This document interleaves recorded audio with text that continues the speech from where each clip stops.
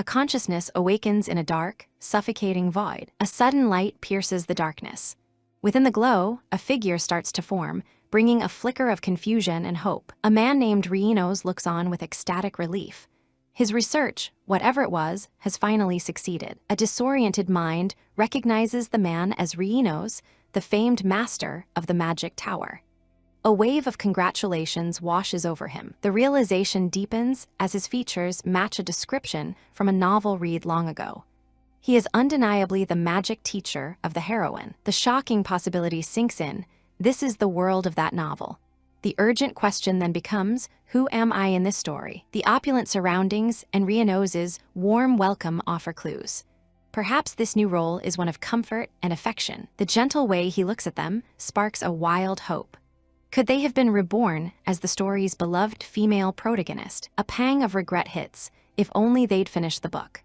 The memory of the heroine's early struggles surfaces just as Rhinos reaches out. Convinced a happy ending is guaranteed, a moment of confusion strikes as they are suddenly lifted into the air. The world comes into focus, and the truth is horrifying. Rhinos, now their father, is cradling them, calling them his adorable little penguin. They recall the title of the novel they've been thrown into. The story was about a wolf beastman. The main plot revolves around a werewolf male lead who is cured by the heroine, leading him to imprint on her. Imprinting is a sacred, one-sided love contract for werewolves. It binds them to serve the one they've chosen for life. In the novel, this was framed as the peak of romance. Reality, however, often has a darker side. The imprinting drives them to extreme, unsettling acts for their beloved. It's a love that teeters on the edge of psychosis. After the imprinting, the male lead's affection morphs into a dangerous obsession.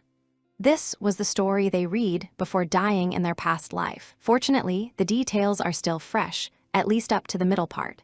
Even then, the heroine's struggles made them question if it was truly a romance. Rhinos decides to name his new penguin daughter Adelia. The name, reminiscent of an Adelie penguin, is received with pure shock. The sheer absurdity of the situation is overwhelming. This can't possibly be happening. A glance in the mirror confirms the unbelievable truth. In a romance novel with beastmen, they have become a penguin. There is no denying it. No matter how many times they look, they are, without a doubt, a penguin. Rhinos smothers his new princess with affection. Looking around, the acceptance is grim.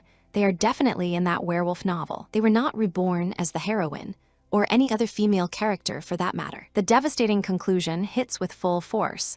They have been reincarnated as a pet penguin. Worse still, they weren't even born naturally.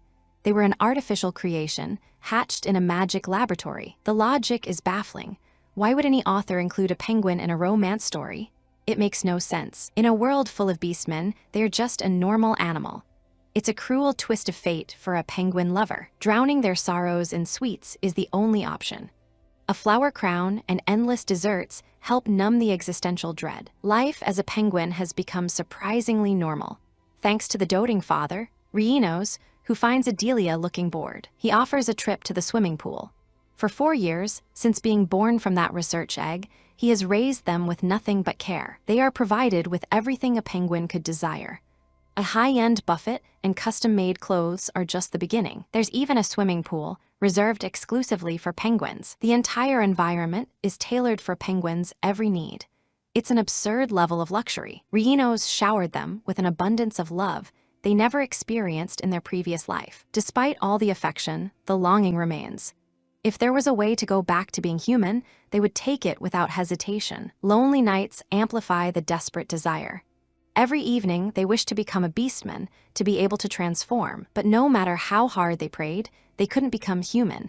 And there was a critical detail they had overlooked. Rhinos confides in Adelia, expressing his relief that his beautiful daughter is just a penguin. His next words are a shock. He truly, deeply hates beastmen. In his youth, Rhinos was bullied by beastmen, who often looked down on pure-blooded humans. This bred a terrible hatred in him. This is the first person to show them such love, and the thought of being hated by him is unbearable. It seems giving up the dream is the only way. Contentment with her father is enough. But just as they try to accept this reality, Rhinos notices their sad expression. At that moment, a new voice remarks on the strange fact that Sir Rhinos's child is a penguin. It's a killer whale beastman from the Suuradel family. His presence is immediately unsettling. The appearance of Suuradel sets off alarm bells in their mind. Something is very wrong. It's his ridiculously handsome face that's causing the alarm. But beneath the sparkle, a deeper suspicion stirs. A killer whale beastman should have black and white hair. His is pure silver, a clear sign that something is amiss. The whale family itself is an enigma. They were never explained in the original story, yet they dominate the continent. A character with that hair color, a dangerous variable, has just entered the plot. Could his presence alter the entire course of the novel? And how can a mere penguin possibly influence anything? Suuradel finds it magical that this is the first penguin he's ever met that isn't afraid of him. He seems to be a penguin enthusiast. Rieno's voices a pointed question, asking if Suuradel's favorite food happens to be penguins. The horrifying truth of the food chain dawns on Adelia. The suspicion was justified. This guy is a natural predator. Suuradel mockingly laments that he's never had the chance to eat a penguin. The man is clearly teasing her. Adelia must endure it for her father's sake. Rieno's, however, notes that all creatures are terrified of Suuradel. Suuradel sighs, genuinely perplexed as to why everyone fears him. He wonders if his laugh is weird. He turns his attention back to the penguin, posing a question. If Adelia isn't afraid of him, then they can surely be good friends. He asks for her opinion. The audacity of him poking her cheek is infuriating. He apologizes, not realizing she would hate it so much. He then offers to poke her beak instead. Fed up, she warns him to stay away or get bitten. Pushed too far, she snaps. The bite connects, drawing blood from his finger. Rieno's calls out in concern. Startled, Suuradel dismisses it as minor. But Adelia is horrified. She didn't mean to bite so hard. He reassures everyone that it's a minor wound that will heal quickly. He looks at Adelia with a strange intensity, confessing he likes her more and more. He finds her crazy, childlike eyes especially charming. His words about her eyes make her pause. At that moment, Adelia realizes something is deeply wrong with this situation. After their first meeting, Suuradel begins to visit her at the castle. He greets her cheerfully, but she can only muster an energetic glare in response. He mistakes her wary stare for embarrassment, much to her fury. He's either oblivious or pretending not to know. The next day, he comes again, declaring that they seem to be getting closer. He asks if he can call her Leah, a nickname she promptly ignores. The day after that, he returns with a cheerful greeting, complimenting the weather. And the next day, and the day after that, his visits become a relentless routine. He comes to her house every single day. The persistence is exhausting. Lying in bed, she fumes about the whale kid. No matter how much she shows her dislike, he simply ignores it. Thinking back, she recalls being able to use magic. It's a special power. Even as a beastkin, she can use magic, something the original novel said only pure-blooded humans could do. The ability to use magic is just one of many inconsistencies. The strange things are starting to pile up. Is the original story distorted? Or are these details from the latter half of the book she never read? And that man, Suuradel, who is he really? While she was busy trying to figure out Suuradel's identity, she couldn't have possibly anticipated the future that awaited her. The next morning began like any other. Waking up as usual, something felt terribly wrong. A sense of disbelief washed over her. A blinding flash, and the impossible happened. She has suddenly turned into a human. Could her desperate wish have finally been granted? But there's a lingering sense of unease. The sudden change leaves her feeling a mix of anxiety and surprise. All her desperate prayers to become human went unanswered. So why now, all of a sudden? More importantly, how will her father, who despises beasts, react to this transformation? Amidst her panic about how to transform back, a knock on the door startles her. It's him, calling her Leah. It's her father, asking if she wants to go for a walk. Panic sets in. She can't let him see her like this. Apologizing to her father in her mind, she resolves to flee. Running away is the only option. She promises to return once she figures out how to turn back into a beast. And with that, she runs. But things did not go as planned. When she came to her senses, she had been kidnapped. Today is truly the worst. She was out for less than an hour, got kidnapped, and even her emergency money was stolen. Her kidnappers celebrate their good fortune. They found a beastman in whale territory, a fact that catches her attention. They gloat about being set for years. They mention her black and white hair, confirming their target. The whale family is looking for her. Could it be Suuradel? But Suuradel only knew her as a penguin. How could he possibly know she turned human and track her down? Suuradel confirms with his men that they have brought the beastman he was searching for. His men claim it was a difficult search. Wary of danger, Suuradel decides to check on the captive himself before letting his mother see. Her rage boils over. He stalked her, and now he's kidnapped her. She should have gouged his eyes out earlier. Suuradel's expression darkens as he looks at her. She glares back, challenging his stare. He calls for his mother, who is horrified to see the girl bound and gagged. She questions how anyone could be treated so cruelly. The mistress of the whale family, Bella, commands her son to untie the child immediately. Suuradel complies as his mother offers a sincere apology for the pain and fear she must have endured. Their reaction is completely unexpected. Did Suuradel hire someone to stage this? It's all very strange. His mother's gentle approach is baffling. Bella expresses a strange feeling of familiarity, as if they have met before. The girl's perception is sharp. As the kidnappers try to leave, Bella stops them in their tracks. With a sinister laugh, Bella clarifies that she was searching for kin, not criminals to be brought before her. The kidnappers claim they heard she was looking for someone with abilities. Bella explodes in fury at their violent treatment of a weak girl. She deduces they knew they were committing a crime. She orders the criminals arrested and imprisoned immediately. Bella turns and apologizes again for the dangerous situation. The girl is stunned by her commanding presence. Not knowing where she lives, Bella offers to personally ensure she gets home safely. People are indeed looking for a child like her, but not like this. And she still doesn't know how to transform back. If she returns to the ghost tower now, in this form, will her father even accept her? Gathering her courage, she asks them a strange question. She needs to know how to change from a human to an animal. She explains that she was originally an animal who suddenly became human. Without knowing how to revert, she can't go home. She desperately wants to learn how to transform back, so she doesn't hurt the important people in her life. Bella gently explains that one cannot learn to transform. For those with special abilities, it's an innate, natural process. Bella then reveals the real reason they are searching. An accident left her unable to have children, and to avoid extinction, they have been searching for their own kind for decades. But her search has been fruitless. She hasn't found anyone like herself, let alone her own kind. With no news for so long, she had begun to believe that she and her son were the last of their kind. Her appearance is a miracle. Bella offers her help, and the girl feels a strange sense that she can help them too. With no other options, she agrees to stay for a while and figure things out. Bella prepares a room for her. The girl is grateful but can't help but wonder why they are taking such good care of her. Bella chuckles, admitting that she feels like she's forgotten something important. She recalls the traits: black hair with white spots and white hair on the inside. A gasp of shock escapes her. They must be mistaking her for a killer whale beastman. It's clear now. They think she's a killer whale beastman, just like them. Their appearances are indeed similar. But while the spots on a killer whale and an Adelie penguin are alike, their positions are completely different. She takes a deep breath, trying to calm her racing heart. For the sake of her worried father, she must quickly learn how to transform and return home. She never meant to deceive anyone, but now she faces a difficult choice. Should she confess she's actually a penguin? She glances at Suuradel, wondering how he would react if he found out the truth. She doesn't know what to do. The situation is getting more complicated by the second. Bella asks a simple question she hadn't considered. What is her name? She fumbles for an answer. Suuradel suggests the name Leah, calling it lovely and asking for her opinion. She's startled, thinking she's been caught. But the suggestion of her penguin nickname delights her, and she enthusiastically agrees. Suuradel smiles, pleased she likes it. He then casually reveals that Leah is the name of the girl he is currently courting. Her annoyance flares. He should address her properly.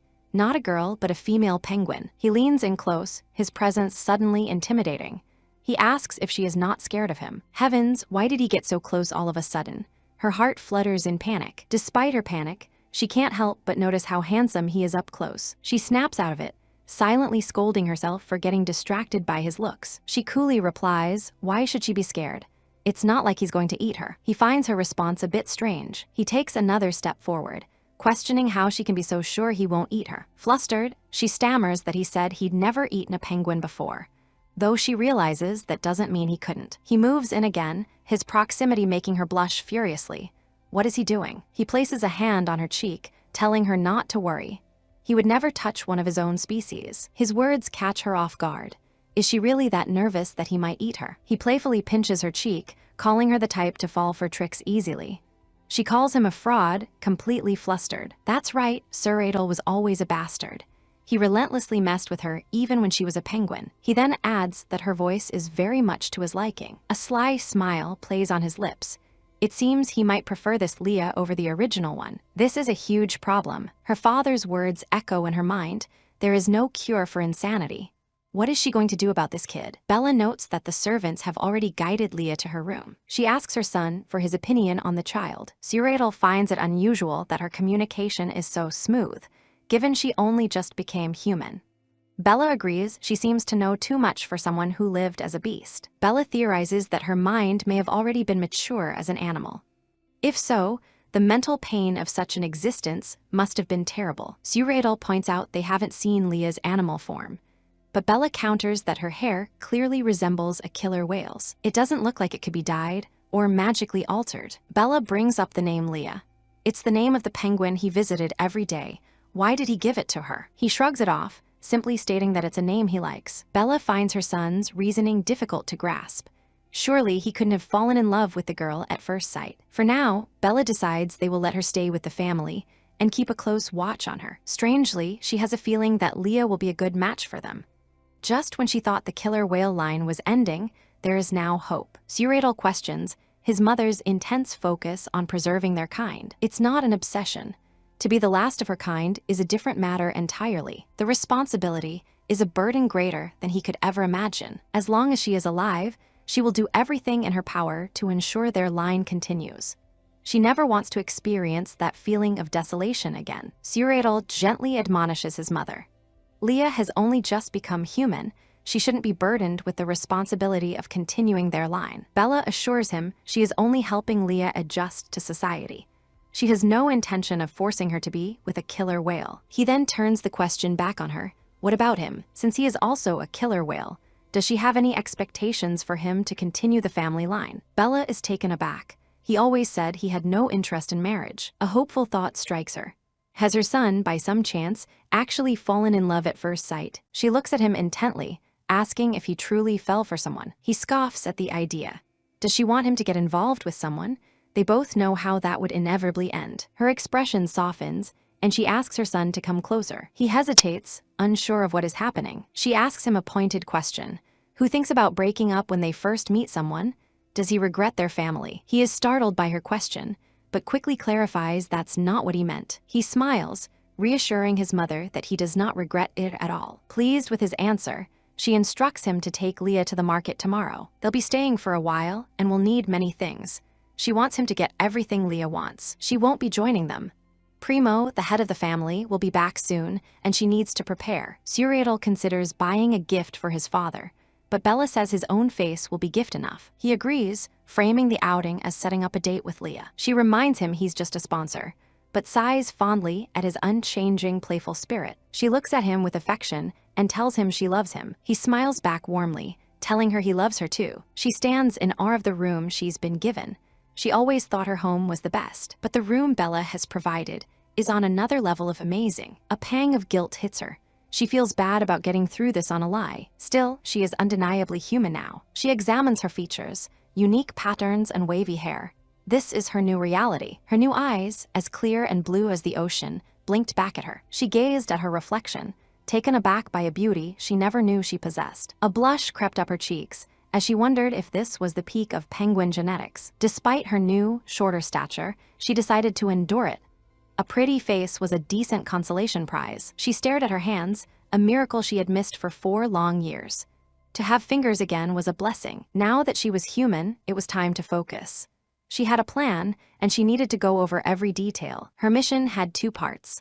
Find a way to transform back at will, and ensure the whale beastmen never discovered her secret. And then there was the most important objective, the one that concerned her father. A familiar weight settled in her chest. Saving her father had been her driving goal since her very first days as a penguin. She recalled the story's original plot, a devastating plague destined to wipe out all pureblood humans. The novel was clear. In the end, the only pureblood human left alive would be the heroine, Anemone. This meant her father, a pureblood himself, was fated to die. The heroine's subsequent romance with the male lead was a part of the story she couldn't care less about. As a penguin, she was powerless. But now, as a human, she would defy fate and change the story to save him. A knock at the door startled her. The voice of Suuradel echoed from the other side, a truly unwelcome interruption. He entered the room, and she cautiously asked what brought him here. He simply wanted to see her. His cheerful, straightforward answer only made her more suspicious. His interest was a mystery. He had been fascinated by the penguin, and that fascination had now transferred to her. A dark thought crossed her mind. Perhaps he was just an indiscriminate flirt. He noticed her unease, but she brushed it off, determined to keep her guard up. She fought to remain composed, telling herself his good looks had no effect on her anymore. Then a realization struck her. This man, an anomaly not present in the original story, might be the key. She decided to probe him, questioning why his silver hair and height were so unusual for a whale beastman. He calmly informed her that one can't always judge a beastman by their appearance. He then playfully patted her head, pointing out that she too was a rather short whale beastman. She retorted, arguing that whale beastmen were all supposed to have similar hair colors. He leaned in, his gaze intense, asking if she was truly so curious. She was, but her suspicion of him was far greater. With a soft smile, he seemed to relent, promising to tell her his secret. But it was a ruse. He simply winked and declared it a secret, enjoying her frustration. His game finally broke her composure. She seethed with a silent, impotent rage. He laughed, delighted by her priceless reactions, before admitting his hair was just a mutation. Skeptical, she demanded he prove it by transforming into his beast form. He teased her, asking if she was sure she wanted to see his natural form right now. She insisted. Her request seemed to ignite a different kind of excitement in him, much to her confusion. His imagination ran wild, picturing a scenario far more intimate than a simple animal transformation. Horrified, she frantically clarified that she meant his beast form, not his human one. He feigned a moment of disappointment, a performance she saw right through, leaving her flustered. Fed up, she turned to leave, but he stopped her before she could escape. He cornered her with a proposition.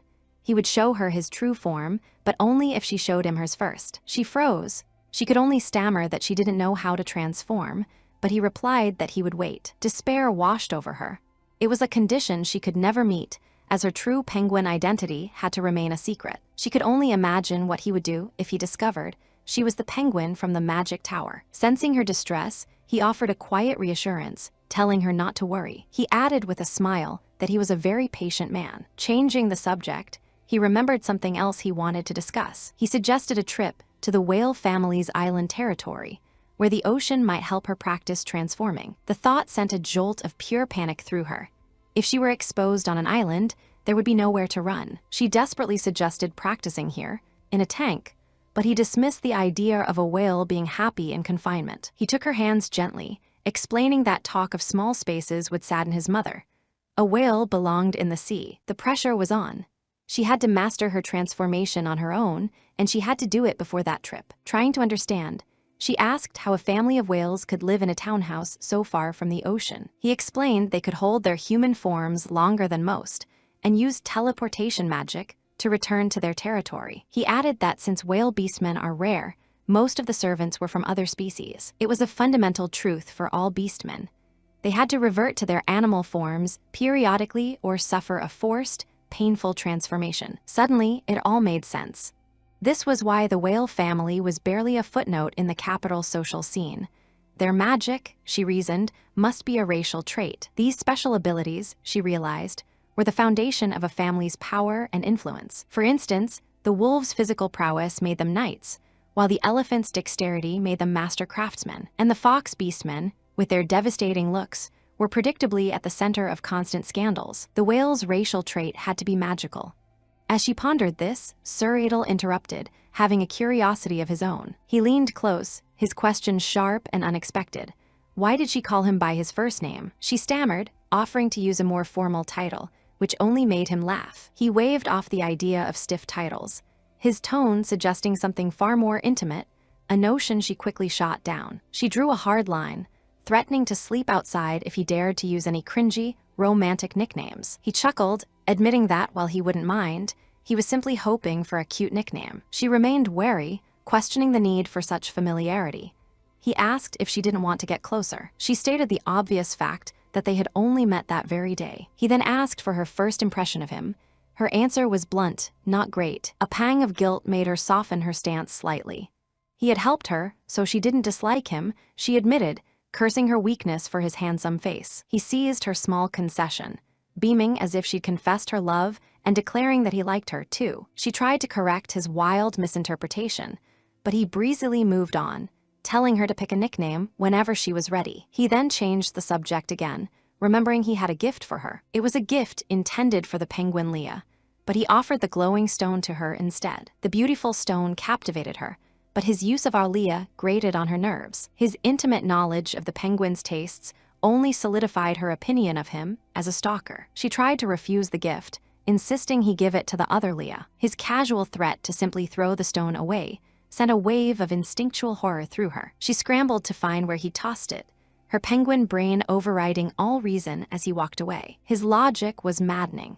He argued that her rejection would hurt the other Leah's feelings, and she could only scream internally that they were the same person. Healy flings told her to rest, suggesting a shopping trip for the next day to get her necessary supplies. She balked at the idea, but he reminded her that as her sponsor, his company was not optional. She reluctantly agreed, though her mind was already plotting how to retrieve the stone from the flower bed below. Leaning over the balcony rail, she scanned the garden. He began to say something about later that night. Muttering to herself, she searched for a glimpse of the jewel, her frustration at him for throwing it away bubbling over. He simply watched her frantic search with a smirk before telling her to get some rest. Later in bed, she was far too agitated to sleep. She replayed the whirlwind of the day's events, a chaotic mess of new faces and confusing emotions. But the true source of her restlessness was something else entirely. It was the memory of Suuradel that kept replaying in her mind. And then the thought of the beautiful jewel discarded so carelessly. The sheer injustice of it was driving her mad. She had to admit it. She was a penguin at heart, and she loved pretty, shiny stones. She remembered him asking her, back when she was a penguin, if it was true that her kind loved stones. She had stubbornly shaken her head, too proud to admit her nature. From then on, he had tried to bribe her with jewels, trading them for affection. She remembered her noble struggle to resist the temptation of his glittering offerings. But now, a new thought occurred to her. The jewel he threw tonight wasn't from his usual collection. His unfinished sentence from earlier was forgotten. The pull of the lost stone was undeniable. She had to get it back. She raced out into the cold night, imagining the poor, lonely stone calling out to her. The thought of the beautiful jewel consumed her, driving her down the dark, unfamiliar hallway. She paused for a moment, trying to get her bearings in the sprawling mansion. Suddenly, a wave of vertigo and nausea washed over her, and her knees buckled. A dreadful sense of familiarity hit her. This was the same feeling she'd had just before she turned human. She dismissed it as a cold then, only to pass out and wake up in a completely new body. When she woke up, she was no longer a penguin. She was human. The horrible implication dawned on her. She was about to transform back, here in the heart of the whale family's mansion. Just as she feared, her body failed her.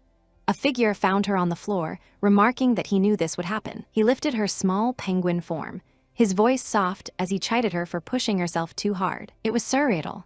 He held her close, his voice calm as he urged her to breathe slowly. In her delirious state, his kind voice sounded like her father's. A flood of repressed memories and fears washed over her. The shock, the kidnapping, the constant terror. She thought of the suffocating weight of hiding her identity from the whales. But her deepest fear was being rejected by her father, the first person who ever gave her love. Her father was her entire world. Her heart cried out, silently pleading with him not to abandon her just because she was a beastman. Only weak, pathetic squeaks escaped her. Suuradel held her, murmuring that it was okay, that everything was okay. He promised that when she woke up, everything would be all right. She woke to the feeling of bright sunlight on her face. She was human again, but she felt a strange weight pressing down on her. Her eyes flew open. She was in bed, and Suuradel was sleeping peacefully beside her. She stared in stunned silence, her mind racing. How did this handsome, crazy, tall man get into her bed? He stirred, his eyes fluttering open to meet her wide, shocked gaze. A lazy smile spread across his lips as he asked if she had come all this way because she missed him. She sputtered a denial, insisting this was her room and he was the intruder. But one look around the lavish room told her she was wrong. This wasn't her room at all. Her memories were a blur. She remembered collapsing in the hallway, her last thought that she was turning back into a penguin. He continued to tease her, but she insisted she hadn't come to see him. He smirked, pressing her. Then why, he asked, was she in his room in his bed? She had no answer. She couldn't remember anything after collapsing. He offered an explanation. A phenomenon common to newly transformed beastmen, involving fever, hallucinations, and memory loss. He suggested that if she didn't remember coming here, it must have been a hallucination. She didn't quite understand, but she clung to the most important part. He hadn't seen her as a penguin. Embarrassed, she apologized for barging in and for her earlier anger. He waved it off, cheerfully stating he was happy she came to him, even if it was unconsciously. Then he apologized, saying he should have taken better care of her. She was baffled. She was the one who had wandered into his room. He took her hand, his expression growing serious as he reminded her that she must have been suffering all night. He made her promise to come to him if she ever felt sick again, even if she didn't trust him. She knew he was being sincere. After years of his constant attention, she couldn't doubt his genuine care. But it was a promise she couldn't keep. If she got sick and transformed, her secret would be revealed. He waited, his gaze expectant, pressing her for an answer. She tried to deflect, insisting she could take care of herself. When words failed, he resorted to bribery, holding up her small pouch of money. It was her emergency cash, taken by the kidnappers. He was holding it ransom for her promise. She protested the blatant blackmail, but he countered that it was just as unfair for her to suffer alone. He was genuinely worried, he said. She was still unstable from her recent transformation and needed to be careful. She finally relented, giving him a promise she had no intention of keeping. He returned her money and, with the crisis averted, suggested they do something fun before breakfast. Her curiosity was piqued. After the night she'd had, fun sounded good. He announced their destination was the training grounds, and they would be teleporting. The word teleport shocked her. It was a magic she had only ever seen, never experienced. The shock quickly melted into giddy excitement. For the first time, it really felt like she was living inside a novel. He held out his hand, ready to begin the spell. She hesitated, asking if holding hands was really necessary. Deciding that minimal contact was sufficient, she cautiously touched the tip of his finger. He found her cautiousness adorable. She just wanted him to get on with it. He chuckled that even her coldness was cute, before taking her hand properly in his. A brilliant light flared around them, and the room dissolved. They arrived instantly. The seamless transition from his room to the training grounds left her in awe. Her excitement was quickly squashed by the atmosphere of fear hanging over the training grounds. It was obvious the knights were terrified of Suuradel, and she suspected he enjoyed tormenting them. He leaned in with a predatory smile, asking her to point out anyone who was avoiding him. Fearing for the life of whichever poor soul she singled out, she quickly claimed she wasn't sure. He called her bluff, reminding her that she had just called him a tormentor. When he suggested interrogating them one by one, she panicked. Interrogating them one by one defeated. Panicked, she closed her eyes and pointed at random, silently apologizing to her unlucky victim. As Suuradel zeroed in on the knight, she tried to distract him by asking if the man was a flying squirrel beastman. Her wild guess was surprisingly accurate, which even Suuradel found impressive for a beastman of that size. She was stunned. She had only guessed based on his impressive muscles. Her comment about muscles immediately caught Suuradel's attention for all the wrong reasons. She was confused by his sudden, intense focus on the other man's physique. He proudly reminded her that as a magic swordsman, he had impressive muscles too. He finished by telling her not to look at other men, because it made him jealous. A magic swordsman. The revelation of his immense power only made her more suspicious about his true role in this world. He offered to spar with the knights to prove his point, but she knew none of them would dare. She decided it was time to set him straight about her preferences. She could tolerate a lot from him, but misunderstanding her tastes was not one of them. She explained her ideal type was not bulky, but rather had solid, well-fit muscles that looked good in a suit. He leaned in, intrigued, and asked her for an example. Her mind flashed back to a memory from her penguin days. She had charged at him during a confrontation, expecting a soft wizard, and instead ran into a solid wall of muscle. He was unexpectedly firm. She now realized he had the looks, the body, and the abilities. If only his personality wasn't so terrible, he would be perfect. He, of course, assumed she was talking about the knight. She looked him straight in the eye and stated plainly that he was more her type. For the first time since they'd met, Suuradel was the one left stunned and blushing. He clutched his chest dramatically, proclaiming his heart might explode. She rolled her eyes. He recovered quickly, beaming with joy, not just that he was her type, but that her intense gaze was genuine. She quickly clarified that she was only talking about his looks, not his personality, and that his intensity was unmatched. He wished that she would get corrupted by the world soon. She was pretty sure that was a curse. He insisted it was an honest wish, then excused himself to speak with the knight commander. She realized he had only brought her here because it was convenient for him, but she didn't mind. She settled in to wait, reflecting that time seemed to fly when she was with him. A group of knights approached her nervously, asking if she was the new whale beastman. They looked worried, and one of them quietly asked if Sir Suuradel was harassing her. The question confused her. Annoying, yes; harassing, no. But the knight insisted, pointing out that Suuradel had been smiling a lot while talking to her. She was puzzled. As far as she could tell, the man was always smiling. The knights explained that his genuine, crazy smile was reserved for very specific, and usually unpleasant, situations. He smiled like that when enjoying a good fight, punishing someone, critiquing their clothes, or when he found something interesting to torment. The horrifying truth crashed down on her. She wasn't an exception. She was just his newest, most interesting toy. A man feels relieved, thinking it natural for fellow whale beastmen to be drawn to each other. He notes, however, that Sir Suuradel has never shown such interest before. The woman wonders if it could be true. The thought that he might have fallen for her at first sight crosses her mind. She blushes slightly, entertaining the possibility that it really was love at first sight. The man observes that Sir Suuradel's smile towards her is different. He offers to tell her his nickname, which makes her anxious. Suuradel is recalled as the laughter healer, a nickname she finds quite lovely, accompanied by a memory of his sweet smile. The man reveals the nickname's dark origins. Suuradel disciplines knights by beating them and healing them repeatedly, all with a cheerful expression. He earned this name because he never once loses his radiant smile during the brutal process. The woman is utterly horrified. She realizes Suuradel is much crazier than she ever imagined and feels an urgent need to escape. Suddenly, Suuradel appears, innocently asking what she was discussing with the knights. She is flustered and at a loss for words. The knights in the background panic, desperately pleading with her not to reveal their conversation. Feeling she can't betray the knights, she lies, saying they were just praising his incredible skill with a sword. A mischievous smile plays on her lips. She decides she can't let this opportunity to tease him pass. Embracing her playful penguin nature, she challenges him to a sparring match. He agrees, telling her to choose his opponent, much to the knight's dismay. A devilish glee overtakes her as she savors the moment, pondering which terrified knight she should choose to face Suuradel. She pretends to reconsider, then innocently backs down, claiming that everyone seems too busy with their training. As she leaves with Suuradel, he notes her shrewdness despite her appearance.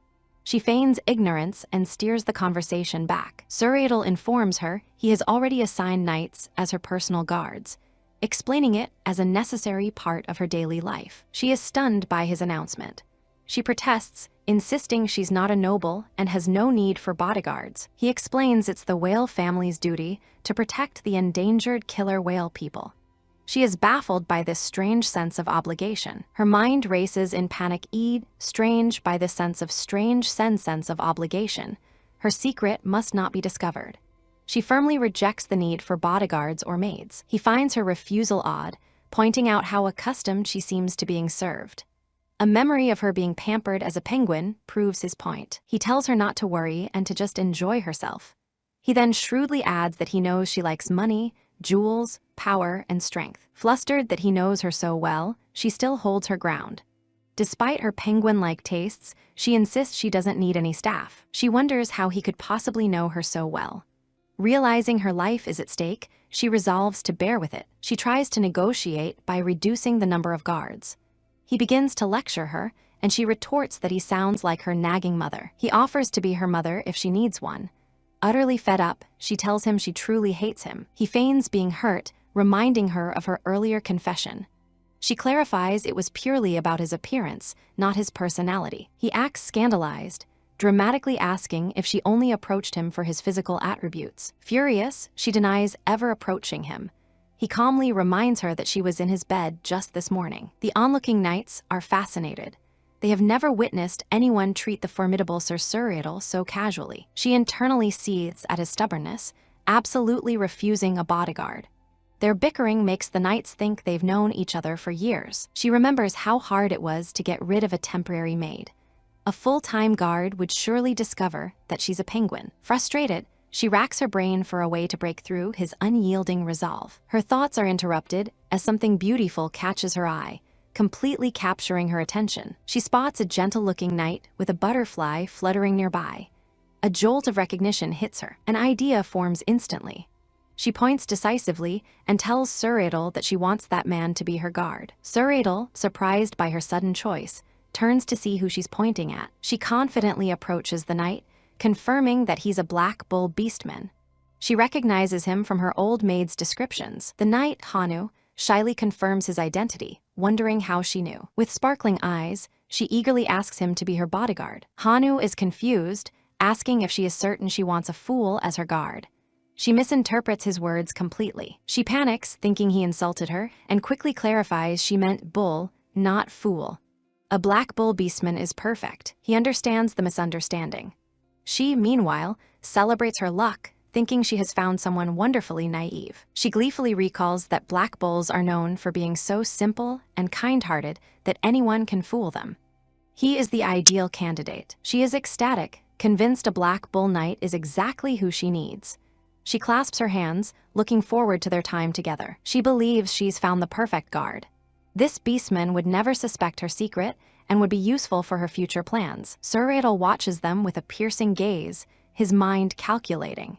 He wonders just who this person is to elicit such a reaction from Leah. They move to Leah's new room, her life at the whale house truly beginning. Leah formally introduces herself to her new guard, Hanu, explaining that she will be staying for a while. Hanu introduces himself and, touched by her trust, swears to protect her with his life. Leah is delighted by his sincerity, feeling reassured.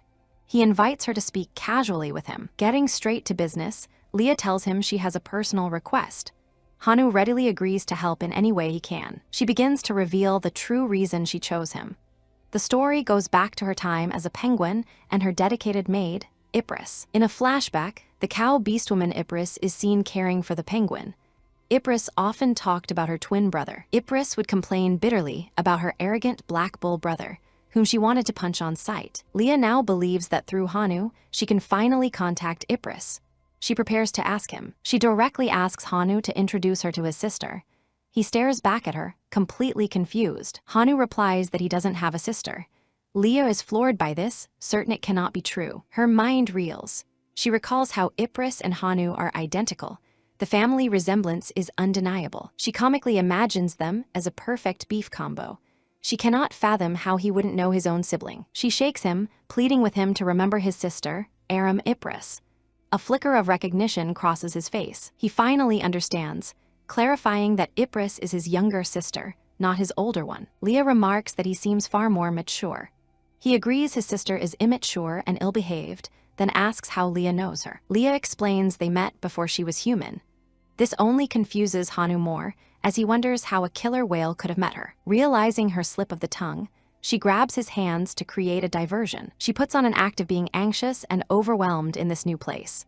A familiar face, she claims, would make her feel much better. She decides to force some tears to sell the performance, trying to conjure sad thoughts to get the waterworks going. She launches her plan to deceive Hanu with tears, choosing to think about her father to trigger the emotion. A memory of her father holding her, wishing for her happiness, floods her mind. The memory brings a genuine pang of longing. She misses her dad terribly and knows he is out there searching for her. Real tears now stream down her face. She feels a desperate need for a trusted ally like Ypres to get news about her father. Her feigned act has become entirely real. She can't stop the tears. Hanu looks on with growing concern. Moved by her distress, Hanu fervently promises to bring Ypres to her, even if he has to knock her out. Leah is startled by his intensity. He vows to fulfill her request, no matter what. Thanking him through her tears, she reflects that her plan worked almost too well. Suuradel chooses that moment to enter, ready to leave with Leah for their outing. His expression immediately sours when he sees Hanu holding Leah's hands. He demands to know what is going on. Later, at a clothing store, Leah finds herself unable to clear the misunderstanding with Suuradel about Hanu. Suuradel insists Hanu is not fit to be her bodyguard. Leah retorts that it was his misunderstanding and he's being overprotective. He bluntly suggests she should date him instead.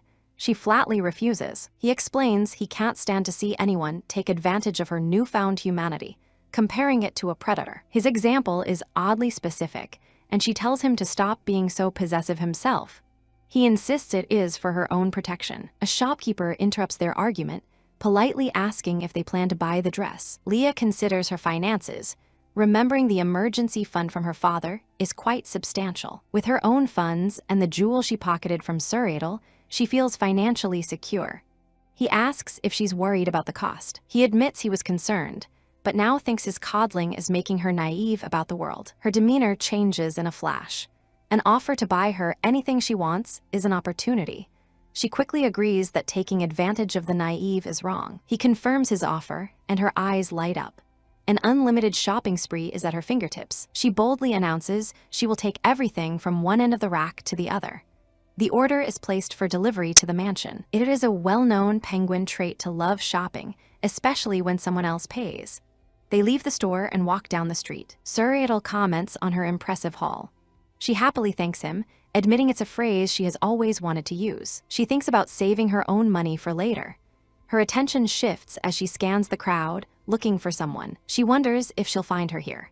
She then spots a pair of pure-blooded humans from the magic tower and wonders what they are doing. One of them is holding a drawing of a penguin. They are looking for Lady Adelia's, who is part of Sir Reynos's family. Leah is horrified to see the drawing is of her. They are searching for her. The mages speculate that Lady Adelia's might have been killed by anti-human extremists. They briefly consider the penguin-loving man from the whale house as a suspect, but dismiss the idea. They conclude it is more likely she turned human and ran off with money.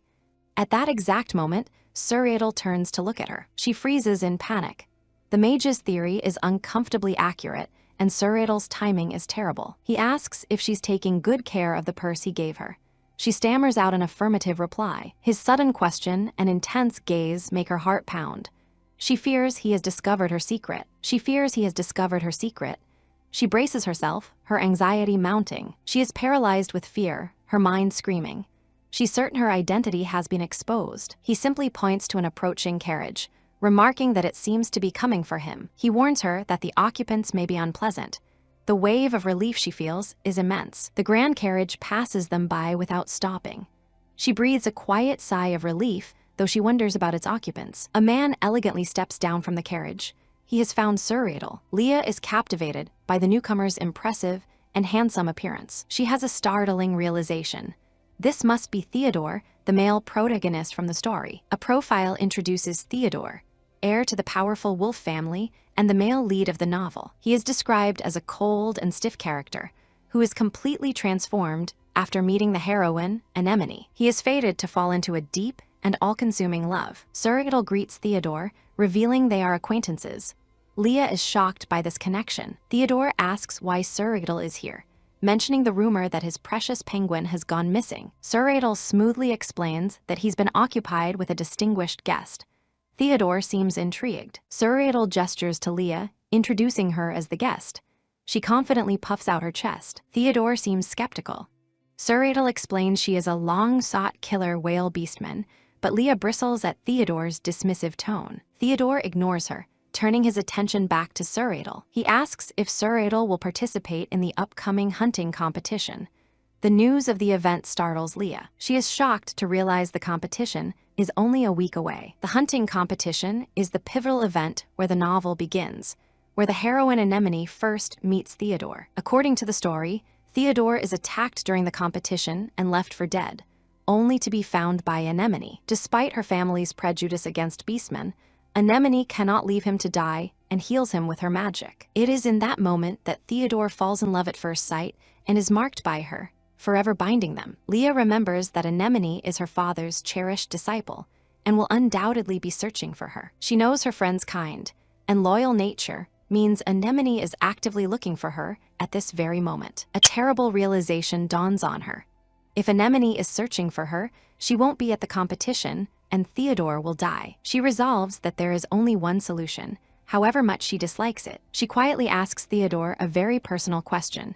Is he the type who falls in love easily? Suuradel stares at her, looking as though she has completely lost her senses. Theodore is utterly flabbergasted by her audacity, wondering if all killer whales are this unhinged. Leah considers the terrible choice before her. Saving Anemone is her priority, but if she saves Theodore, he might mark her. She cannot just let things unfold. If Anemone dies because she was busy searching for her, the guilt would be unbearable. She lashes out at Theodore, angrily telling him to take back his insult. It is one thing to be called crazy, but she will not let him insult Bella. Suuradel understands her motive, dryly calling it insurance. He mentions the wolf family's devotion to their marked partners. Theodore becomes enraged at the mere mention of marking, a fate he clearly detests and fears. He passionately declares that he refuses to let something like marking dictate the course of his life. Leah finds this deeply ironic, as he is the character most defined by being marked in the entire story. She asks Suuradel about the competition's prize. He tells her it is a half-elixir. The half-elixir is a legendary potion, capable of healing most wounds and neutralizing any poison. Hope surges through her. She wonders if it could cure her father's illness. Her hopes are quickly crushed when Suuradel explains it is magic-based and cannot cure what magic cannot. She then asks why the rich wolf family doesn't just buy one. Suuradel explains it's too rare and difficult to make.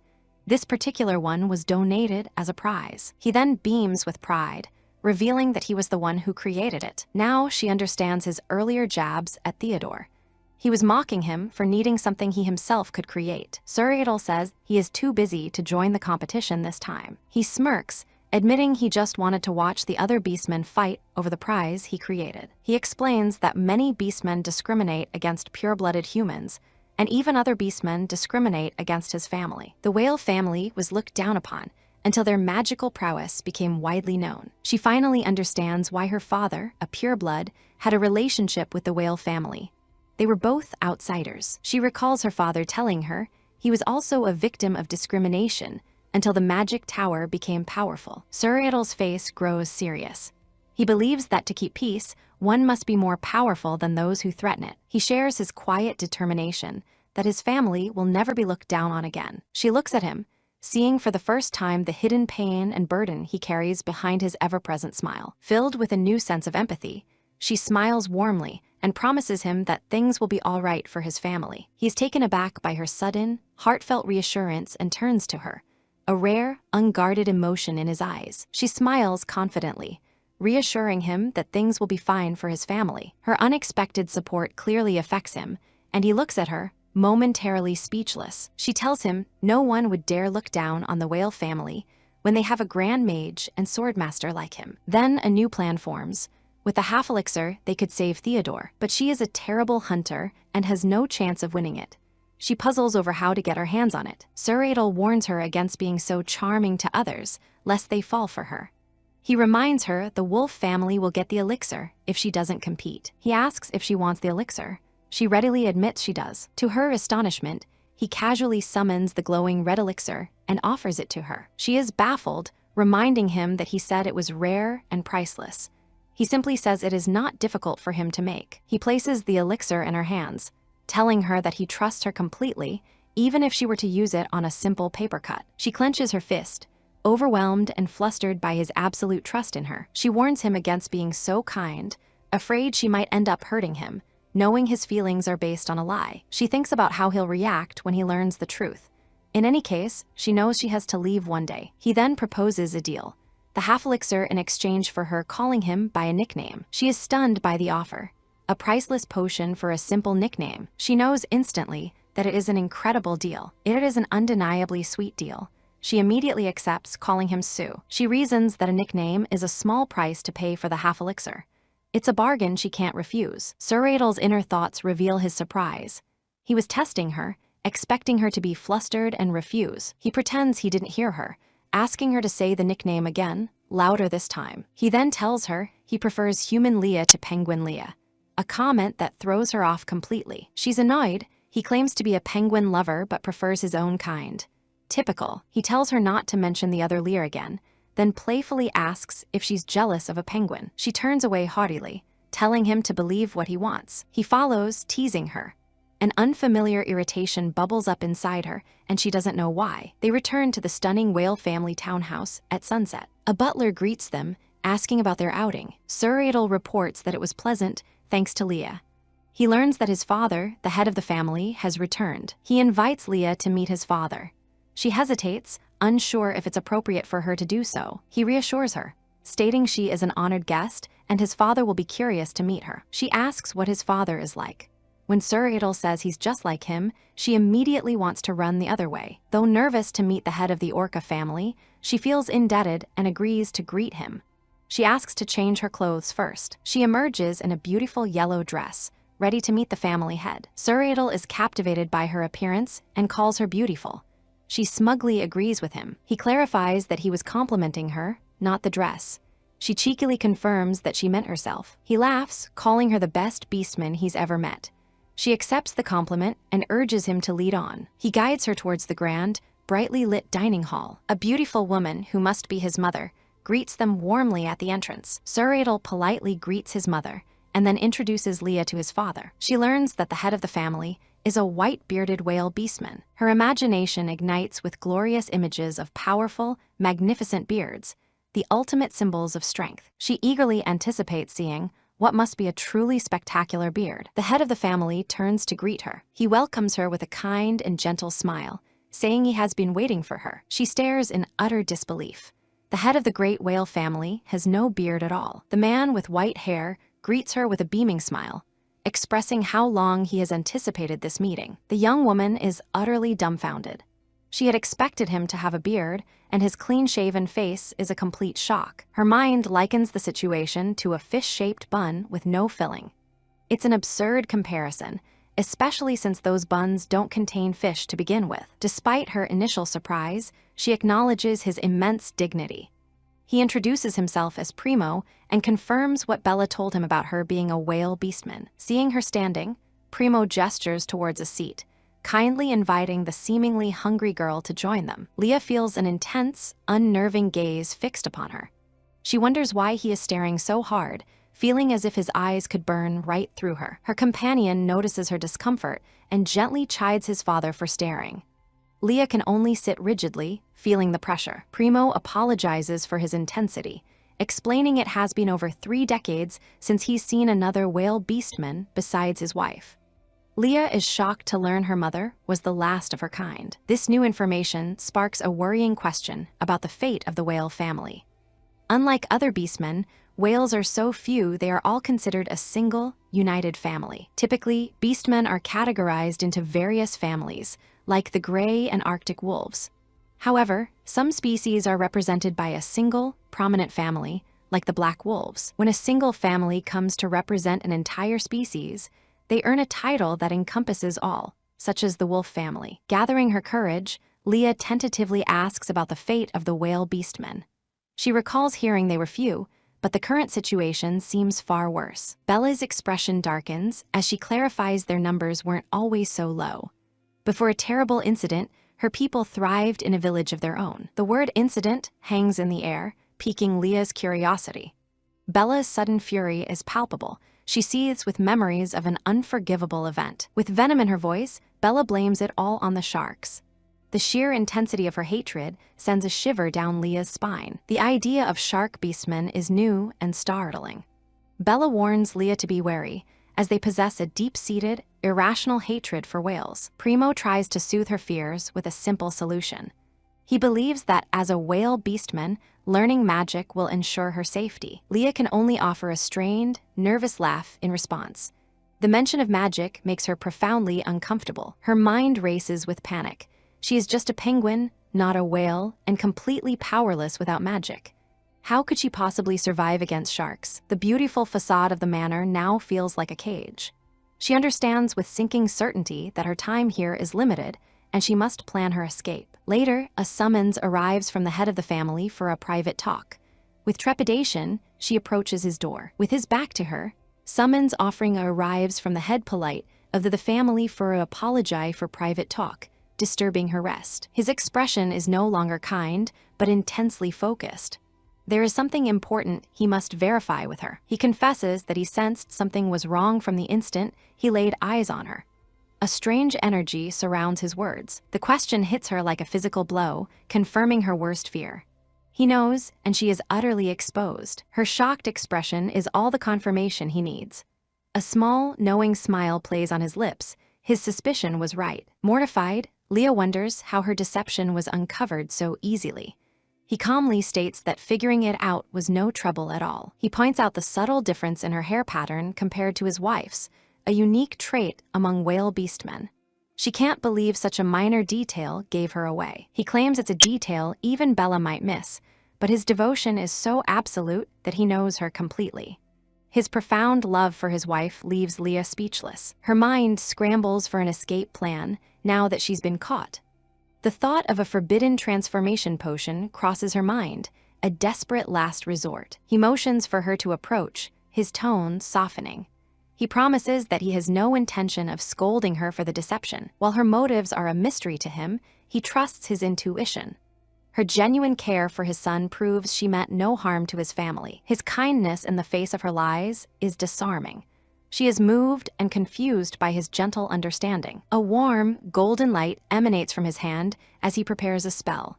He reassures her that the process will be quick and painless. The magic washes over her, an unfamiliar and startling sensation. She has no idea what is happening to her. The outcome of his spell is completely unexpected, leaving him amazed. He looks at her with newfound curiosity, demanding to know her true nature. With her cover blown, she admits the truth and questions the nature of the spell he just cast on her. He reveals he was testing her mana affinity, a trait all whales possess. It was a clever, almost sneaky test that even his wife wouldn't have considered. The test proves she isn't a whale, but it also reveals something else. He looks at her thoughtfully, postulating that she may have a talent for magic herself. The possibility of using magic is a revelation to Leah. Primo advises her to seek out only Suuradel to confirm this potential, keeping it a secret between them. His insistence on Suuradel is peculiar, but she has little choice but to agree. His intentions are still a mystery. He was about to reveal everything to his wife, but something makes him reconsider. For now, Leah's secret will remain safe with him. Now that they are alone and the truth is partially out, he asks her to confide in him completely. She admits he has figured it out. She recounts how she was taken by mistake, her kidnappers wrongly identifying her as a valuable whale beastman. He shows empathy for her plight and promises his silence until she is ready. All he asks in return is her honesty. She finally reveals her true form, a penguin.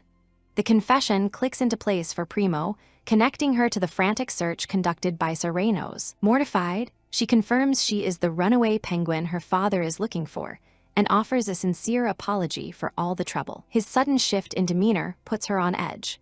The kind man is gone, replaced by someone with a severe and unreadable expression. Fear grips her as she imagines the worst. She pictures him revealing her deception and facing the terrifying wrath of the lady of the house. His seriousness melts away into a cheerful smile. He simply wants to establish a less formal relationship, suggesting she use his name. He then makes an even more audacious suggestion with a playful wink. He would be happy to be called father. The implication of his words hits her hard. The suggestion is wildly inappropriate, reserved for a future daughter-in-law. Unaware of the bizarre conversation, Suuradel waits anxiously. He hopes his father is being gentle with Leah. She internally questions the strange nature of this family. Drawing a firm line, she stammers a formal address and makes her exit. While Primo is visibly sad, Leah feels she can finally breathe. His bizarre friendliness suggests she is safe for now. Alone again, Primo reflects on the turn of events.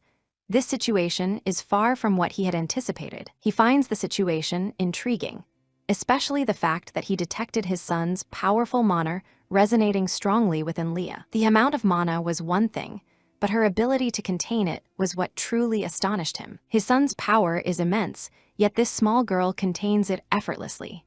This confirms his suspicion of a profound bond between the two. He recalls her demeanor around his son. Unlike everyone else, she was completely unafraid. Instinct dictates that the weak should fear the strong. It is the law of nature, an undeniable gap between predator and prey. Not even his own wife was immediately at ease with their son's overwhelming presence. Leah's calmness is unprecedented. The fact that she is a mere penguin, a creature far down the food chain, makes her fearlessness all the more remarkable. He contemplates the source of her courage. Whether it's the shared mana or her innate personality, she is undeniably captivating. He knows his son. Regardless of the underlying cause, Suuradel is clearly and deeply intrigued by her. A wide, delighted grin spreads across his face. He sees a future where this fascinating girl joins their family. Suuradel brings up his father's theory. While he cannot be certain, he confirms that the possibility of her using magic is real. She can hardly believe it. The unbelievable news that she might possess magic is confirmed, leaving her stunned. A thrilling possibility fills her mind. Perhaps this magical ability is a special bonus granted to her as someone from another world. He begins to explain, stating it's because Leah is an orca, before catching himself. He remembers the pretense they must maintain. She dreams of the day she can use a fancy magic staff. Still, the sudden appearance of this ability remains a perplexing mystery. He confesses his true motive with a bashful look. He was more interested in knowing if his mana made him more appealing to her. To begin her training, he tells her to go to the estate's library. There, she can find fundamental texts on magic. He assures her that she is free to go anywhere she pleases. When he mentions he'll be away, she correctly guesses he is joining the search for the runaway penguin. He admits his fondness for the creature and his obligation to help Serenos. His words only deepen her sense of unease. She quickly recovers, seeing this as an opportunity to practice her own transformation.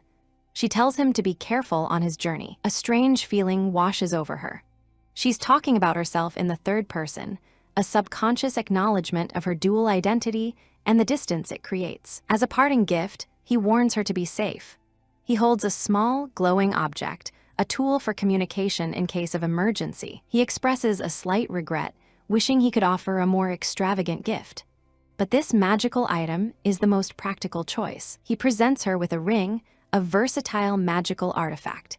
He will enchant it so she can call for him whenever she is in trouble. He moves closer, his voice dropping to a whisper as he prepares to share the secret activation phrase with her. He teases her not to waste the single-use spell, which only annoys her.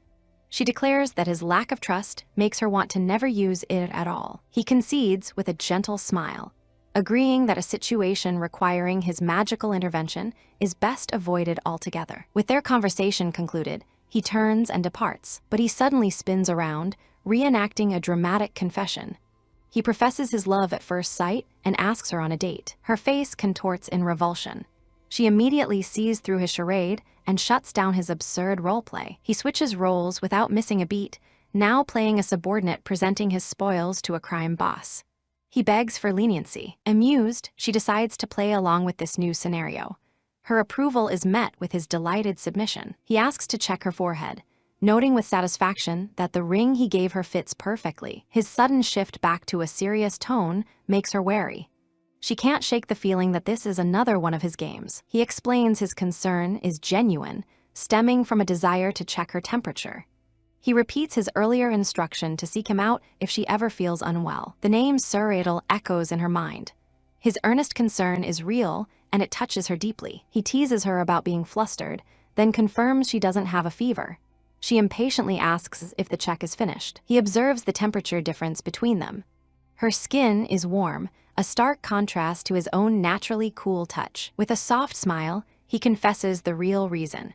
He enjoys the pleasant warmth from her skin and wishes the moment could last. Embarrassed, she swats his hand away. His ability to say such things so nonchalantly is infuriating. Morning arrives, and Suuradel departs as planned. Leah reflects on the irony of the situation. He's off searching for a penguin that is, in fact, safe and sound right under his nose. She remembers the previous night's ordeal. A fever had triggered her transformation, and in her vulnerable state, she longed for her father. Her human form is still unstable. Any emotional or psychological distress can cause her to revert back to being a penguin. His departure leaves a void. The nights are the hardest when the loneliness she felt in her previous life returns with a vengeance. She questions the depth of her own loneliness, realizing it has a physical effect on her. She desperately hopes there is another solution. A knock at the door breaks her reverie. Hanu announces his presence and asks to enter. He strides in cheerfully, a heavy sack slung over his shoulder, proclaiming his success. Leah can only stare at the bulging bag with curiosity. The sack lands with a heavy thud. He confesses that his mission required more than just simple negotiation. A horrifying realization dawns on her as she connects the dots. Out of the bag spills a person, and Leah recognizes them instantly. She cries out the name Russ in horror. She screams again, this time with the person's full name, Ipris. Leah moves to help, but Russ frantically waves her away. There is an immediate sense of danger. Russ explodes with rage, attacking Hanu with murderous intent. Hanu finds himself struggling against the full, terrifying force of an enraged minotaur. The sheer violence of the scene shocks Leah. This is a side of Russ she has never witnessed, and Hanu's methods have gone too far. Gaining the upper hand, Russ throttles Hanu and demands an explanation. They cannot understand why someone from the whale family would seek them out. Russ's urgency is clear. They have a more important mission: finding someone named Leah, and this interruption is infuriating. Seeing her opportunity, Leah intervenes. She asks Hanu to leave her alone with the still furious Russ. Alone at last, Leah tries to reason with Russ. But her familiar friend looks at her as if she's a total stranger. She reveals her true identity, pointing to herself. She is Adelia's, the very penguin Russ has been so desperately trying to find. Russ scoffs in disbelief, treating her claim as nonsense. They turn their back on her, eager to be rid of this strange girl. Desperate, Leah grabs Russ's arm to stop them. She implores them to recall a secret they once shared. The memory is hazy for Russ, but Leah insists. She reminds them of a confidence shared in secret, away from prying ears. She quotes Russ's past words, a bitter complaint about a client's son that was only tolerated for the money. She recounts more shared memories, a series of clumsy mistakes that Russ had made while working. She brings up the time she covered for Russ's mistake, ensuring they could keep their job. She begins listing deeply personal secrets, from a regrettable tattoo to the true nature of their seemingly innocent parasol. The final, most embarrassing secret is revealed, and Russ breaks, begging her to stop her torrent of revelations. The flood of undeniable proof finally breaks through. With tears in their eyes, Russ finally sees their friend. Leah puts on a wounded expression, playfully chastising Russ for not recognizing her immediately. Russ cries with relief and recognition. Only their Adelias would have such a shameless and teasing personality. Russ admits this human form is exactly what they pictured. Leah, in turn, feels she has successfully combined cuteness with strength. The personality is the final confirmation for Russ. After a moment of heartfelt reunion and apology, they ask why she vanished. Hanu, eavesdropping by the door, can't process the information. The young lady he serves is a penguin. He panics, trying to make sense of the situation. His understanding of the world has just been turned upside down. Leah's demeanor shifts to one of command. She orders Russ to bring the eavesdropping Hanu into the room to face the consequences. Putting Hanu aside for the moment, Leah's concern shifts to her father. She urgently asks for news about his well-being. The news is not good. Her father is devastated, a shell of his former self, and the whole magic tower has been mobilized to find her. Russ wants to know how she ended up here. They immediately suspect the shady whale family is responsible for her disappearance. Leah quickly corrects the misconception.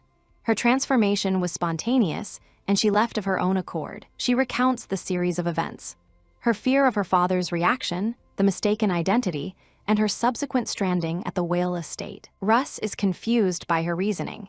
To them, the solution is simple. They should both return home together. With a heavy heart, she reveals her deepest fear. She believes her father despises beastmen and will reject her new form. Russ argues against her fear, using their own employment as proof. Reynos would never hire a minotaur if he truly hated beastmen. Leah clarifies that Russ's unique empathetic abilities made them an exception. She confesses to a little white lie she told to help Russ secure the job. The fear of rejection lingers. She worries that without a special trait like Russ's, her father will cast her aside. Hanu, ever the practical one, brings up a logical inconsistency. Her fluency is remarkable for someone so newly transformed. The question makes her pause. It's a detail she completely overlooked in her story. Russ proudly defends Leah, boasting of her intelligence. Even as a penguin, her intellect was far beyond that of any normal animal. The truth is far more complicated, a secret she must keep guarded. With more people aware of her situation, the risks have increased. Hanu is curious about the other person in the know.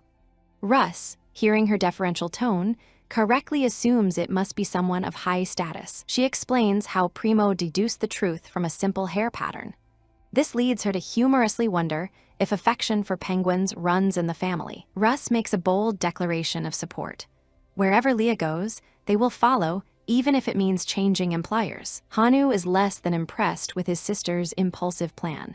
He points out the practical difficulty of simply getting hired by a great house. The two siblings dissolve into a squabble, their loyalty to Leah momentarily forgotten in a classic brother-sister argument. Despite the chaos, Leah feels a sense of relief. Having Hanu know her secret might actually be a good thing. With Ypres' trustworthy family and Primo on her side, she feels more secure. Now, All that remains is the next step of her plan. Her immediate priority is to manage her two new, bickering accomplices. A new objective looms on the horizon, the hunting competition that is just a week away. With the help of her new allies, she will stage a rescue mission for the story's original male lead. Time passes, and the day of the competition is here. She knows the original plot has been derailed, and she can no longer rely on the heroine. The original heroine is completely preoccupied. She's desperately searching for a very specific penguin, completely oblivious to the larger plot. The responsibility falls squarely on her shoulders. The risk of him imprinting is high, but she has taken every possible precaution. Disaster strikes on the morning of the mission. She has reverted to her penguin form, rendering her helpless. All her plans are useless now. She frets that her own stress about the day's events is the cause of this untimely transformation. Suuradil's voice from outside her door sends her into a fresh wave of panic. He can't see her like this. She hides, praying he will leave, but he mistakes her silence for sleep and decides to enter. The door begins to open. With no other choice, she dives for cover under the bed. He enters the room. Huddled in the darkness, she freezes, praying for him to leave quickly. He concludes she isn't there and departs. She can finally breathe again, convinced he is gone. The scare was almost too much. Her only option now is to wait in hiding until her human form returns. A sudden feeling of dread washes over her. The door hasn't closed. He never left. He stands just outside the door, a mischievous smile on his face as he holds up a magical recording orb. He muses to himself, delighted by the unexpected and adorable sight he has just captured. He anticipates her anger, but believes his little magical assistance, and the resulting photo will be worth it. He departs, amused by her antics. Her propensity for getting into trouble is just another one of her endearing qualities. He anticipates her anger, but believes his little magical assistance, and the resulting photo will be worth it. He departs, amused by her antics. Her propensity for getting into trouble is just another one of her endearing qualities. Finally back in her human body, she can let out a long-held breath of relief. She reaches the competition grounds. With everyone else occupied, she has the perfect opportunity to act. The moment has come to put her plan into motion. She approaches Bella to set the stage. She cheerfully requests to visit the nearby water, making it seem like a casual outing. Bella smiles, happy to see her enjoying herself, and readily agrees to her request. As a precaution, Bella hands her a flare gun. It's a simple safety measure for the supposedly safe area. She remembers a critical detail from the novel. The male lead's own flare had been sabotaged, leaving him stranded and vulnerable. Holding the new flare, she feels a renewed sense of confidence. This time, things will be different. Once they are on their way, Hanu turns to her with an apologetic look. He complains about his sister's presence, but Russ insists they are here under Leah's direct orders. Russ proudly offers her the item she requested, fulfilling their noble mission. Her two companions watch with confused anticipation as she unveils the contents of the bag. She dons the dark, concealing cloak, her transformation into a mysterious figure complete. She confirms the duration of her disguise. Russ holds up the two potions, explaining their 15-minute effect. As she consumes the potion, she recalls the most important rule of imprinting. It can only be triggered by direct physical contact. Her disguise is twofold. The potions will alter her appearance, while the cloak and gloves will prevent any accidental skin contact. She is confident in her preparations. The potion takes effect, and her eyes change color, completing the disguise. She reflects on the nature of his imprinting curse. It's not true love, but a magical compulsion that could latch onto any savior. The very concept feels wrong to her. It's a cruel curse masquerading as faded romance. Her companion, unaware of the deep thoughts behind the disguise, asks for a simple explanation. She replies with a shockingly blunt and serious answer, stunning her companions into silence. Seeing their panicked faces, she quickly clarifies it was a joke. Her vanity-fueled explanation brings a wave of relief. With the preparations complete, she asserts her leadership. For this mission to succeed, she needs their absolute obedience. Russ is completely on board, eagerly shushing her brother's protests and demanding his compliance. Hanu, ever the protector, voices his concern. His primary duty is to ensure her safety, and he cannot blindly follow dangerous orders. She looks at him with unshakable resolve, declaring her own self-preservation as the ultimate priority. Her absolute confidence is enough to convince him. A cloaked girl looks up, questioning an abrupt suggestion to leave. The destination is unknown, and her expression is one of hesitant surprise. Before her, a vision of chaos unfolds. Deep in the mountains, a hunting competition rages with men fighting monstrous, red-eyed bears and wolves. Her companion and his maid react in shock. The maid screams, realizing the destination is far more terrifying than she had been led to believe. The mountain is indeed noisy today. A voice warns Leah about the forest's dangers. Lord Hanu panics, ranting about house-sized beasts. Leah remains calm, placing her trust in his ability to protect her, much to her maid's disbelief. A knight's duty is to protect, of course. But this is the forest, where the rules of civilization no longer apply. Just as he feared, a ferocious, red-eyed boar emerges from the brush. He points in terror, realizing this place is where nightmares become real. This is no ordinary beast. Its malevolence is palpable, and Sir Hanu is petrified. Sir Hanu draws his sword, ready to fulfill his duty. He commands his lady and her maid to get back while he holds the line. But Leah turns and flees, shamelessly telling Sir Hanu to handle the beast while she escapes. Her sudden cowardice is stunning. Sir Hanu watches them run, utterly bewildered. Something about this situation feels deeply wrong. It was all part of the plan. Knowing a knight's sensitivity to safety, Leah had to create a distraction so he wouldn't interfere with her real objective. She had to act. She goaded a smaller creature into calling its enormous parent to attack the knight, creating the perfect diversion. She had feigned confidence in Sir Hanu's skills. She wished him luck, knowing full well the terrifying beast he was about to face alone. She and her maid, Russ, walk through the woods. Their purpose here is to save someone. The thought occurs that the story has already diverged from the original. The man she's here to save is a stranger and might not even need her. Theodore might have avoided the attack altogether. Or perhaps he already dealt with the assassins himself, rendering her mission moot. From the bushes, Russ spots a person lying on the ground, bleeding. Leah is startled by the discovery. It's Theodore. The maid immediately wonders if he's dead. Leah resolves to check on him, knowing a spell to determine life or death. Elsewhere, assassins wonder if their work is done. She reflects on how the story has already changed from the version she knew. He is a stranger to her now, and perhaps her help is not needed. Her plans might be for naught. Theodore could be safe, having defeated his attackers without her intervention. The maid's sudden cry breaks the silence. She has found a man bleeding in the foliage, and Leah is taken aback. It is indeed Theodore. The grim question hangs in the air: is he dead? Leah steps forward, determined to find out. She has a spell for this, as unseen enemies ponder if their mission was a success. He's still breathing. She feels a small measure of relief, but knows it's too early to let her guard down. Significant risks remain. Assassins could still be lurking, or another wild beast that Sir Hanu missed might appear. Worse yet, she fears the power of the original novel's cliches. The fated meeting, where he awakens and asks for his savior's name, looms. She cannot let that happen today, not under these circumstances. Pushing aside her fears, she resolves to check on him, but Russ's voice is unwavering.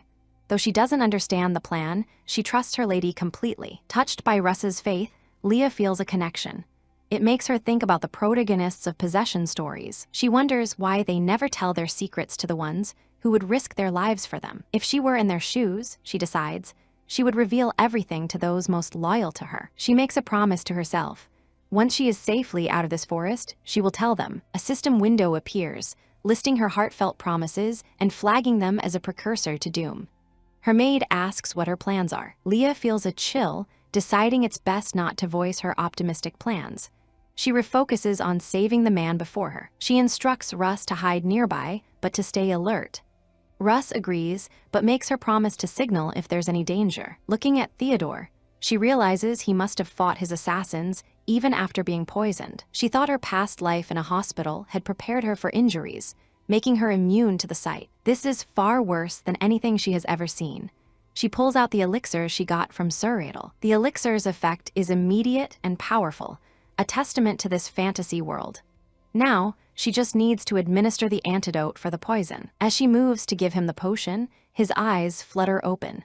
He's already regained consciousness, catching her completely by surprise. Her face, hidden by a mask, twists in annoyance. This is hardly a grateful way to greet the person who just saved your life. He glares, rejecting her help and telling her to leave. She presses on, trying to force the antidote into his mouth before he dies. His ingratitude is infuriating. This bastard. She flashes back to the trouble she went through to get this elixir. She had to practically beg for it. She came all this way to save him from certain death, only to be subjected to his insults. All the chaos she orchestrated, tricking Suuradel, abandoning poor Sarhanu, was for this ungrateful man. Her patience snaps. She's done more than enough, and she will not let him die now after all her efforts. He struggles, shocked by her forcefulness. She grits her teeth, demanding he take the medicine. He finally tastes the liquid and realizes it is not poison.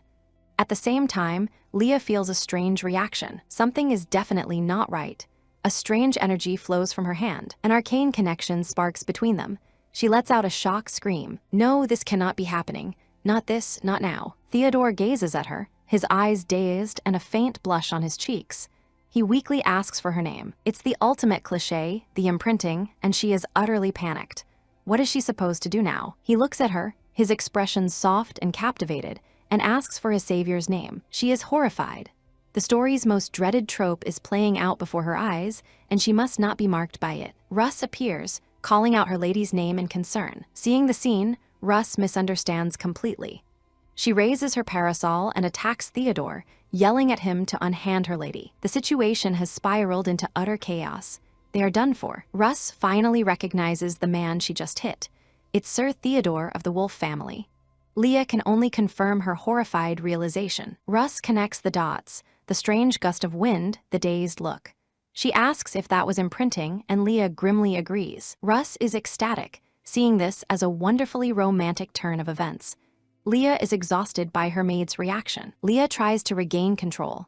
They must first confirm if an imprint actually occurred. She points out that he passed out during the event and there was no skin-to-skin contact, which should make it impossible. Leah questions Russ about her source for the imprinting information. Russ admits, flustered, that it came from an ex-lover. Leah is momentarily surprised, as Russ defensively insists she had more than one lover. Leah recalls that this ex-lover was the master of an information guild, which means his knowledge is likely accurate. She asks if Russ knows anything else. Russ mentions another piece of information from a different ex who worked for the Wolf family. According to this source, a wolf who imprints develops a moon pattern below their collarbone. They decide to check. Leah thanks Russ, admitting she's far more helpful than Sarhanu. Russ puffs up with pride at the compliment. Leah cautiously reaches for Theodore's collar, preparing to check for the supposed mark. She pulls back the fabric of his shirt. There is nothing there. A wave of relief washes over them. As they suspected, the imprinting didn't work. Russ is slightly disappointed at the lack of a future love triangle. Leah is baffled by the mention of a love triangle. Russ prepares to explain her vision. Russ begins her dramatic tale, casting her lady as the heroine wooed by two powerful men. One suitor, a silver-haired noble, would offer her the world. The other, a devoted wolf beastman, would offer her his complete loyalty. Leah cuts her off, fed up with the bizarre fabrications. But Russ continues to dream. Russ suggests Sir Suuradel as a candidate, citing the rumors that he has already fallen for Leah. Leah dismisses this, saying he's only interested because he thinks she's an orca. Russ argues he would love her even more as a penguin. Russ passionately insists that Suuradel is a true penguin maniac. Leah sighs, worried that Suuradel will hate her for the deception when he eventually learns the truth. She sets the matter aside. For now, saving Theodore without getting imprinted on is a success. She pulls out the signal flare and fires it into the sky. The waiting knights will see the flare and come to retrieve the unconscious Theodore. Her work here is done. She and Russ turn to leave. Later, they meet a pouting Sir Hanu. Leah apologizes for abandoning him and causing him trouble. Hanu complains that she could have left his brother behind instead of him. Leah is perplexed by his logic. He confesses his panic, how he berated himself for not being able to find her after the signal flare went off. Leah reassures him, praising his bravery against the boar. He becomes flustered but accepts her words. She continues to flatter him, complimenting his skill, and he melts under the praise. Leah finds his and Russ's contrasting personalities endearing. From now on, she'll interpret his scolding as a form of affection. As they approach the camp, she senses something is wrong. A large crowd has gathered, and she wonders what the commotion is about. Bella rushes toward her, her face etched with a worry Leah has never seen before. She asks about Leah's signal flare. Leah hesitates, caught off guard by the urgent question. She produces a flare, explaining that she took Theodore's just in case. Bella sags with relief. She confesses her terror, thinking the flare that went off earlier belonged to Leah. Leah is touched by Bella's genuine concern, but feels a pang of guilt for deceiving her. She questions if she even deserves such warmth and affection. Bella's care is based on a lie. She cherishes Leah for being a whale. The truth of her penguin identity feels like a dangerous secret. Suuradel notices her distress and asks if she is feeling unwell. She forces a smile, insisting she is fine. But inside, a quiet fear takes root. She is afraid that all these people who have become so important to her will leave once they know her true identity. Bella brings up a practical matter she had forgotten to mention: the duration of a beastman's human form. It varies, but a month is typical. She asks if Leah feels stable in her human form. Leah forces a shaky yes, silently recalling how she had involuntarily turned into a penguin that very morning. Bella announces the next major event, the eagle family's succession banquet. After the banquet, they will travel to the whale family's territory. Leah panics. They will surely discover she's a penguin there. She sends a desperate mental plea to the head of the whale family, who knows her secret, to intervene somehow. Her plea is answered in the worst way possible. The head announces that it sounds fun and he wants to tag along. Bella tries to talk her husband out of it, but he insists on going to help Leah with her transformation. He gushes about the idea while Leah shoots him a piercing glare, a silent reminder of his promise to keep her secret. She bitterly recalls his vow not to reveal her identity. Now, she sees where Suuradel gets his talent for mischief. The conversation is cut short by a sudden commotion. An emergency patient is rushed through the camp on a stretcher, the medical team shouting for everyone to clear the way. The crowd gasps, recognizing the injured man as Theodore. They speculate he was ambushed. Someone notices a large bruise on his forehead. Leah, Bella, and Suuradel look on with concern. Leah privately notes that the bump from Russ's parasol attack is larger than she'd anticipated. The interruption of the hunting competition was unexpected. Hanu explains that since the event was meant to foster harmony, an attack is a grave matter. Leah asks if they have found any clues about the attackers. They found the assassins' bodies, but no other leads. When asked about Theodore, Hanu says he's fine except for the head wound. The official story is that he was struck by a terrifying blunt weapon. Leah feigns relief that he is safe. Having received the update, Leah decides to leave with Hanu. Suuradel intercepts them, asking where Leah is going. She smoothly replies she was on her way to see him. He flushes with delight, mistaking her words for a prearranged date. Hanu is taken aback by the idea of them dating. Suuradel seems surprised by his ignorance. Suuradel proudly presents their matching rings, declaring them a couple. Hanu is dumbfounded. Leah internally questions the term couple rings, a memory of a gift surfacing. The realization strikes her with the force of a physical blow. The ring he gave her wasn't just a simple trinket. She had thought it a gesture of simple concern, but now she is seething with anger. Suuradel innocently confirms it was, in fact, out of concern. He explains that his well-being is scientifically linked to his Leah concentration, which drops when they are apart. The shocking realization hits her again. That ring was not just a gift. She thought his motives were born of simple worry. But his brand of concern is infuriatingly absurd. He continues his bizarre explanation, complete with a chart showing how his life satisfaction depends on her proximity. He laments how difficult it was for him to be away from her for so long. Changing the subject, he leans in to tell her something amazing. He whispers that this is a secret for her ears only, though perhaps he could tell Hanu too, since they seem to be friends. He reveals he has acquired the half-elixir and asks if she wants to see it. He politely asks Hanu to step outside for a moment, and the knight reluctantly complies. He confesses that he has always wanted to touch her hair, as its color reminds him of his mother. As dumbfounded. He mother arranged all of this just for her hair, a detail she herself has barely had time to think about. He assures her he is quite skilled and asks her to leave it to him. He gently takes a lock of her hair between his fingers. She's surprised by his careful, delicate touch.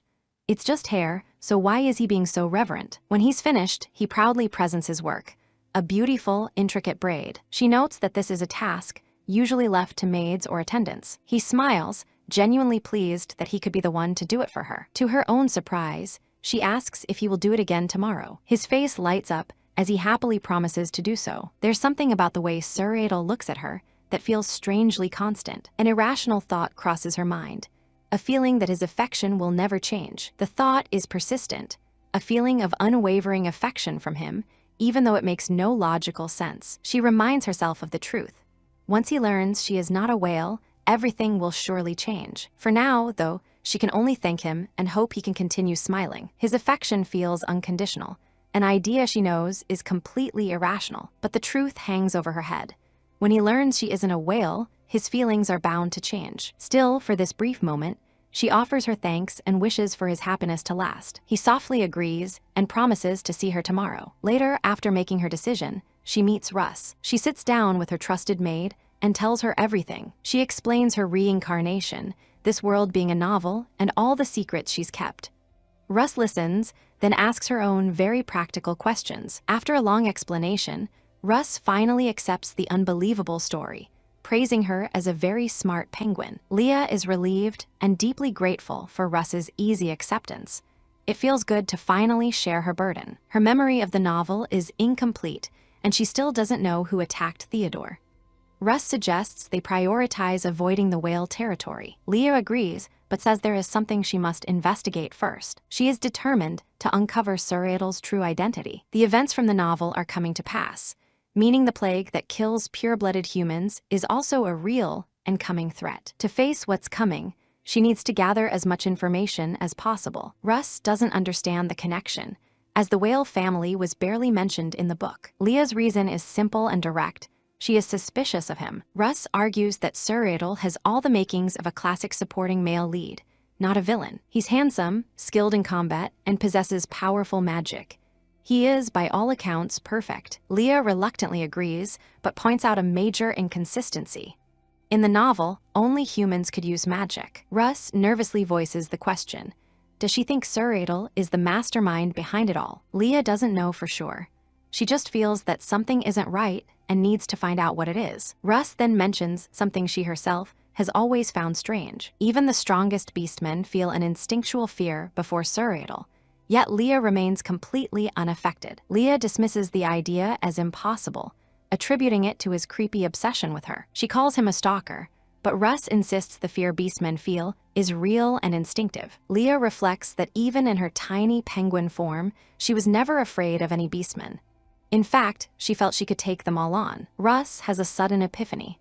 Perhaps it's a special trait of Adelie penguins to be immune to fear. An image of a ferocious penguin, shouting its fearlessness, flashes through her mind. Leah quickly dismisses the ridiculous theory, and Russ sighs in defeat. Leah believes her special trait is more likely related to her mana, something beastmen typically lack. She shelves the mystery for later. The urgent task is gathering information to prevent the plague and save her father. Russ reaches out and takes her lady's hands in a gesture of solidarity. She promises to help in any way she can, telling her not to worry. Russ reveals her own motivation.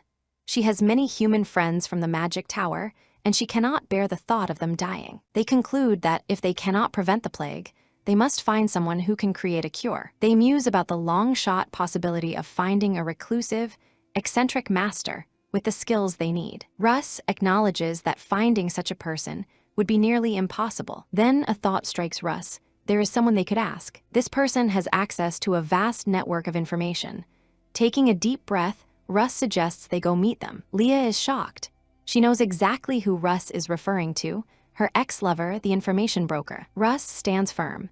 Since Leah trusted her with such a monumental secret, she must rise to the occasion and help. Just as Leah has protected her, she will now return the favor. A friend's promise to protect her triggers a forgotten memory. She realizes with a gentle smile that someone has always loved her just as she is. Overwhelmed with emotion, she hugs Russ tightly, whispering her name in gratitude. Russ beams with joy, feeling that meeting her friend again was the best decision she ever made. She pulls back to offer a bright, confident reassurance that everything will be fine from now on. As Russ walks away, her friend reflects on how she appears indifferent but is deeply meticulous. She recalls how Russ noticed her anxiety and wanted to stay by her side to help. Suddenly, Russ is surprised.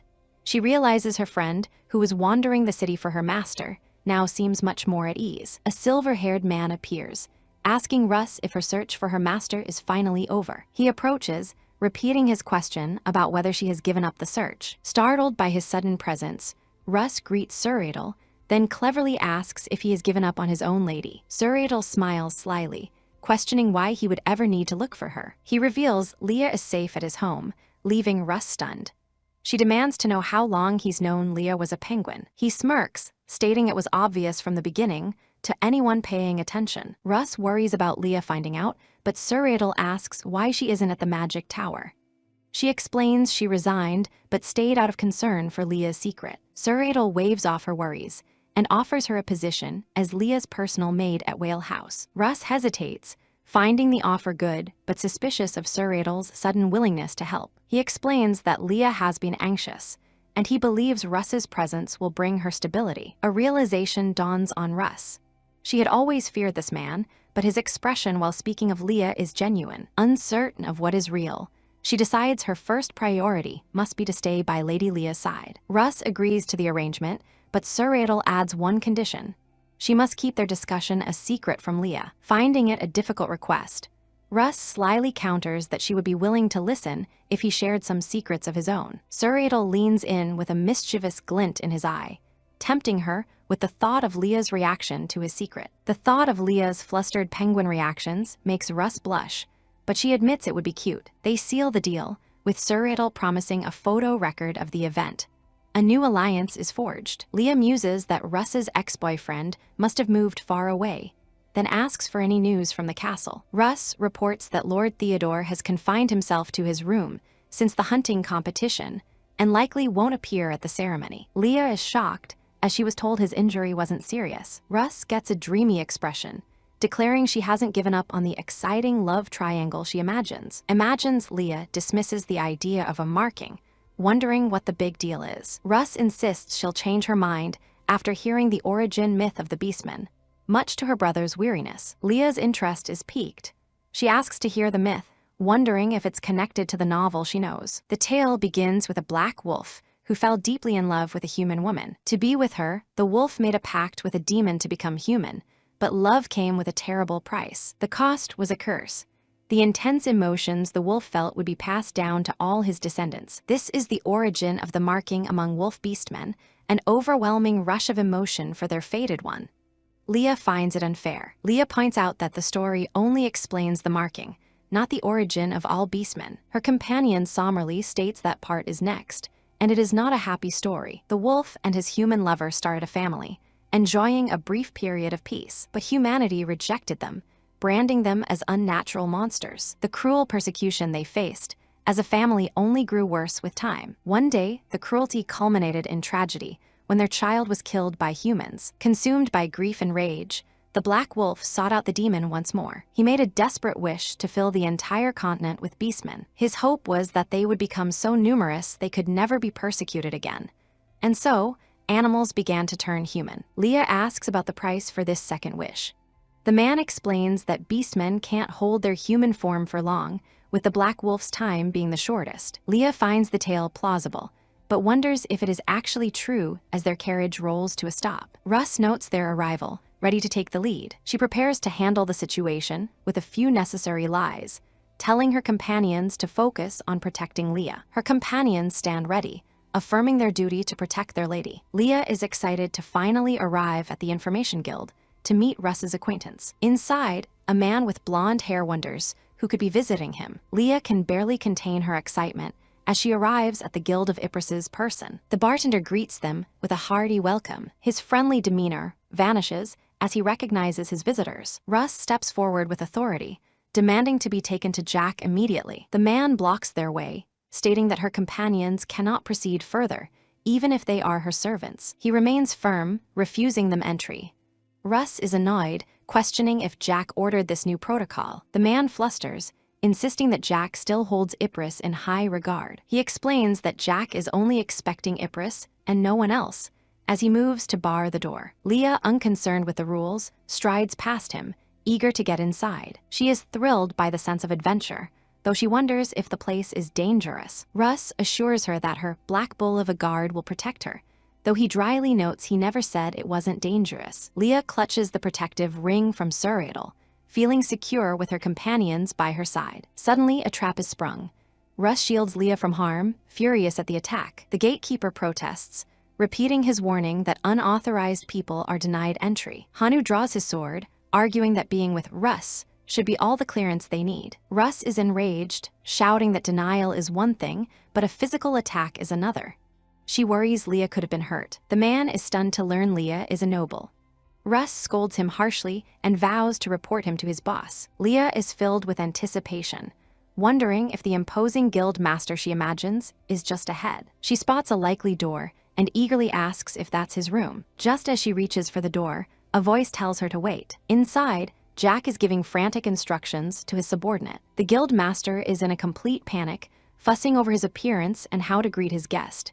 He is, after all, Russ's ex. He frets about making a good impression, while outside, Leah and Hanu are bewildered by the delay. He just wants to look good for Russ. Leah is surprised. She had expected someone far more formidable. Both Leah and Hanu whisper their disappointment. They find him pathetic and believe Russ can do much better. Russ clenches her fist, seeing that Jack is still the same pathetic man she left. Jack jumps, startled to see Russ has already entered the room. He stammers a greeting, but she cuts him off with a cold, sharp word. Her expression is glacial, as she tells him he almost got her lady hurt. He tries to explain, but she dismisses him. She is here for a job, not a conversation. She introduces Leah as the client. Leah is amazed that this guild master seems so powerless before Russ. Jack looks at Leah with curiosity, admitting there was something he wanted to know. He recounts the letter from Russ, a bitter plea for help finding a penguin. He had hoped finding it would win her back. Then she stopped searching and started spending time with Leah. Leah realizes he was too fixated on Russ to see the truth. He asks Leah what she did to make Russ forget the penguin, oblivious to the fact that she is the penguin. Leah wonders if he's jealous. Russ embraces Leah, declaring he can't compare to her as they share secrets. A distraught Jack reminds Russ of a marriage promise, unable to comprehend her choosing a stranger over him. Russ coldly states she won't listen to his whining and turns to leave. Leah observes her friend, sensing deep, lingering hurt. In a panic, Jack capitulates, promising to give her any information she wants. He adds a condition. Guild policy requires a private consultation with the client. Leah feels a prickle of unease. Russ flatly refuses. Leah, however, bravely agrees to go alone, asking Russ to promise revenge should anything happen to her. Russ gives a terrifyingly sweet smile, detailing the gruesome revenge she would take. Hanu eagerly offers to assist. An attendant leads Leah to a soundproofed room. She wonders why such secrecy is necessary. As the heavy door closes, the subordinate wishes them a good conversation. The sudden shift in atmosphere makes Leah clutch her necklace. No one would hear her scream. To her surprise, Jack clasps his hands and begins to plead with her. He begs her to help him get back together with Russ. His one desperate plea is to help him win back Russ. Leah sighs in relief. She tells him her help isn't needed. He just needs to be honest with Russ. She recalls Russ telling her all she wanted from Jack was trust, and that she had even considered marriage. But his constant lies about his true nature became too much. Eventually, Russ couldn't take the deception anymore and left him. He admits he hid his species because he feared her disappointment. He claims to be the opposite of Russ's ideal type, surprising Leah, who didn't know Russ had one. He describes her ideal, someone fierce and mysterious with tough hands. A menacing penguin appears in his mind. Leah thinks he's describing an Adelie penguin, but misunderstands the gentle eyes and soft hands part. Jack laments that, while his beastman form is useful for his guild, it's not what he thinks Russ desires. Leah connects the dots, a species useful for gathering information. She remembers an old proverb about what the birds and mice hear, and has a sudden insight. He hangs his head in shame, confirming her guess. He admits he is a field mouse beastman. Leah is stunned, picturing a tiny hamster in a flower. With newfound resolve, Leah points at him and declares he must tell Russ his true identity immediately. Confused, he doesn't understand why she would like that, believing she dislikes small animals. Leah seems personally offended by his question about the penguin. Jack recalls how Russ always avoided small animals, seemingly out of dislike. In reality, Russ was afraid her own strength would hurt the tiny creatures, and she looked away to hide how overwhelmed she was by their cuteness. Leah gives him an encouraging thumbs up, confident Russ will adore his animal form. He remains doubtful, certain Russ won't even listen to him. Leah offers to create an opportunity in exchange for his help. A spark of hope ignites in his eyes. He swears to provide any information if she can just give him a chance to talk to Russ. Leah asks him to find an exceptional alchemist who can create a cure for an epidemic, as time is running out. He knows the perfect candidate, a beastman with unparalleled skill in alchemy. Leah presses for more details. He tells her of the raccoon beastmen, famed for their talent but who vanished without a trace. When Leah asks where they went, he reveals they traveled to the whale family's territory. Leah is taken aback to hear the name of the whale family's territory again. It's explained that most beastmen reside in habitats comfortable for them, which makes a raccoon's presence on a remote island very strange. Jack gives her a map to their last known location. Now, Leah has another compelling reason to go to Wales. With the deal struck, it is time for Leah to uphold her end of the bargain. Russ and Hanu return, and Russ asks if the meeting went well. Leah says it did, but asks Russ for one favor: to simply hear Jack out. Jack looks at Russ with pleading eyes, promising it will only take a moment. Russ sighs, but out of gratitude for Leah's recent help, she agrees to listen. Leah explains that Jack only hid his identity because he feared she disliked small animals and would leave him. Russ turns away but relents. She will give him a chance to win her back. A few days later, on the eve of the Eagle family's banquet, a scene of domestic chaos unfolds. Leah struggles with a tangled braid, crying out in frustration. Suuradel, it seems, has become her personal hairdresser, a job he finds immensely satisfying. Defeated, Leah decides she needs help and rushes out of her room to find someone. She runs right into Suuradel, who is elegantly dressed and surprised to find her still awake. Leah cries out in frustration, her hair completely tangled. Suuradel has become her personal hairdresser, and he is clearly enjoying his new role. Giving up on the tangles, Leah rushes from her room in search of help. She finds Suuradel in the hall, who seems surprised to see her up so late. She tells him she was about to sleep and asks where he's going at this hour. He casually informs her that he's on his way to the Wolf family's residence. He is going to cast a healing spell on Theodore. Leah finds this odd, but trusts Suuradel's magic to be effective. Leah calls him Sue with a serious tone, and he responds softly. She sternly demands that he take responsibility. Suuradel is genuinely bewildered by her demand. She insists he return her silver hair. He teasingly offers his own in exchange. She clarifies that's not what she meant. Stepping back in frustration, she stumbles on the top step and begins to fall backward. In a flash, Suuradel is there to catch her, holding her securely and chiding her to be more careful. He holds her close, reminding her to be more careful, Leah. He worries she could have been hurt. She mutters a thank you. She remembers how, as a penguin, she was so padded with fat that falls were just a part of her daily, painless routine. She tells him he can let go now, her gratitude sufficiently expressed. He tightens his grip, claiming with a sly smile that his hands simply won't obey. Annoyed, she threatens to bite him if he doesn't release her immediately. He playfully offers his cheek, daring her to do it. She pushes his face away, calling him a crazy idiot. She tells him to stop being weird and let her go, noticing her hair is even more of a mess now. He admits he tried to fix her hair tie, but only made it worse, suggesting a maid could help. She reminds him she doesn't have a maid, but he already has a candidate in mind. He suggests Ypres,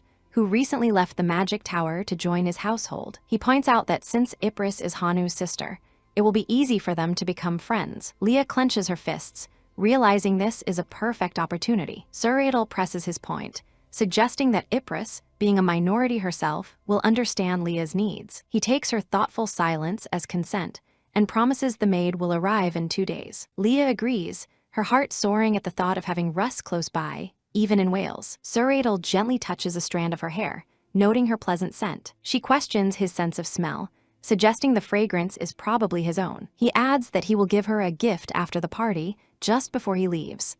Her heart flutters with anticipation. She daydreams about the gift, hoping for a gem, but feels a pang of loneliness at the thought of being in Wales by herself. Still, the excitement for the gift and the party is real. The next morning arrives. At breakfast, Leah is stunned by the news that she is invited to the Eagle family's party. Bella explains that since Leah wasn't properly introduced, this is a chance to attend as Suuradel's partner. Leah's eyes widen.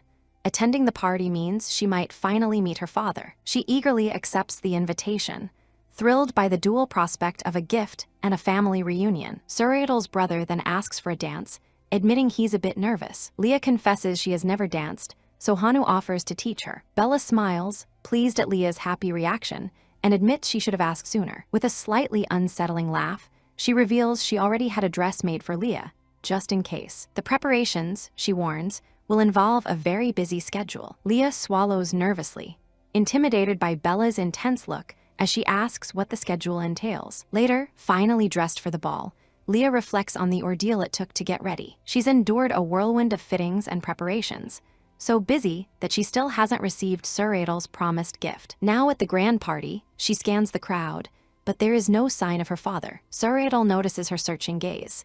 She quickly covers, blaming her nerves on the unfamiliar, crowded scene. She feels a bit sad, concluding her father must be too busy looking for her to attend. The time away from home has stretched longer than she planned. She knows he must be worried, but fears he would track her with magic if she sent a letter. Suddenly, a commotion ripples through the crowd. She turns and is shocked to see Theodore. He strides in with a furious expression, and Leah wonders why he's here and why he looks so angry. Panic grips her. She fears he knows about the hunting competition and has followed her here. Across the room, Theodore's eyes lock onto someone, and he lets out a curse. Leah watches, completely bewildered by his reaction. She cannot make sense of what is happening. Suuradel casually suggests that perhaps Theodore suffered a head injury during the tournament. Leah is still confused. She asks why Suuradel isn't angry at being publicly cursed by the heir of another family. Suuradel calmly asks if she would get mad at a random aunt for giving her a dirty look. A harsh but effective point. A man with silver hair questions the dark-haired woman about her visit to Theodore. She insists she only performed healing magic with his full consent. She grows anxious, unable to understand why Theodore would act so strangely if that was all that happened. Elsewhere, Theodore seethes with a dreadful realization. He believes he has marked Suuradel. Meanwhile, Suuradel smiles, recalling a sweet scent from the night before. He now knows that scent belonged to Theodore. His mind flashes back to the hunting tournament.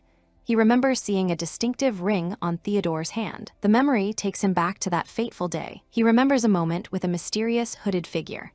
For the first time, his mark felt less like a curse and more like a blessing. In fact, being near that person was the opposite of a curse. His heart had pounded with a sudden, profound clarity.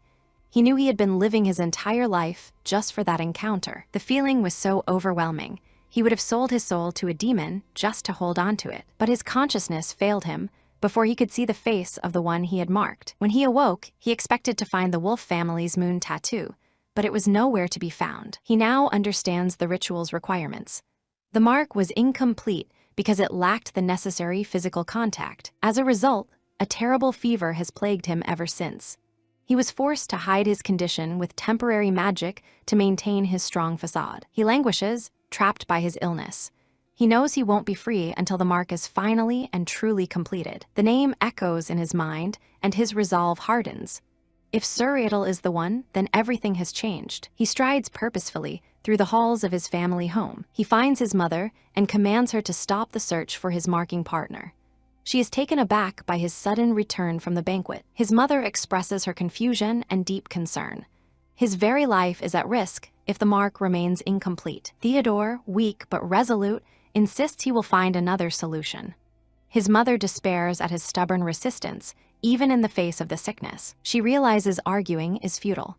She will have to find his partner in secret for his own good. The scene shifts back to Leah, alone at the grand banquet. Leah glances around, feeling a bit adrift now that Sue has also stepped away for a moment. Lady Bella's voice cuts through the crowd, beckoning Leah to join her. With a polite smile, Lady Bella introduces Leah to a group of noblewomen, announcing her as a ward of the Whale family. One of the ladies recognizes her, recalling that she was the girl found during the recent hunting tournament. The high society women scrutinize Leah. Her hair confirms their suspicions. She must be a rare orca, and a beautiful one at that. A noblewoman makes a patronizing comment about Lady Bella, being happy to have more of her own kind around. Leah grows flustered.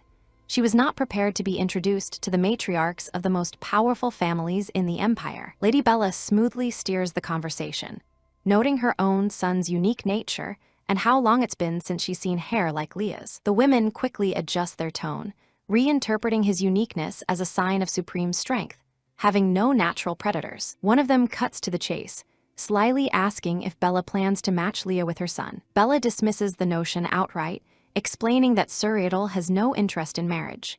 Leah listens with quiet tension. Bella then declares her full support for whomever Leah chooses, a statement that clearly startles the other ladies. The mood shifts instantly. The ladies bombard Leah with offers for their own sons and daughters, hoping to forge a connection. It's clear to any observer that a tie to the whale family is a highly coveted prize. Lady Bella politely deflects their advances. She explains that Leah is still clumsy with her transformations, so they are avoiding formal meetings for now. The lady's enthusiasm immediately dies. They understand the grave implications of her words and retreat. The reason for their abrupt change of heart is simple and grim.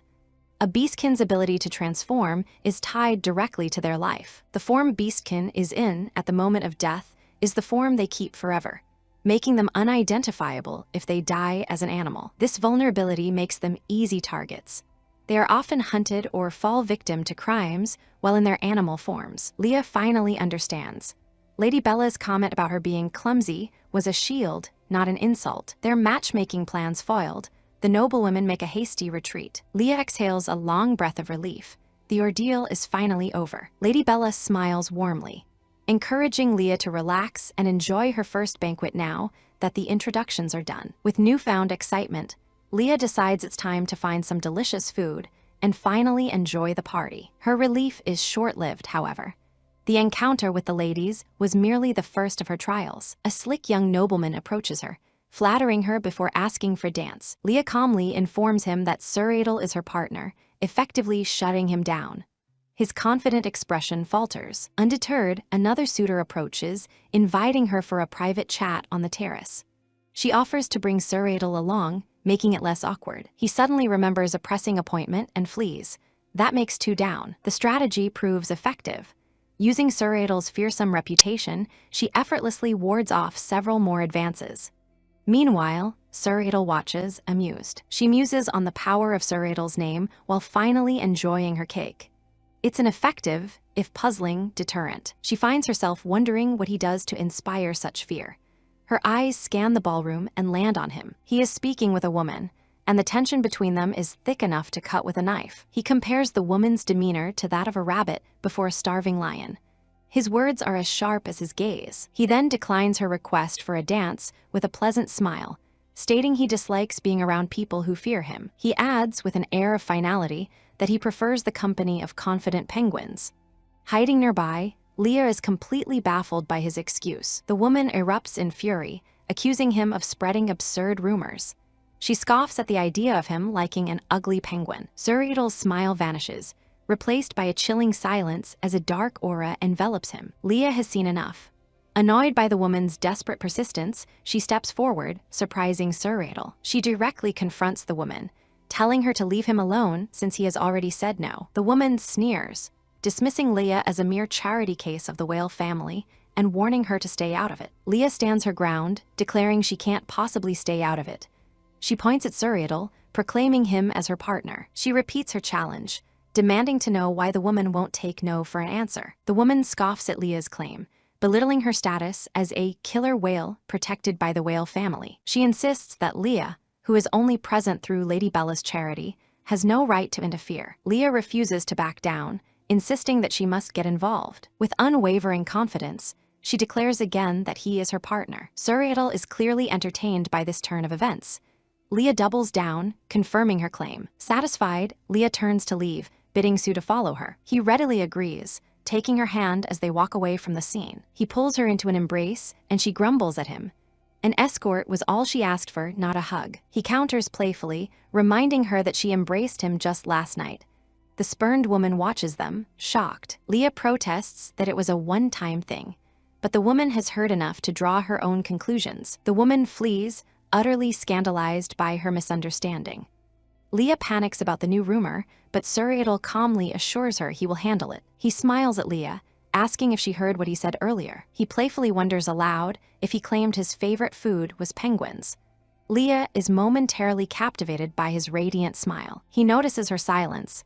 She quickly looks away, pretending she didn't hear a thing. Later that evening, back at the whale residence, the grand party is a distant memory. Leah stretches luxuriously, finally done with the day's events. But then, she remembers something important. She recalls Suuradel's promise of 2 gifts, one of which was supposed to be waiting in her room. A young maid greets her politely, introducing herself as Ypres, her new personal attendant. Leah's face lights up with pure joy.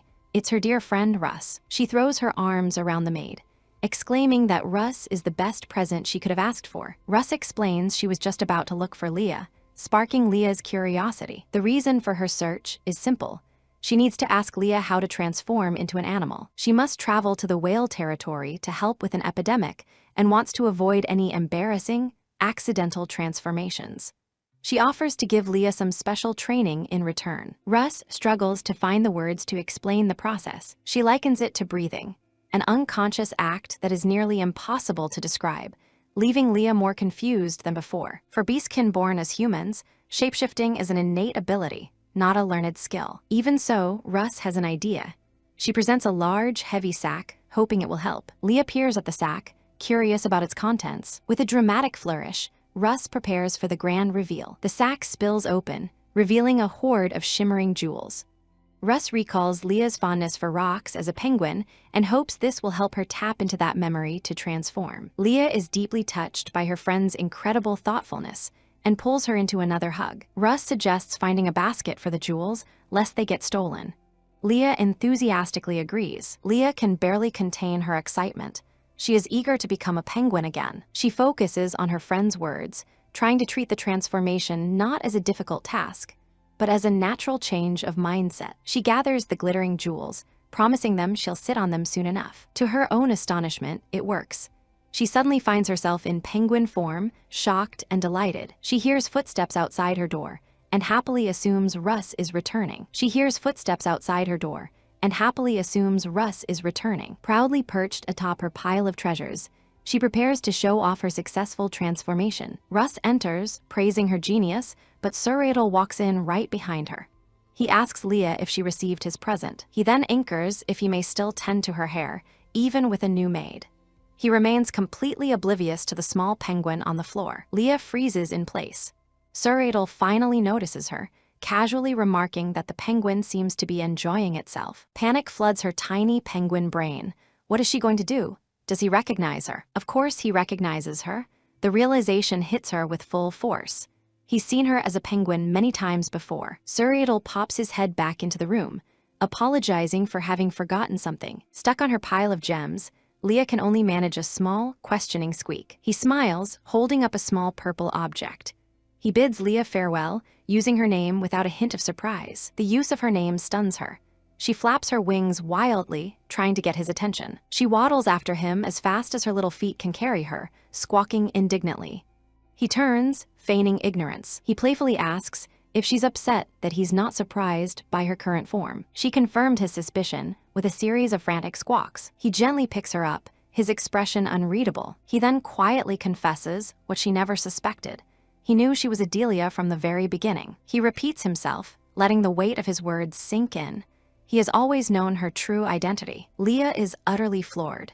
He knew everything and chose to say nothing. She demands to know why. He simply remarks on her curious expression, admitting that watching her secret struggles was quite interesting. A memory flashes through her mind, a time when she was almost discovered by him. She thinks of all the times she desperately tried to maintain her cover. The awful truth dawns on her.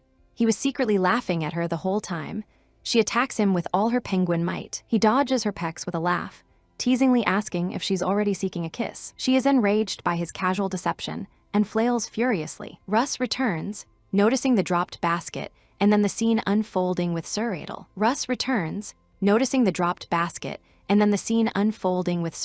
She is shocked, having only been gone for a little while. Leah squeaks out a desperate cry for help. Russ clenches her fist, lamenting that she missed such an amusing confrontation. Suuradel casually mentions that he took a picture, which only serves to incense Leah further. Even her best friend is in on it. Suuradel calmly changes the subject, asking if she can now transform at will. If so, he explains, she'll need to use her hands to change back into a human. A new wave of horror washes over Leah. She had assumed she would simply change back automatically. In another place, a woman with dark hair contemplates their journey to the whale territory. She is consumed with worry about what will happen if Bella discovers her deception. Would Bella feel betrayed? Or would she, against all odds, be happy to meet the killer whales? But she knows that's a foolish hope. The most likely outcome, she fears, is that Bella will despise her for the lie. Suuradel's voice cuts through Leah's thoughts, asking if she truly believes his mother only cares about her lineage. He presses the point, asking if his mother would deem her useless if she couldn't produce an heir. The question startles her, but she knows the Bella she has come to admire would never be so cruel. He gently reminds her that he, too, is of the whale race. There are other solutions to their people's problems. He smiles warmly, admitting his words would be meaningless if they weren't for her. Leah dismisses his sweet words. He's a strange man, saying such things to a penguin. She resolves to try transforming back on her own.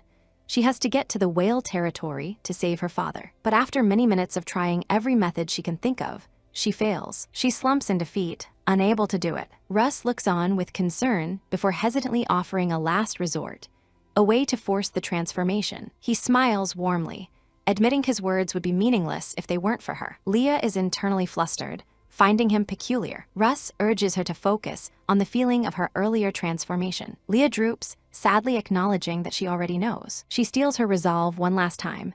To save her father, she must succeed. But after dozens of minutes, she is exhausted and defeated. She can't do it. Russ hesitates before revealing that there is, in fact, a way to force the change back to human. Leah hops up, instantly energized. She demands to know the method and why Russ withheld it. The suggestion is a kiss with Suuradel. Leah's expression sours immediately. Russ explains that intense emotions triggered by intimate contact can force a beastkin to revert to their human form. The logic makes sense, but Leah is skeptical. Would a simple kiss really be enough? She remembers her father's nightly kisses on her forehead, a simple, loving gesture. Russ clarifies that not just any kiss will do, but she feels a kiss with Suuradel has a high probability of success. The key, Russ explains shyly, is that the kiss must contain a measure of love. Suuradel, blushing faintly, declares himself ready for the task. Leah erupts in protest. He thinks of her as a pet, so there's no way it could possibly work. Suuradel sighs, claiming he was only joking and that it seems a kiss won't work after all. Russ looks at him quizzically. Gently, he pats the claims his affection cannot penguin's head extend beyond that of an owner. Admitting that it's true, he does like Leah. However, he claims his affection cannot extend beyond that of an owner for a pet. Russ throws her hands up in exasperation at his maddeningly confident, yet contradictory statements. The two bicker, with Suuradel suggesting they try it anyway, and Russ chiding him for his flippancy. Leah lets out a furious squawk. She will not have them debating her first kiss without her consent. Leah lets out a furious squawk. She will not have them debating her first kiss without her consent. Suuradel ends the argument, deciding to table the issue. They will find a solution in the morning if she is still a penguin. The next day arrives, and Leah is still a penguin, utterly dejected. Guard Hanu has been summoned to assist. Suuradel asks her again if she has reconsidered telling his mother the truth. She shakes her head. She no longer wants to, though the guilt of her deception still weighs on her. Russ frets over their travel plans, suggesting they lie and say Leah is ill to delay their departure. A servant overhears and points out that a delay would mean the madam would not get to meet her. Leah is resolute. They must go. Russ observes her determination, though she doesn't understand the reason for it. Suuradel proposes a compromise. They will extend the travel time, giving them a chance to find a solution en route. He then adds a teasing remark about her, using the time to reconsider kissing him. Just then, Bella appears, asking why Suuradel is carrying Leah on his back. He stands there, Leah bundled up in a blanket on his back, his heart hammering in his chest. He calmly lies, saying she is simply exhausted from the previous night's festivities and is sleeping. Tucked inside the blanket, Leah's own heart pounds with fear. Have they been discovered? Bella suggests letting her have some air, but Suuradel quickly claims the sunlight would wake her. Bella seems to accept his excuse, but advises him to treat Leah with more care and consideration. He questions her meaning, but she dismisses it as his usual thoughtlessness and lets the matter drop. He challenges her perception, asking if she truly believes he is just playing with Leah's feelings. Bella reminds him that Leah has been anxious since her arrival, making his sincerity difficult to trust. She warns him not to cause her pain. He tells his mother not to worry about such things. Leah, listening from the blanket, is confused. With a soft, sincere expression, he states that he is always earnest when it comes to Leah. He repeats his vow with a confident smile, his sincerity finally shining through. Bella watches her son, a flicker of understanding in her eyes. She concedes, trusting him to handle things on his own. With that, they prepare to depart. Privately, however, she still worries that he is too emotionally immature for such matters. They gather at the grand teleportation circle in the Square of Whale, ready to begin their journey. In a disorienting flash of light, they arrive. the sudden teleportation squishes Leah inside her blanket. Peeking out, she is stunned by the magnificent architecture of Whale Island. She can't believe the journey was over so quickly. Teleportation magic is usually a complex and time-consuming process, especially for the young and inexperienced. Preparing the magic circle alone takes hours. This instant travel defies all known principles of magic. The speed and ease of this long-distance teleportation is simply unbelievable. The little bird, perched on his shoulder, grows suspicious of the man's true identity. Footsteps echo through the magnificent but empty hall. He playfully gauges her reaction to the effortless teleportation. He even dangles a life of luxurious ease as a perk of marrying him, an offer she can't easily refuse. Leah is thoroughly unimpressed by his proposition, her displeasure clear. He continues to tease her, but her attention is suddenly captured by a vision of immense wealth. Perhaps this arrangement has its material benefits after all. They have arrived at their destination. With a flourish, Suuradel presents Leah with her own personal room on Whale Island. The maid and another man look on from the doorway. He informs her that his mother has arranged to show her around the castle, a formal welcome. Faced with this escalating situation, Leah privately considers her most desperate plan. The maid, Ypres, completely misreads the situation. She excitedly announces that Leah desires a kiss from Suuradel. Suuradel is caught completely off guard, wondering how such a misunderstanding could have possibly occurred. Ypres excitedly reminds him of Leah's last resort, much to Leah's frantic and sputtering dismay. Suuradel quickly intervenes, putting a stop to the maid's meddling. He shields Ypres from Leah's view, clearly annoyed by her attempt to orchestrate their intimacy. The maid offers a meek apology, her excitement over a potential first kiss having gotten the better of her. The moment hangs awkwardly between them. He reassures Leah that he has no intention of taking advantage of her. He simply wants her to know she can rely on him when she needs help. His unexpected consideration gives her pause. She finds herself questioning her own animosity towards him. She rationalizes that a kiss is a small price to pay, perhaps even a way to get back at him. Yet, the thought of her very first kiss makes her hesitate. Seeing her indecision, he proposes a game of rock, paper, scissors to settle the matter. Before she can protest, the game begins. In a swift move, his scissors defeat her paper. The outcome is decided. With a charming smile, he reminds her of the rules of the game. A loss is a loss, and now she must face the consequences. The horrifying realization dawns on her. She was destined to lose. His promise not to seek personal gain now feels like a blatant lie. He dismisses his trickery as a simple joke, seemingly oblivious to her feelings. She stews in silent, penguin-shaped fury. Though irritated, her thoughts turn to a more practical problem. Her current form is an obstacle to her true goal, finding a raccoon beastman. He gently lowers her expectations about the kiss's magical properties. Meanwhile, Leah bides her time, planning to make the inevitable moment as unpleasant for him as possible. A flicker of regret. She thinks she should have been much more forceful with her peck. And just like that, the transformation is a stunning success. She is human again, and the two stare at each other, the air thick with the magic of the moment. A triumphant smirk plays on her lips. She revels in his stunned expression, coyly questioning his feelings for her now. He's caught completely off guard by her transformation and her confidence. This was not what he anticipated at all. For the first time, he feels seen without fear. This unexpected bravery from her makes him feel a strange, novel connection. Her curiosity piqued, she gets closer, inquiring about what he's hiding. He becomes flustered, insisting it's nothing important. She pins him with a sharp look, demanding to know why he can't meet her eyes. Just then, the door opens, and the woman named Bella enters. She cheerfully offers to personally show Leah around the grand estate. Bella's cheerful demeanor vanishes as she takes in the scene. She sees Leah in only a robe, standing intimately close to her son. The situation appears even more compromising as she realizes they are positioned on the bed. Her mind jumps to the worst possible conclusion. Leah scrambles to correct the misunderstanding, but Suuradel calmly throws fuel on the fire. He coolly informs his mother that she has interrupted a private moment. Utterly embarrassed, Bella apologizes profusely for intruding and quickly backs out of the room. She leaves with a parting threat for her son. Leah's panic turns to rage. She pummels him in frustration, berating him for making the situation infinitely worse. Determined to fix his mess, she announces her intent to find his mother and clear her name, but he holds her back. He pulls her into a sudden embrace, preventing her escape. Startled, she struggles against his hold and demands to be released. He pleads with her to stay just for a moment more. He tightens his embrace, his expression soft and his cheeks flushed as he savors the moment. His strange behavior only fuels her anger and confusion. She insists he release her at once. With a mischievous grin, he makes a bold suggestion. She can leave, but the robe must stay. The argument continues, their chibai forms debating the ridiculousness of staying embraced for 10 whole minutes. Fed up, she lays out the logical next steps.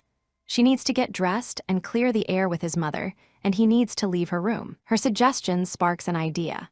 He realizes teleportation is the perfect, simple solution to his current predicament. He praises her brilliance and promptly vanishes in a swirl of magic, leaving her alone and still wearing his clothes. She can only stand there, baffled and confused by his bizarre actions. After changing, she finds herself outside his door, hoping the awkward situation with his mother has been resolved. She feels uncertain about intruding and considers just waiting to talk to him at a better time. Curiosity gets the better of her, and she peeks inside.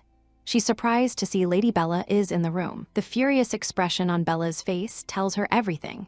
The misunderstanding is far from over. It has likely gotten worse. She resolves to step in and handle it. It's the perfect opportunity to speak with him and also correct his mother's assumptions. She approaches Lady Bella directly, taking her hands to get her attention and begin her earnest explanation. To Leah's surprise, Bella apologizes gently, showing no sign of the anger she expected. Bella's words about not interfering in their youthful relationship only deepen Leah's confusion. Bella becomes emotional, worrying about the speed of their supposed relationship. She tearfully apologizes to Leah on behalf of her son's perceived shamelessness. She reassures a stunned Leah that her anger is directed solely at her own son's behavior, not at her. Leah desperately tries to interject and deny the very premise of their conversation. A moment of hesitation. She fears that denying everything now might only make Lady Bella more upset. When prompted, Leah finally manages to stammer out that nothing inappropriate occurred between them. Just then, a newly refreshed Suuradel emerges, sensing the tense atmosphere has somewhat dissipated. He looks around, genuinely confused, and asks for an explanation for the gathering in his room. Leah, still trying to make sense of his actions, questions his sudden need to bathe. He averts his gaze, blushing as he offers the weak excuse that he was simply feeling warm. His mother decides it's time for her to exit, instructing him to listen to what Leah has to say. Leah updates him on her damage control efforts and insists he follow up with a proper explanation to his mother. He agrees, but a small part of him feels surprisingly let down by the news that she denied any romantic connection. Changing the subject, he asks about her original purpose for seeking him out. She recalls her request. His demeanor shifts instantly. He suspiciously asks if this letter is intended for a male recipient. She explains that the letter is for her father, a simple message to assure him of her safety. His relief is palpable upon hearing the recipient is her father. She internally dismisses his odd mood swings as a side effect of the lingering magical heat. She passes him the letter and invites him to read its contents. After reading the short, simple message, he questions if its brevity will be enough to comfort a worried parent. She insists that any news is better than silence. He, however, raises a valid concern about the magical trail the letter might leave. That is exactly her point. She appeals to his pride, hailing him as a genius wizard capable of solving such a problem. Her logic is simple. A mage powerful enough to execute such a complex teleportation spell is surely powerful enough to conceal the magical origins of a simple letter. Convinced, he agrees to her plan, promising to deliver it discreetly to avoid detection. With the letter issue settled, he announces he has another gift for her, sparking her curiosity. He conjures a magnificent magic staff, recalling a past conversation where she had mentioned wanting one. Impressed by the craftsmanship, she asks if it's his own creation. He proudly confirms it is, eager for her approval. She internally laughs, recalling that her desire for a staff was just a random lie to deflect suspicion about her true, non-orca identity. The fact that he remembered her careless words and created such a thoughtful gift moves her. She clutches the beautiful object, genuinely questioning the depth of his kindness and motivation. While grateful, she explains the practical problem. As a penguin, she lacks the ability to use magic, rendering the gift beautiful but useless. She feels a pang of guilt for creating this awkward situation. He speaks her name, his tone serious. He reminds her of the time she asked if she could wield magic. He had answered yes then, and he meant it. His belief in her abilities wasn't based on her supposed race. He insists he truly thinks she possesses magical potential. His unwavering faith leaves her speechless and filled with a dawning sense of possibility. Elsewhere at the imposing Mage Tower, a different scene unfolds. Leah's father, consumed by fury over his daughter's abduction, makes a startling command. He orders all search efforts to be called off immediately. He deduces that the kidnapper is a formidable foe. A conventional search will be completely useless against such power. Though their reasons are unknown, his resolve is absolute. He will hunt down those who took his daughter and show them no mercy. Leah is still reeling from his declaration, unable to process the idea that she could possess magic. She recalls a past inquiry from Lord Primo about her mana. It seems her father wasn't the only one who sensed something unusual about her. He privately dismisses Lord Primo's insight as a husband's intuition, then brings the conversation back to the topic at hand, her mana. He begins to explain that her magical signature is unique. The sheer volume is impressive, but the method of its generation is what's truly astonishing. She presses for details, curious to understand what makes her so different. He contrasts her ability with that of orcas, who naturally draw mana from their surroundings. This information clicks into place. The established lore she knew has been different for 2 decades, altering the very fabric of the world she thought she understood. He clarifies that she fits neither category. She doesn't draw mana from the air like an orca, nor does she produce it internally like a human. Her unique trait is the ability to act as a vessel, storing mana. This raises the critical question of its origin. With a knowing look, he implies that her power is a direct result of her proximity to a powerful mage. The pieces fall into place. Her entire life spent in the mana-rich environment of the Mage Tower explains her current state. She brings up another hurdle, the immense study required for spellcasting, a task for which she feels ill-suited. He concedes her point. He slyly reminds her of his own effortless display of power, hinting that there are other ways. His simple, arrogant explanation for his skill leaves her momentarily silent. Discouraged, she declares the endeavor hopeless and attempts to give back his gift. She lists her insecurities, her weakness in mathematics, and the fear of depleting her finite mana reserves during a crucial moment. He dismisses her concerns, assuring her that her storage capacity for mana is exceptionally vast. He then adds a flirtatious offer. Should she ever run low, he would be more than happy to replenish her supply personally. The intimate undertone of his offer is not lost on her. Horrified, she rejects the idea completely. He tries to persuade her not to give up so easily, pointing out her immense potential. She decides to explain her philosophy by quoting her role model, a particular penguin. His interest is piqued. An image of a cool penguin in a jumpsuit appears as she reveals its simple, yet profound life motto: prioritize fun. When he asks for more information, she describes the penguin's companion as a dinosaur, which she equates to a dragon, leaving him utterly bewildered. The intimate undertone of his offer is not lost on her. Horrified, she rejects the idea completely. He tries to persuade her not to give up so easily, pointing out her immense potential. She decides to explain her philosophy by quoting her role model, a particular penguin.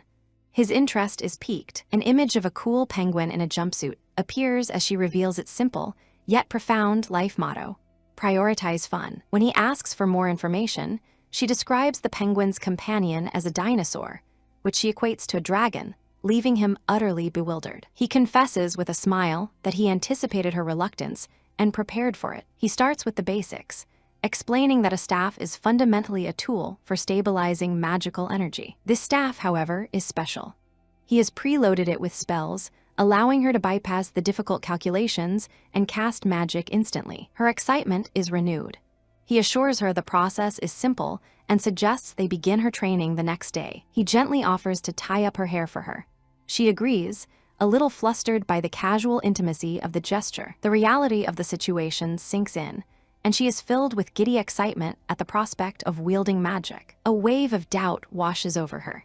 She worries about her own enthusiasm and whether her past deception still bothers him. Gathering her courage, she confronts the issue head-on, asking why he kept her secret. He admits his affection for her existed regardless of her form, but seeing her as a human brings him a new level of joy. He explains that he understood her deception wasn't malicious, and his silence was intentional. He nonchalantly admits he was amused by the situation, leaving her baffled by his reasoning. He elaborates, confessing that her flustered reaction upon being discovered was exactly the entertaining outcome he had hoped for. She turns the tables, reminding him that he seemed just as surprised by the turn of events. He concedes that the sudden reveal of her penguin form was a shock.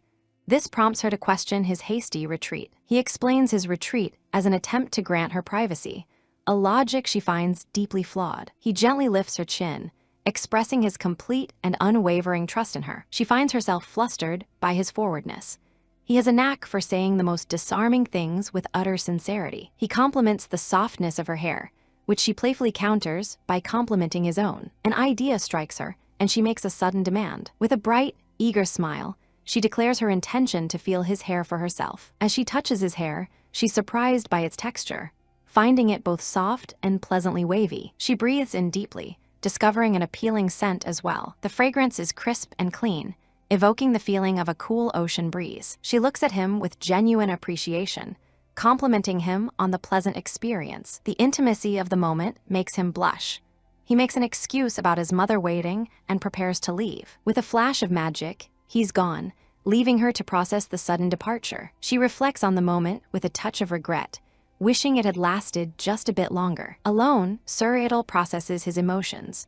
The kiss and her transformation left him bewildered, forcing him to confront feelings he had long denied. The simple act of her touching his hair was a catalyst, breaking down his defenses and making him confront the truth. The memory of that moment is still potent.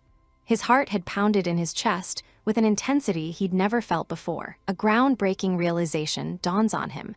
His feelings for Leah might be far deeper than mere friendship. Bella interrupts his thoughts with a stern warning.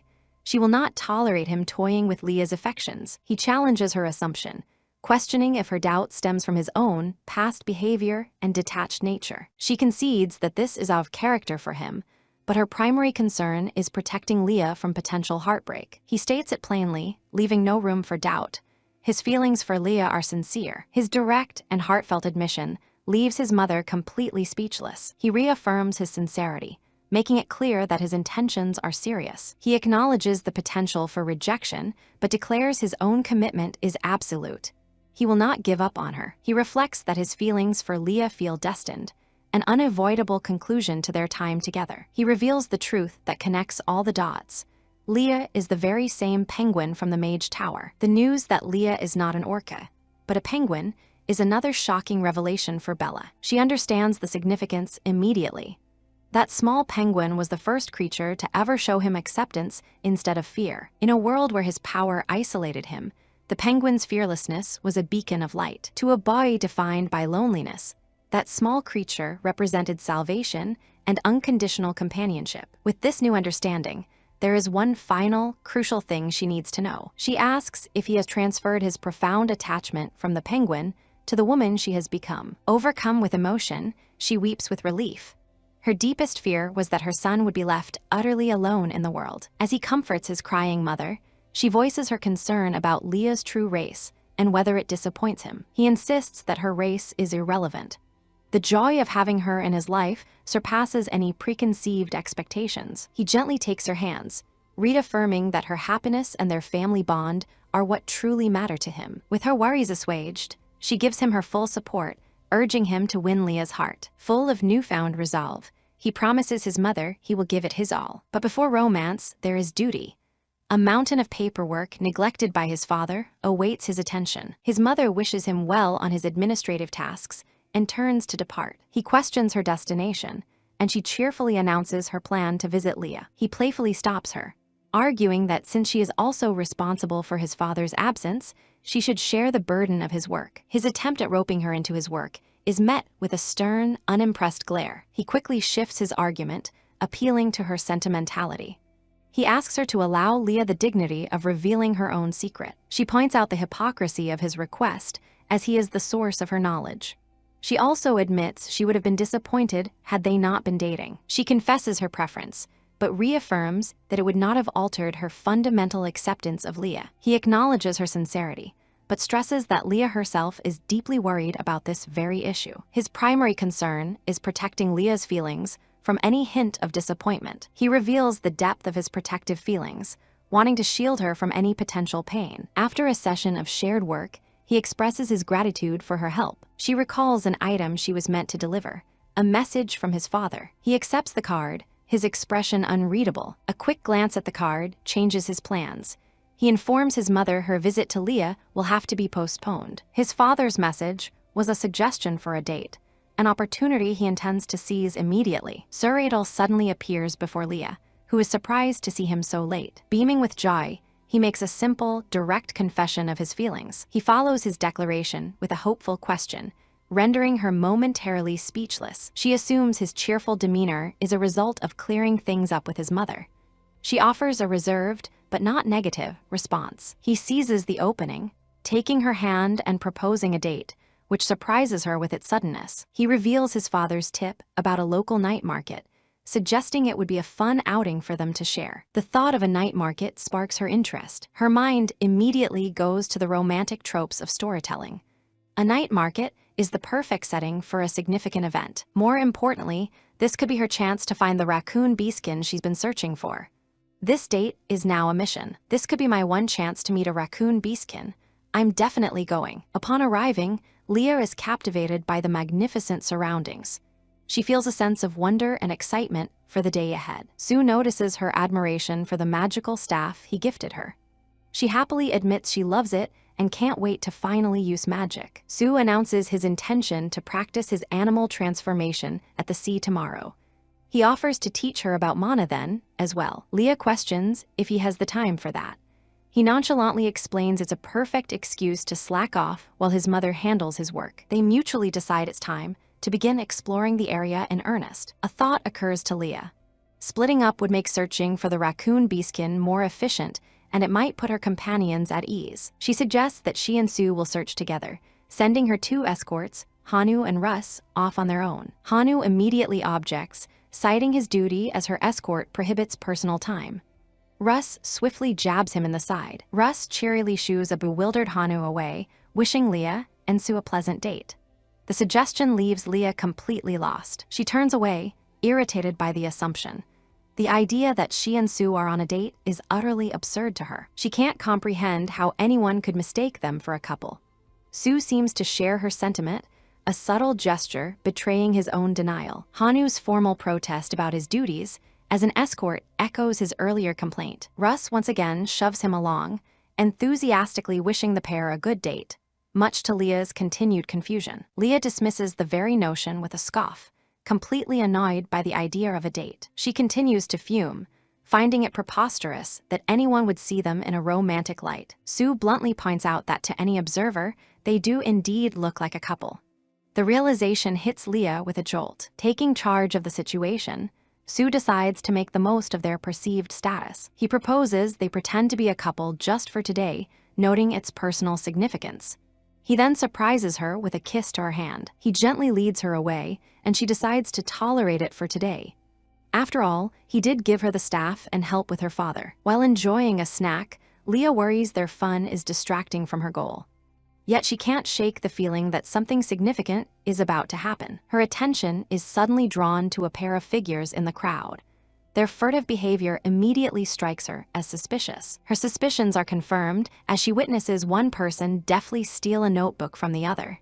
She knew it. A thief was at work. Leah boldly confronts the thief, demanding the return of the stolen notebook while Sue watches from a distance. The thief, identified as a seagull beastkin with a self-professed stealing habit, apologizes and bolts. Leah cries out for him to stop. The victim of the theft breathes a sigh of relief. The thief may have escaped, but at least their belongings are safe. Leah holds the recovered notebook, realizing its owner vanished in the chaos. She is left wondering what to do. She decides her only option is to look inside the notebook. She hopes to find a name to identify its owner. Opening the book, she finds a passage about predetermined fate and a person who defies it. She is shocked to see the text is written in Hangul. The discovery stuns her. There is no doubt in her mind that the script is Hangul, a language that has no place in this world. The familiar script and the mysterious message about fate create a burning need within her. She absolutely has to find the owner of this notebook. Turning to Sue with the notebook in hand, she urgently asks for his help. She later explains to him that the knights tracked down the owner. The suspect had been lurking near the castle and was caught attempting to break in. Leah puzzles over the captive's interest in the whale family, connecting it to the notebook's contents. She asks to speak with the prisoner alone. Sue agrees to her request, assuring her he will wait just outside in case she needs him. Leah faces the prisoner, asking directly if the notebook and its strange text belong to her. The prisoner is visibly startled by the question. The young woman, Nikita, eyes her with suspicion, questioning why she wants to know. Leah reveals her reason. She can recognize the text.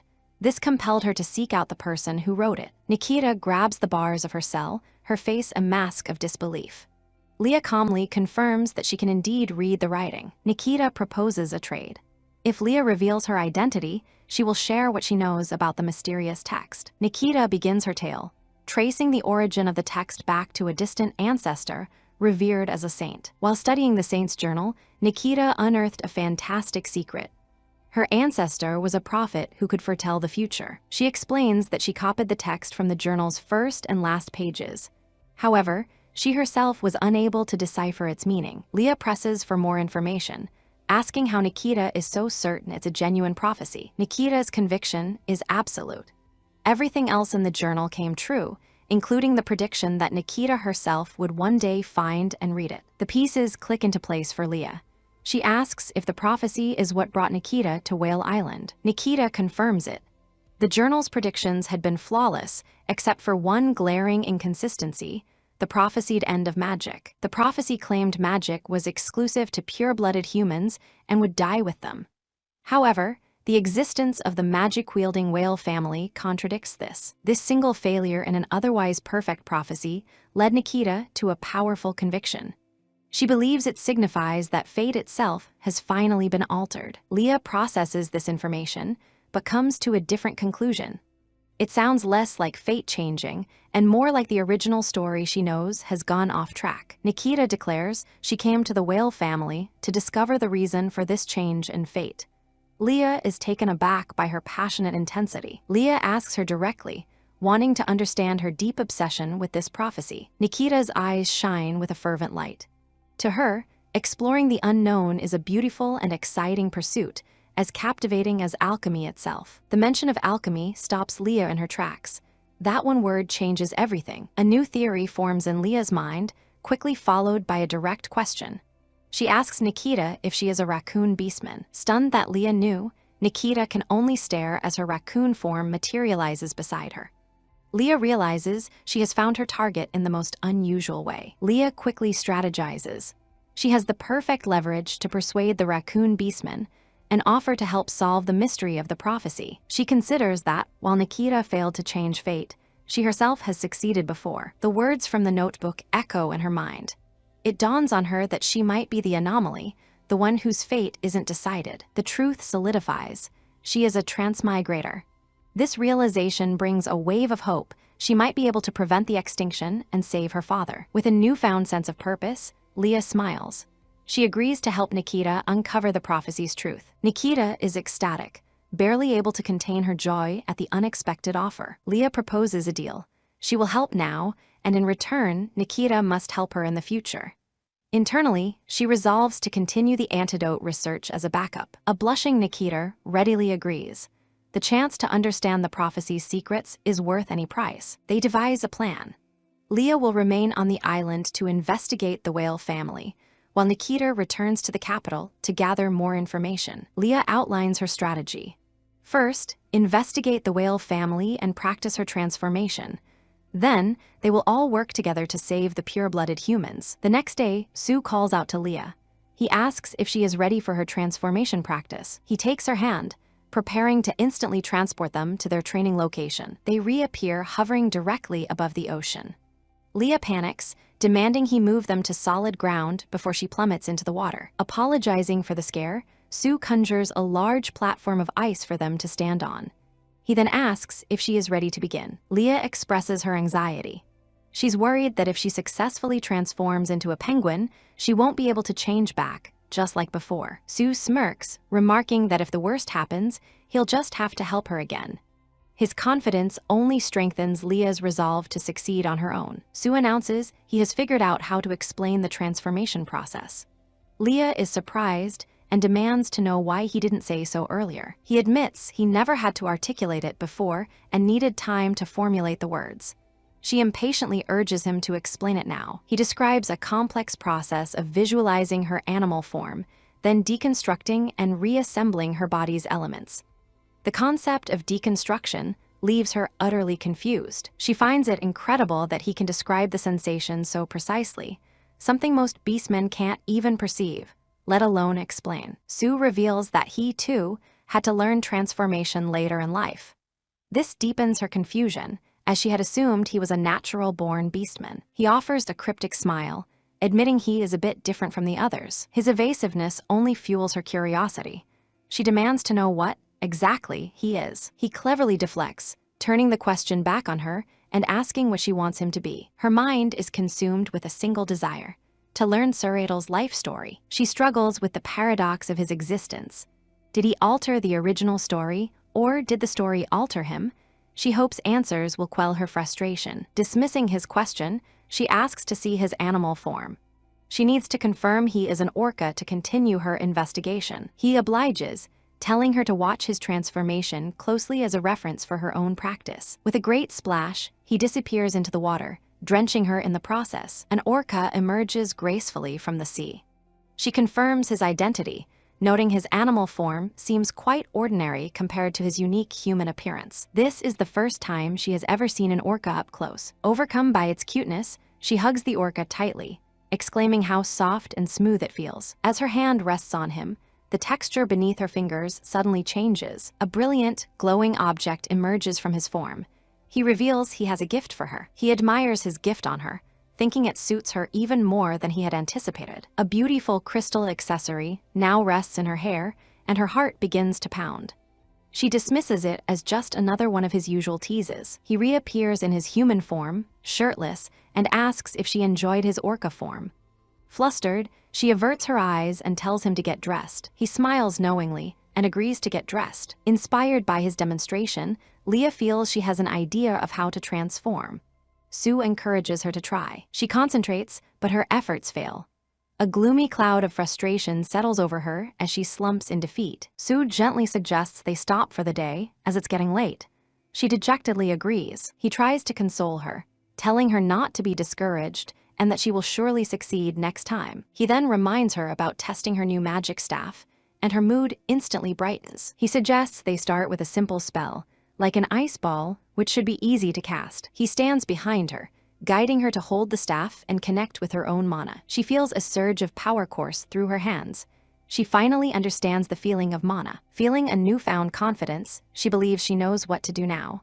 She eagerly wants to try. With renewed determination, she grips the staff, ready to cast her spell. Sue watches, offering a silent gesture of support. She focuses her intent and chants the spell's name, Ice Ball. The staff responds, glowing with a brilliant light.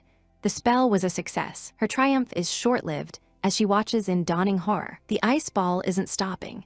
It continues to expand, growing far larger and more powerful than she ever intended. She turns to Sue in a panic, questioning his definition of a simple spell. He calmly confirms that for her, this is indeed simple. He concludes that her latent magical power is far greater than he had realized. She will need much more practice to control it. The sea remains serene and beautiful under the evening sky. Leah finds herself wandering the town with Sir Hanu. With Suuradel busy, she has some free time to explore. Nearby, two men are fuming about a pickpocket problem that has been plaguing their territory. Overhearing their conversation, Leah becomes wary. She makes a mental note to be more careful with her own belongings. Just as the thought crosses her mind, she feels a tug and realizes her pocket has been stolen. Hanu immediately spots the culprit fleeing the scene. Furious, Leah orders him to retrieve her father's precious emergency fund. This isn't just any money, it's her father's emergency savings. There is no way she is letting that thief get away. She praises Sir Hanu for swiftly apprehending the thief. The captured thief, a young man with blue hair, glares at her as if she is the one in the wrong, which only fuels her anger. She marches toward him, indignant. She declares that she is the victim here and demands he return her money immediately. The thief remains defiantly silent, turning his head away. His strange reaction makes her suspicious. She threatens him with force, readying her magic staff if he refuses to cooperate. She proceeds to hit the uncooperative thief with her staff, while he cries for her to stop. He snaps back, questioning why an orca is making such a fuss over a small amount of money. She retorts that it's important and he should find a job. He shouts back in despair, pointing out the futility of getting a job when he's not even allowed to enter the territory. Sarhanu suddenly intervenes, his tone grave as he urges Lady Leah to return to the castle. Leah is surprised by his sudden seriousness and asks him what is wrong. Hanu's mind is racing. The boy is dangerous. He recalls the two types of people forbidden from entering whale territory: serious criminals and shark beastmen. They are the natural enemies of orcas. The revelation hits Leah with the force of a physical blow. A shark beastman. She asks Hanu about the history between the two clans, wondering what could have caused such a deep-seated hatred. The shark beastman scoffs, asking how she could possibly expect him to like orcas. He declares that his entire life has been ruined because of them, a statement that shocks Leah. He reveals a stunning and tragic fact: no living shark beastman has biological parents. Leah is baffled by the strange claim. He seethes as he reveals that a woman from the whale family is responsible for wiping out all the adult sharks. The description triggers a memory for Leah. She envisions Lady Bella standing victorious over her enemies. She wonders if it could possibly have been her. He continues, explaining that a matriarch called Mama raised all the orphaned shark beastmen, but she does not see them as her children. To Mama, he and his peers are merely tools for profit and revenge. He seems to regret sharing so much. He confesses his own despair, admitting he doesn't know how much longer he can endure this life. He sees their fight as hopeless. The whale family has both the powerful wizard Suuradel and the fierce warrior Lady Bella. Leah cuts through his despair with a direct question. If he hates his life so much, why not just leave? He scoffs at her simple solution, his expression hardening. He tells her it is not nearly that easy. He explains that in the water, his kind are despised as simple fish beastmen. On land, he is barred from the whale family's territory solely because he is a shark beastman. He feels utterly trapped, with the island of the shark beastmen as his only refuge. He challenges her, asking if she will turn him over to the whale family now that she knows his secret. Leah realizes the grudge runs far deeper than she knew. She foresees a terrible conflict brewing. She cannot allow the whale family, her benefactors, to be caught in such danger. She sees an opening. The boy, Jerome, is scared and resents his leader. She decides he can be used to monitor the shark's activities. She looks him in the eye and asks for his name. He bristles defensively, asking why she cares.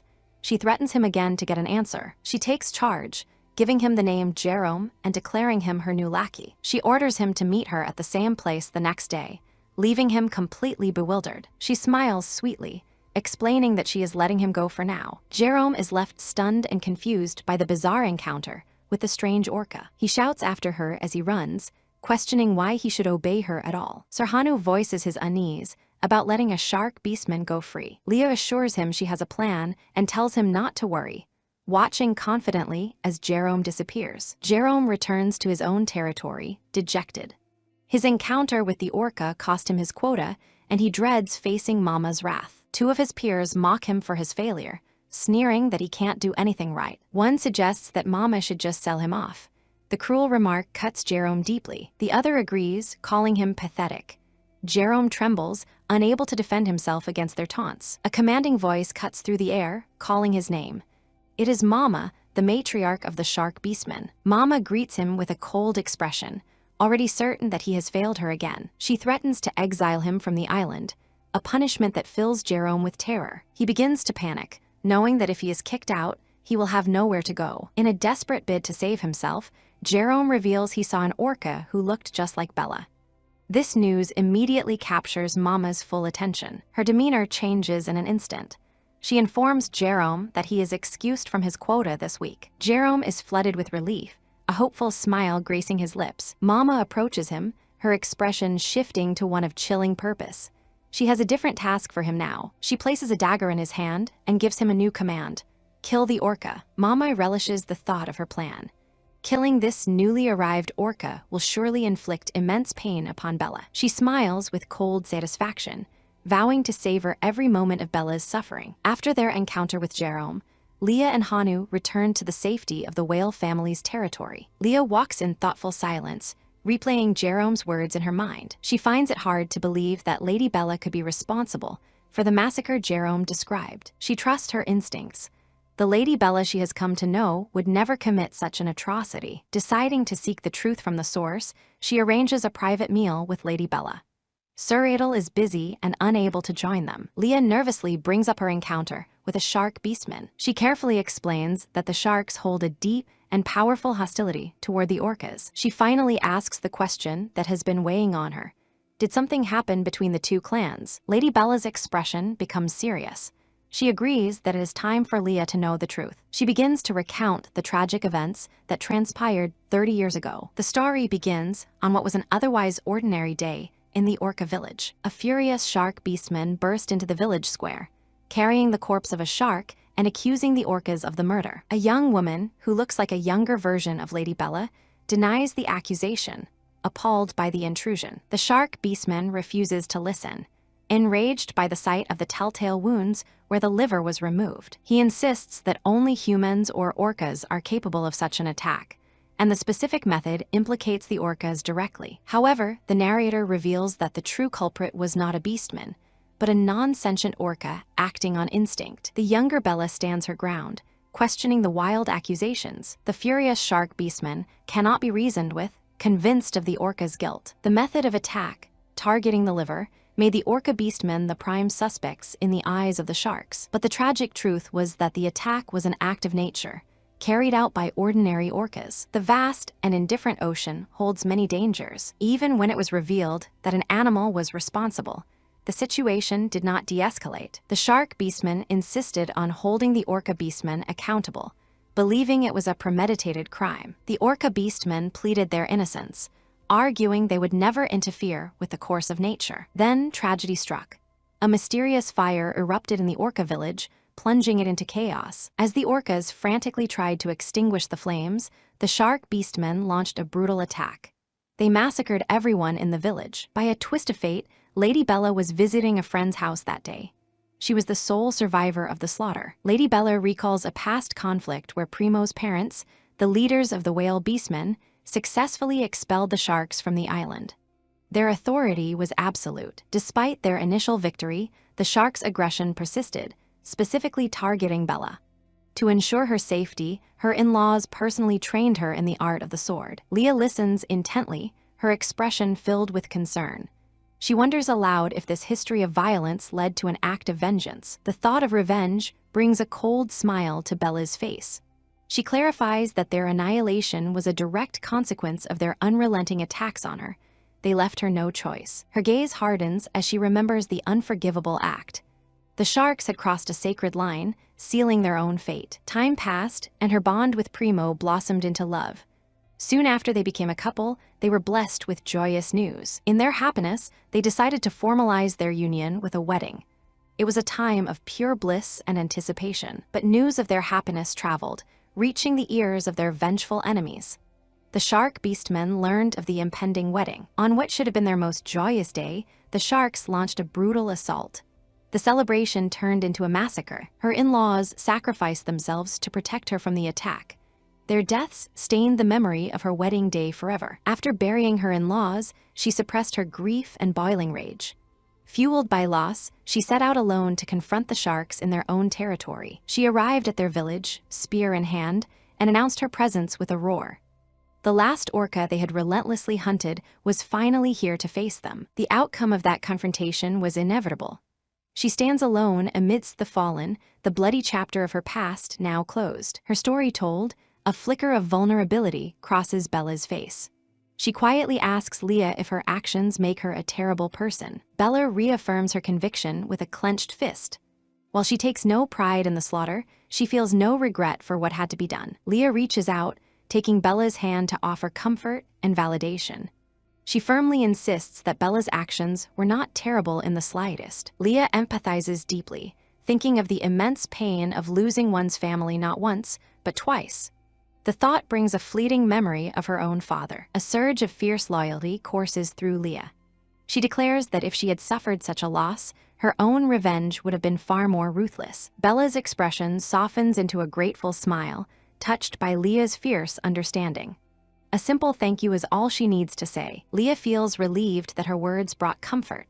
She then inquires about survivors, wondering if only the young sharks were spared. Bella reveals that her vengeance was not without a sliver of mercy. She left one adult alive, tasking them with caring for the young. Bella's question catches Leah off guard, and she hastily denies any personal connection. She covers her slip by claiming a need for more general information about sharks for later. Leah expresses her sincere gratitude to Bella for sharing a story so fraught with pain and difficulty. Bella returns the sentiment, feeling thankful to have found a confidante in Leah. The burden feels lighter for having been shared. Leah cheerfully suggests they meet again the next day at the same time and place. Jerome, however, seems less than enthusiastic about the plan. Leah waits at their meeting spot, perplexed by Jerome's absence. She was certain his grumpy demeanor hid an intention to appear. Her patience wearing thin, Leah storms off in frustration. She worries that he has reverted to his old, troublesome habits. A nearby conversation drifts to her ears, mentioning a pickpocket caught the day before. The thief, they say, was a shark beastman. Leah freezes, the pieces clicking into place. She instantly realizes they must be talking about Jerome. A man boasts about the capture, describing the thief as surprisingly weak despite carrying a weapon. He found the encounter almost laughable. He adds that the captive's good looks and unique ability to breathe underwater fetched a high price. The transaction was purely business. Horror and fury flash across Leah's face. She abruptly stops the men, demanding they halt their vile conversation at once. Leah, with Sir Hanu at her side, confronts the smugglers. She makes it clear that they are discussing a serious crime, not some petty offense. The men react with hostility, dismissing her and her companion. They have no intention of being questioned by strangers. A chilling smile plays on Leah's lips. It's clear to her that polite conversation is no longer an option. In a flash, the smugglers are unconscious on the ground. Leah feels no remorse, believing that against such scum, there is no need to hold back. Holding the source of her power, Leah's demand is cold and unwavering. She will find out where they have taken Jerome. Imprisoned and alone, Jerome despairs. He foresees a bleak future of being used and discarded like a mere commodity. He finds no comfort in the thought of his own kind. They would likely scorn him for his weakness in being captured by humans. Overwhelmed by misery, he clutches his bound hands. The crushing weight of his solitude feels unbearable. A sudden sound startles him from his dark thoughts. He looks up, alert, sensing an unexpected presence. He cynically dismisses the idea of rescue as a fantasy found only in books. Reality, he knows, is far crueler. Just as he resigns himself to his fate, a familiar voice calls his name. Leah has found him. She rushes toward him, noticing his distress. He hastily denies his tears, completely bewildered by her sudden appearance. He struggles to comprehend the situation. It seems impossible that she would come for him, especially after how they last parted. Without a word of explanation, she moves to free him, deftly untying the ropes that bind his wrists. Once he is free, she looks at him with mock seriousness. She questions if his ambition was to become a rich man's pet. He's taken aback by her strange reasoning. She coolly explains her motive. She won't allow her subordinate to serve anyone else. With a brilliant smile, she extends her hand to him. It's time for them to leave this place. Staring at her outstretched hand, a profound realization dawns on him. This orca, his rival, has actually come to save him. Their escape is interrupted by Sir Hanu's urgent warning. The smugglers are closing in, and they must flee before it's too late. Leah remains unfazed, a confident glint in her eye. She assures them she has the perfect plan for their escape. She brandishes her magical artifact, much to Sir Hanu's alarm. He has a very bad feeling about what she is about to do. With a powerful incantation, she unleashes a massive wave of ice magic. The entire ship is instantly frozen in its tracks. The escape was a success, but utterly draining. They make their way back to shore, with Leah and her guard riding atop Jerome's transformed state. Once they are safely on land, Jerome finally asks the questions burning in his mind. He needs to understand how and why she came for him. She nonchalantly explains her actions were motivated by possessiveness and chance. She then returns the knife the smugglers had taken from him. He recalls the instructions from his matriarch regarding the dagger.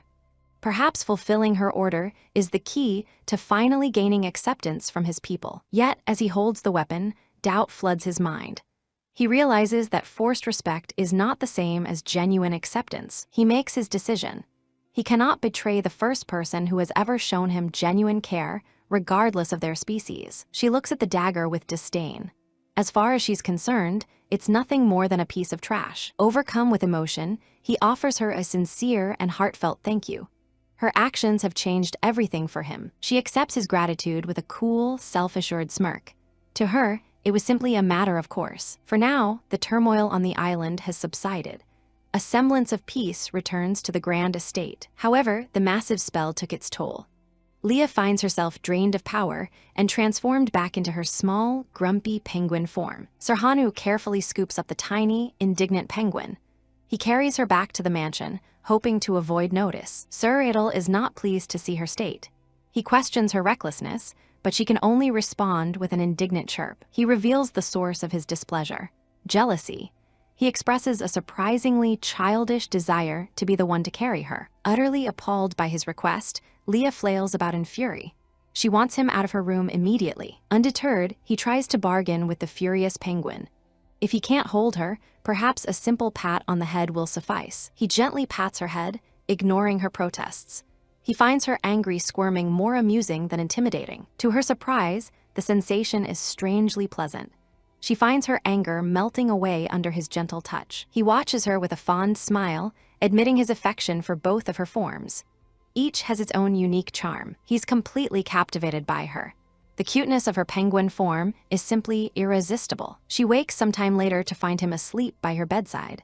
He stayed with her all this time. Watching him sleep, she is struck by how handsome he is. An urge to reach out and touch his face wells up inside her. As she moves to do so, she makes a startling discovery. Her powers have returned, and she is back in her human form. Her movement wakes him, and he greets her with a warm smile. He seems pleased with her progress, attributing the transformation to her efforts. His smile makes her heart flutter, and a possessive thought escapes her lips. She doesn't want anyone else to be the recipient of that beautiful expression. He playfully turns her words around, declaring that she is now responsible for him. Her attempt at being commanding has completely backfired. She considers his contradictory behavior. He's bold in his own advances, but becomes easily flustered when she initiates. A mischievous idea forms in her mind. It's her turn to make him blush. She questions his intentions of staying in her room. He answers simply, leaving the decision entirely up to her. He senses her hesitation and teases her gently. Is the prospect of him staying making her flustered? With a sly smile, she decides to raise the stakes. She reminds him that she's currently unclothed beneath the blankets. Her meaning is unmistakable, a clear challenge laid out before him. The atmosphere in the room shifts instantly. Her bold declaration completely shatters his composure. He stammers an excuse and makes a hasty retreat. Victory is hers. She watches him flee with a satisfied smile. She sends him off with a sweet, final tease. Outside the door, he leans against the frame, trying to calm his racing heart. He is utterly captivated by her. A soft, adoring smile spreads across his face. He is completely, hopelessly smitten. He concludes that she is truly one of a kind. Meanwhile, Leah revels in her triumphant teasing, feeling immensely satisfied. The following day, Bella brings unexpected news. Their time on the island is over. They must prepare to return to the capital. Bella expresses her regret, explaining that she postponed their departure for as long as possible for Leah's sake. Leah is deeply moved by Bella's kindness. The fact that the Duchess would alter her own plans for her is a profound gesture of friendship. Feeling the weight of Bella's trust, Leah resolves to be honest. She can no longer maintain the deception and prepares to reveal her true identity. With a deep breath, she makes her confession. The words tumble out in a rush, finally breaking her long-held secret. After a heartfelt apology for her deception, she waits for a reaction. Bella's response is surprisingly calm and practical. She timidly reveals her true, far less intimidating form. Bella's composed reaction is not at all what she had anticipated. Instead of disappointment, Bella's face lights up with delight. The thought of a penguin beastman is apparently charming to her. Leah is utterly baffled by this unexpected response. She stammers, trying to reiterate the seriousness of her confession. Bella pulls her into a warm hug, her acceptance unwavering. She tells Leah that her species doesn't change who she is as a person. A realization dawns on Bella, connecting Leah to the famous penguin of the Reynolds family. Leah shyly confirms the truth. The mention of her father brings tears to her eyes. She confesses her deep-seated fear that he will never accept her, given his prejudice against beastmen. Bella offers words of wisdom and comfort. She believes a true parent's love transcends any physical form or species. Leah desperately wants to believe her. A flicker of hope ignites within her, questioning if such unconditional love is truly possible. She recalls the depth of her father's prejudice. His past words echo in her mind, reminding her that he could only tolerate her as a pet, not as a beastman. The memory is a painful one, reinforcing her belief that he could never accept her true nature. The divide feels too vast to cross. Seeing her fear, Bella offers a practical solution. They will maintain the lie until Leah feels strong enough to tell him the truth herself. With the serious conversation over, Bella's playful nature returns. She has a new, penguin-related experiment she wishes to conduct. Her eyes sparkle with a mischievous idea that is both absurd and endearing. She wants to see a penguin fly. Leah is left speechless by the suggestion. In that moment, she feels she finally understands the unique compatibility between the Duke and Duchess. With her departure imminent, Leah decides to investigate the library Nikita mentioned. At first glance, it appears to be an ordinary collection of books. Her intuition tells her there might be more than meets the eye.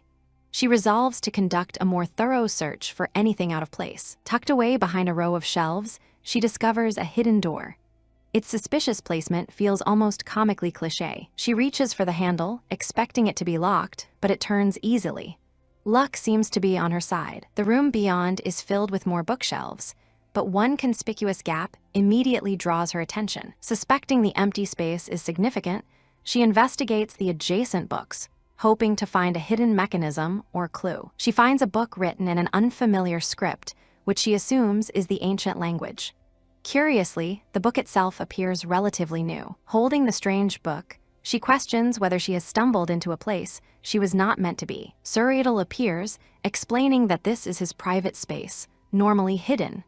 He speculates that her own magic allowed her to perceive and enter it. He inquires about the book in her hands. She confesses her inability to read the text and asks if he can decipher it. He takes the book and begins to read aloud with ease. He describes a world dominated entirely by humans. This fictional world is filled with fantasy races, but notably lacks beastmen. The central plot revolves around a romance between a northern duke and a holy saintess. She recognizes the familiar tropes of a fantasy romance novel. Her curiosity then shifts to him, wondering how he came to know this unusual language. He claims the knowledge is innate, something he has always known. She finds his natural talent impressive, though it raises more questions. Eager to learn more, she selects another volume from the shelf and presents it to him for translation. As she holds the second book, a jolt of recognition runs through her. Something about this particular book is shockingly familiar. She realizes with a start that the book is written in modern Korean. It details an ancient war between heaven and hell. In her shock, she turns to Suuradel, holding up the open book. She urgently needs to know if he can understand this script as well. He confesses that this particular script is unknown to him. He is intrigued that she can read it, confirming her unique knowledge. His curiosity piqued, he requests that she translate the text for him. She takes a moment to compose herself before beginning. She continues to read, discovering the central plot is another romance. This one, however, is a forbidden love between an angel and a demon. She sighs in exasperation. It seems this hidden library is filled with nothing but predictable love stories. He quietly speaks her name, his tone shifting from curious to serious. He has something important to ask. He looks at her intently, his gaze penetrating. The central question is no longer about the book, but about her. He pieces together the oddities he has observed. Her behavior has always been inconsistent with someone born and raised in this world. He voices his suspicion directly, hitting unnervingly close to the truth. Her secret is on the verge of being exposed. Panic grips her as she realizes he has connected the dots. Her entire existence in this world is threatened. He grapples with this new, world-shattering possibility. This revelation changes everything he thought he knew about her. He thinks about how she acts far too human for someone born an animal. Her strange knowledge and actions, after transforming, all point to one conclusion. It feels as though her soul originates from another world entirely. He looks conflicted, as if this realization is as painful for him as it is shocking. He questions if he has uncovered her secret. The question hangs heavy in his mind. This truth redefines their relationship and her very identity. She snaps out of her panic, her mind working furiously. His suspicion is too accurate to be a mere leap of logic based on her strange behavior. A moment of clarity strikes him. He understands now that a past magical event was not a failure, but a success. A faint, knowing smile touches his lips. He now understands that their meeting was not a random occurrence. An unspoken truth hangs in the air between them, charged with unspoken history. He comes to a profound conclusion. His feelings for her are not just affection, but a matter of destiny. He gently touches her face, his eyes filled with a deep, knowing sorrow. He regrets not realizing the truth of her identity much earlier. His cryptic words only serve to confuse and anger her. She grabs him, demanding a straight answer. She's had enough of riddles and evasions. She demands to know his true identity. He responds with an enigmatic smile, his answer both placating and deeply unsatisfying. His offer is absolute, yet it reveals nothing about his true self. His charming grin is a mask, hiding a multitude of secrets she cannot begin to fathom. Her mind races, trying to solve the puzzle of Suuradel. He is an anomaly, a powerful magic user who shouldn't even exist in this world. He is an enigma, wrapped in layers of secrets that she is only beginning to peel back. A wild thought occurs to her, the only explanation that seems to fit the strange circumstances. She asks him directly if he's from another world. The specific term she uses seems to catch him off guard, though his expression remains hard to read. She nervously presses the issue, rephrasing her question. His reaction will determine everything. He deflects her question with a gentle smile, calmly stating that he is a native of this world.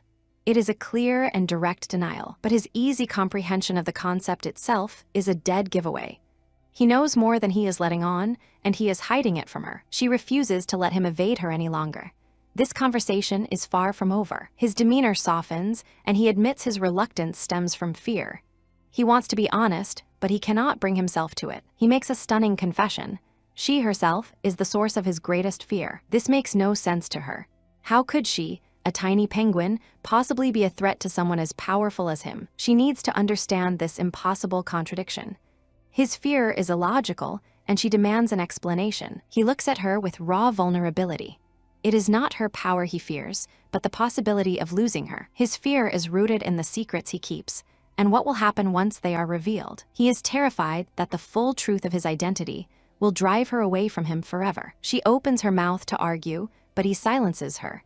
He cannot continue this conversation right now. He confesses his feelings, his voice filled with a quiet intensity. The statement hangs between them, a painful truth she cannot deny. His words strike her with unerring accuracy. He ends the conversation, leaving her alone with her thoughts and his heartbreaking confession. The encounter left her with more questions than answers. His secrets remained shrouded in mystery, and so, with an unspoken chasm between them, their party began the journey back to the capital. The abrupt departure meant she couldn't say goodbye to her new friend in person. A letter would have to suffice. Reading her words, Jerome is moved. She considers him her first true friend, a sentiment that resonates deeply with him. Her letter came with a valuable gift, a token of support for whatever future he chooses for himself. The letter ends with a promise of reunion, a beacon of hope for their continued friendship. He carefully holds her letter and the jewel, her gesture of friendship meaning more to him than any treasure. The journey back to the capital was tense and silent. The easy camaraderie they once shared had been replaced by a heavy, unspoken distance. His secrets festered in her mind, creating a rift of doubt and frustration between them. She couldn't help but feel that his silence was a sign of his lack of trust in her. Her thoughts are interrupted by Prim, who rushes in with shocking news from the capital's gossip mill. Leah is stunned by the news. It seems impossible that the vibrant man she met could be suddenly dying. Prim reveals her source is Jack, prompting Leah to tease her about rekindling their romance. After a brief, playful diversion, Leah steers the conversation back to the urgent matter at hand. Prim explains the rumor. Theodore collapsed because his fated bond with someone was incomplete, a spiritually devastating event for a wolf beastman. The situation is so dire that the wolf family has made a public announcement, seeking the woman who holds the key to his survival. A horrible suspicion dawns on Leah. She fears that their brief, dramatic encounter at the hunting tournament might be the cause. Prim tries to ease her worries, pointing out that he seemed perfectly healthy at the ball afterward. Despite Prim's reassurance, the nagging possibility continues to torment her. The uncertainty is unbearable. She feels a compulsive need to confirm the truth for herself. She makes a firm decision. She must go to the wolf estate and see his condition with her own eyes. Prim expresses concern about the risk, but ultimately agrees to help, believing a brief, incognito visit might be possible. With her hair magically altered, Leah is ready for her infiltration. She is grateful for her friend's assistance. Her plan is simple. She will sneak onto the estate grounds and observe him from a safe distance through his window. As she approaches the wolf mansion, she reflects on the true reason for this reckless endeavor. It's not just curiosity or guilt. She has to know, for certain, if she is the one tied to him by fate. A nagging feeling won't let her rest until she confirms her suspicions. She resolves to just take a quick look and then leave immediately. Her maid, Russ, worries over the dangerous plan, fretting about Leah's delicate frame. Leah, however, questions why her friend is so concerned. The maid's boyfriend, Jack, has arranged every detail of the infiltration with cheerful confidence. A uniform, surveillance, and a target location are all secured. Russ can only offer an awkward laugh as she's told how much she owes her boyfriend. Leah, however, watches the exchange with a subtle, knowing smirk. With a determined fist pump, Leah declares she's ready to go. Her worried maid can only shout a last-minute warning, begging her to be safe. Finally in position, she gazes towards the window, sighing with relief. All this effort was because of that troublesome man, Theodore. She scans the room and finds her target. There he is, lying motionless in the grand bed. Looking closer, she can see how pale he is. He truly does not look well at all. She recalls the stories. An imprinted partner's presence should help him recover. From this distance, though, she can't tell if her being here has any effect. As she contemplates how to get a closer look, a sudden realization strikes her. He's awake. A surge of panic sends her scrambling, and she leaps from the branch toward the patch of soft earth Jack had prepared for her escape. Her mind races with a single, terrified thought. Surely he didn't actually see her, did he? A sharp command echoes in the room as a hand firmly presses against the window. To her absolute horror, he leaps from the second-story window and lands on the ground below. He's impossibly fast, closing the distance in an instant. She can't comprehend it. Moments ago, he was barely moving. The sudden surge of his vitality confirms her worst fear. She must be his imprinted partner. Now, getting caught is not an option. His hand reaches for her, mere inches away. She knows with sickening certainty that he's going to catch her. With no other way out, she resolves to use the one thing she'd hoped to avoid. Her hand closes around the ring she wears as a pendant. The pendant glows as she cries out a desperate summons, calling for her sweetie to come. In a blinding flash of magic, Suuradel materializes, his voice filled with shock as he calls out her name. She stares in confusion, trying to process what's happening. In that moment of distraction, a hand firmly seizes her arm. Her heart sinks. It's Theodore, and his gaze is fixed upon her with an unnerving intensity. She is utterly trapped. Suuradel pulls her close, his expression full of concern as he checks if she is all right. His gaze shifts to Theodore, his eyes hardening into a cold glare. He demands to know what, exactly, Theodore thinks he is doing. Theodore fires back, his tone sharp. He questions Suuradel's presence, reminding him that he's trespassing on wolf family land. Uncowed, Suuradel makes his priority clear. Territory means nothing when Leah has been harmed. Theodore turns the accusation back on him, questioning Suuradel's right to act so concerned and implying he is the source of her distress. He mockingly asks if Suuradel is her lover, escalating the tension. Leah knows she has to intervene before this gets completely out of hand. To stop the fight, Leah tugs on Suuradel's sleeve, claiming she's in pain and pleading for them to leave. Suuradel announces that Leah doesn't wish to stay. He promises Theodore that they will finish this conversation another time. As they depart, Theodore has a moment of stark clarity. It wasn't Suuradel he imprinted on. The memory of her in the tree surfaces, the breeze in her hair. The instant their gazes locked, he knew. It was her, he is certain now. She is the partner he actually imprinted on. His heart had raced uncontrollably. All he wanted in that moment was to pull her into his arms. A grim determination settles on his face. After taking so long to find her again, he will not let her slip away. He contemplates the new complication. It's a problem that his partner seems tied to Suuradel, but at least it resolves the misunderstanding that he'd imprinted on a man. He visualizes them together, standing side by side as a couple. Their relationship, whatever it may be, is irrelevant to him. If she belongs to another, he will simply take her for himself. A noblewoman extends an invitation for a private meal, her steps echoing in the empty hall. Her smile fades at the sound of her sister's pained voice. What could be wrong? She stares in shock at the severity of the situation.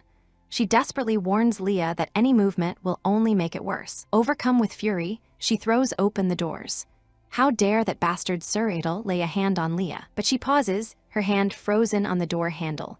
A moment of caution gives her pause. She remembers the last time she burst in unannounced. It would only put Leah in another awkward and compromising position. She clenches her jaw and turns away, making a silent vow. Suuradel will have to answer to her later. Meanwhile, Suuradel tends to Leah's injury. She thinks she hears a sound outside the door, but quickly dismisses it as her imagination. His treatment finished, Suuradel's expression turns serious. He believes it is time for her to start explaining. He asks the question that's been on his mind. Why was she trying to infiltrate the wolf estate? Leah is struck speechless, stammering as she tries to come up with an answer. She resigns herself to the truth. Excuses are pointless. She decides to be honest, trusting that he, of all people, will believe her. She begins her story, explaining how she found a half-dead Theodore during the hunting competition. Fearing he would die, she used the precious half-elixir he had given her to save him. Suuradel listens intently, processing her words. Relieved he isn't angry about the elixir, she continues. When she tried to help, he attempted to imprint on her, forcing her to strike him and flee. Suuradel laughingly suggests she should have hit him harder. Leah retorts that saving him would have been rather pointless then. She had thought that was the end of it, but then she heard rumors of an incomplete imprinting. Feeling responsible, she went to check on his condition. He pieces it all together. So she was the target all along, and their encounter just now completed the imprint. A dark smile spreads across Suuradel's face. The sheer audacity of it, to forcefully imprint on the one who literally saved his life. Leah seems confused by his simmering anger. When he puts it like that, she has to concede it sounds quite bad. He takes her hand gently, telling her not to worry about that intruder anymore. Looking into her eyes, he makes a quiet promise. No one is going to come between them. And so, Leah finds herself caught squarely between Suuradel and Theodore. The classic love triangle begins. They may have their quirks, but they are also the continent's most eligible bachelors.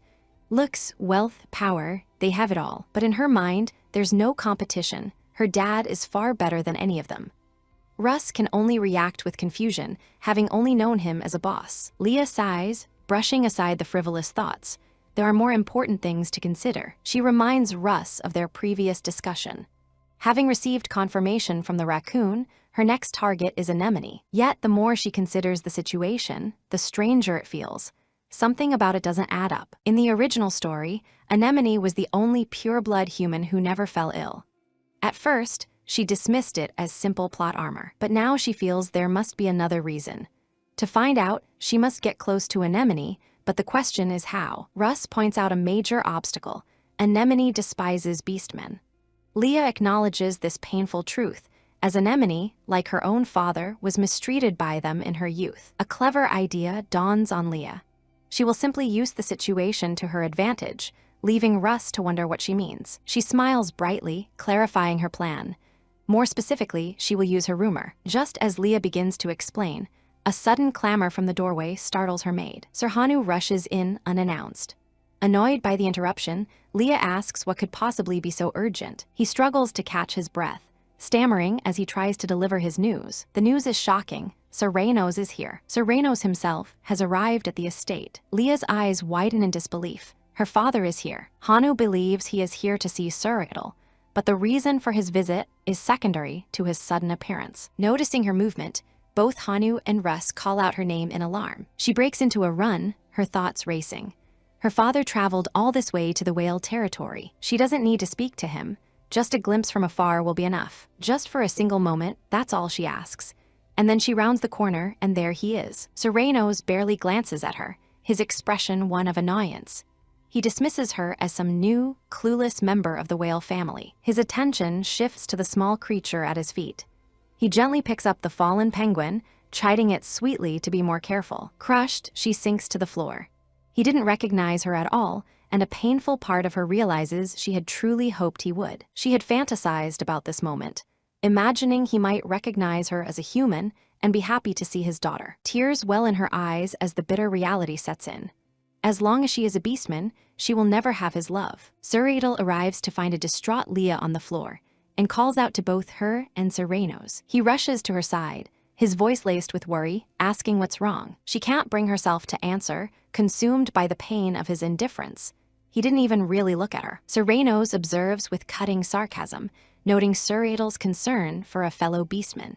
He adds a cold remark about prioritizing one's own species over a mere animal. Suuradel bristles, defending his actions.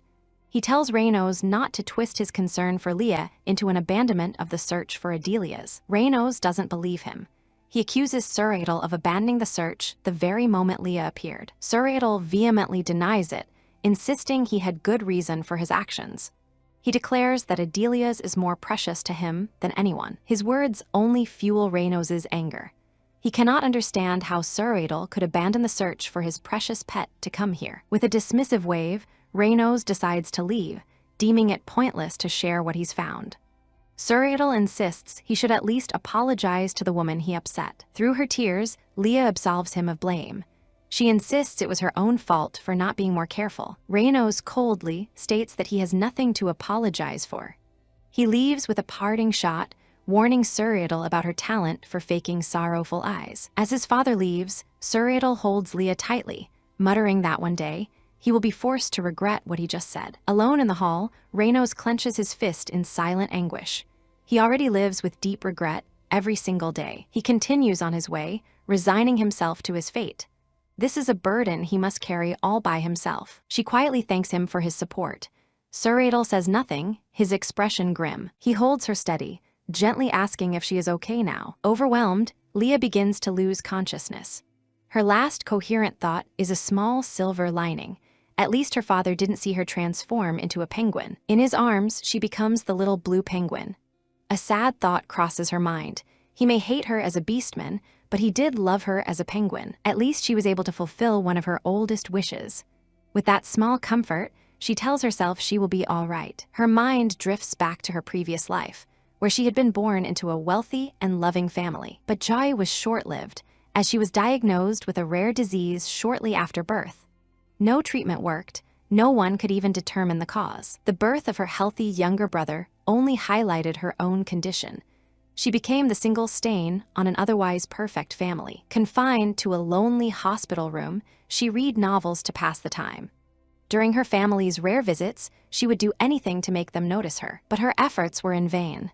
She craved to be seen, even a little, but they looked right through her. And then came her 20th birthday. She awoke to see her parents, a flicker of hope rising within her. But their words were a dagger, complaining that she had lived far longer than any doctor predicted. Then came the final, crushing blow from her own mother, a wish that she would just die already. In that horrific moment, she understood. It wasn't just that she was unloved. To her family, her very existence was a sin. Tears streamed down her face as she wept into her pillow. Why was it so impossibly hard for anyone to love her? Just once, she prayed, clenching her hands together. Her final, desperate wish was for someone, anyone, to love her. She died on her 20th birthday without a single wish of joy. But then there was a new beginning. A kind face looked down at her, and a gentle voice introduced himself as Reynos, her new dad. He held her tiny penguin form in his hand and wished her a happy birthday. For a moment, she had cursed her non-human form, but the warmth of his affection filled her with a happiness she had never known. It was a feeling she never wanted to let go of. Leah's eyes flutter open, back in the present. Suuradel is by her side, asking if she is coming to her senses. Despair washes over her again. Thinking of Russ and her father, she concludes that a human like her is simply not meant to be loved. Both of the men she cared for had reacted with anger upon seeing her true human form. The terror of it is paralyzing. If her father, who so despises beastmen, were to learn her secret, would he grow to hate his precious Adelia too? If she can't be loved in either form, then what is the point of her even existing? Suuradel's sharp voice cuts through her spiraling thoughts. He grabs her shoulders, forcing her to look at him. He reminds her that he saw the real her. He asks how she can speak of being unlovable in front of him, the one who knows her truth. It isn't her penguin form or her human form that he loves. It's simpler than that. He just loves her. Her father's disgust had shattered her world. But for some reason, Suuredel's heartfelt confession made her feel safe. Still trembling, she asks a difficult question. Would he still love her, even if she couldn't love him back? She knows it's a selfish thing to ask, but more than anything, she needs the security of knowing someone will love her unconditionally, no matter what. He pulls her head to his chest, his voice soft but firm. Even if she comes to hate him, he will still love her forever. She tests the limits of his promise, her voice shaking. Even if she were helpless, a burden, and hated by the world, through her tears, she asks him again, her voice pleading for the answer she so desperately needs to hear. His devotion is more than she can comprehend. How can he love her so much when she feels so useless and selfish? He tries to reassure her about her father, explaining his reaction was born of ignorance. But she turns to him, her mind still working. He insists that even in the impossible event that her father did reject her, it would not diminish her worth in the slightest. He cups her face gently, looking into her eyes. Leah, he tells her, is his salvation. And so, he begs her to stop being so cruel to herself. Overcome with emotion, she finally lets go, weeping in his arms and offering a quiet thank you. He promises that her value is not dependent on her father's approval. Even a hypothetical rejection couldn't change that fundamental truth. For him, she is a beacon of light in his own darkness. Her existence itself is what saved him. Hearing her pain hurts him, and he implores her to see herself through his eyes, not her own harsh judgment. His words finally break through her wall of self-loathing. She accepts his comfort, finding solace in his embrace. After a long, cathartic cry in Suuredel's arms, she allowed herself to be pampered like a princess, slowly returning to her usual self. His constant, gentle care was a balm to her wounded spirit, and she recovered with surprising speed. But it wasn't just him. The worried faces of her friends also played a crucial role in her healing. With so many people in her corner, she realizes she can't keep sulking. It's time to get back on her feet and rethink her approach to her father. The plan for today was a simple, pleasant outing for all of them, but their plans are interrupted by the arrival of an uninvited and unwelcome guest. She sits tensely, realizing that simply changing her hair color wasn't enough to throw Theodore off her trail. He turns to her with a polite, almost gentle expression and asks for her name. Leah is annoyed, thinking they've already done this. He quickly clarifies that he wants a proper, formal introduction this time. He formally presents himself as Theodore, heir of the Wolf family. With little ceremony, she replies that she is Leah. He gives her a smile that she interprets as patronizingly cute. That look on his face is seriously grating on her nerves. He senses her discomfort with formalities and gives her permission to speak casually. She's relieved. She was tired of the act anyway. She begins to state her business, but he interrupts her by casually unbuttoning his shirt, causing her to panic internally. Revealing a glowing crescent mark on his chest, he gets straight to the point. He believes he has imprinted on her. The sight of the mark stuns both her and Suuradel. Theodore then offers his gratitude for her saving his life during the competition. She dismisses his thanks, claiming her motive was purely selfish. All she wants now is for him to leave. He calmly informs her that leaving is not an option. The imprint binds him to her. He literally cannot live without her. That is not her problem, she says tartly. He did this without her permission. Beside her, Suuradel nods in silent, smug agreement. He tries to ease her worries, offering to be whatever she wants. A servant, a pet, anything. She scoffs at his offer, cynically guessing he has no experience with women.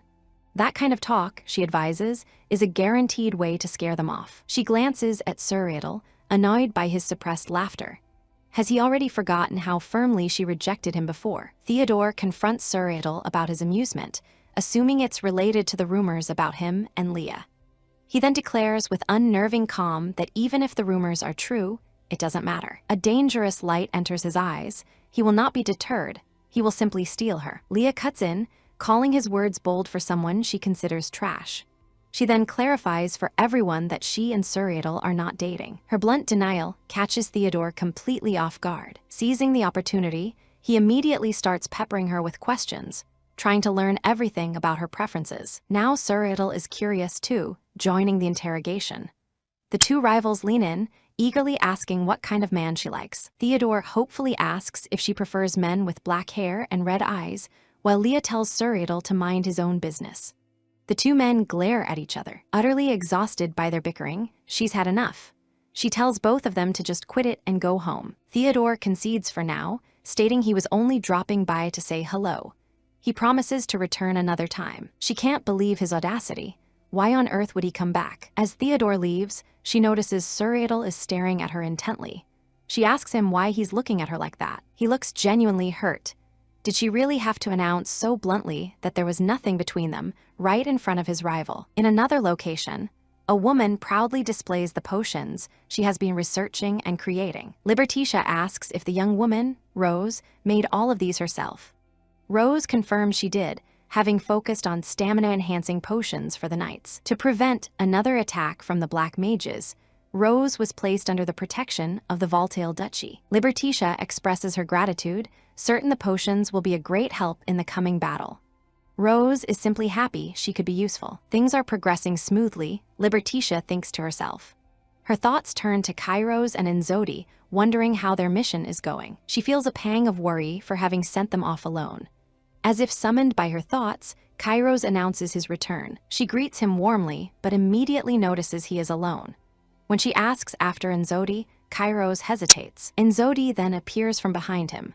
With a sigh, Liberticia acknowledges that they have both worked hard. To counter the Black Mages, she needed a new kind of weapon.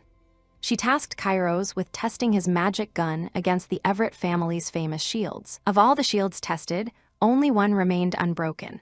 It looks like a simple wooden shield, but its resilience is astonishing. She asks Enzodi if he knows its origin. He remembers, but his tone suggests a complication. He explains that acquiring more will be difficult, which surprises Liberticia.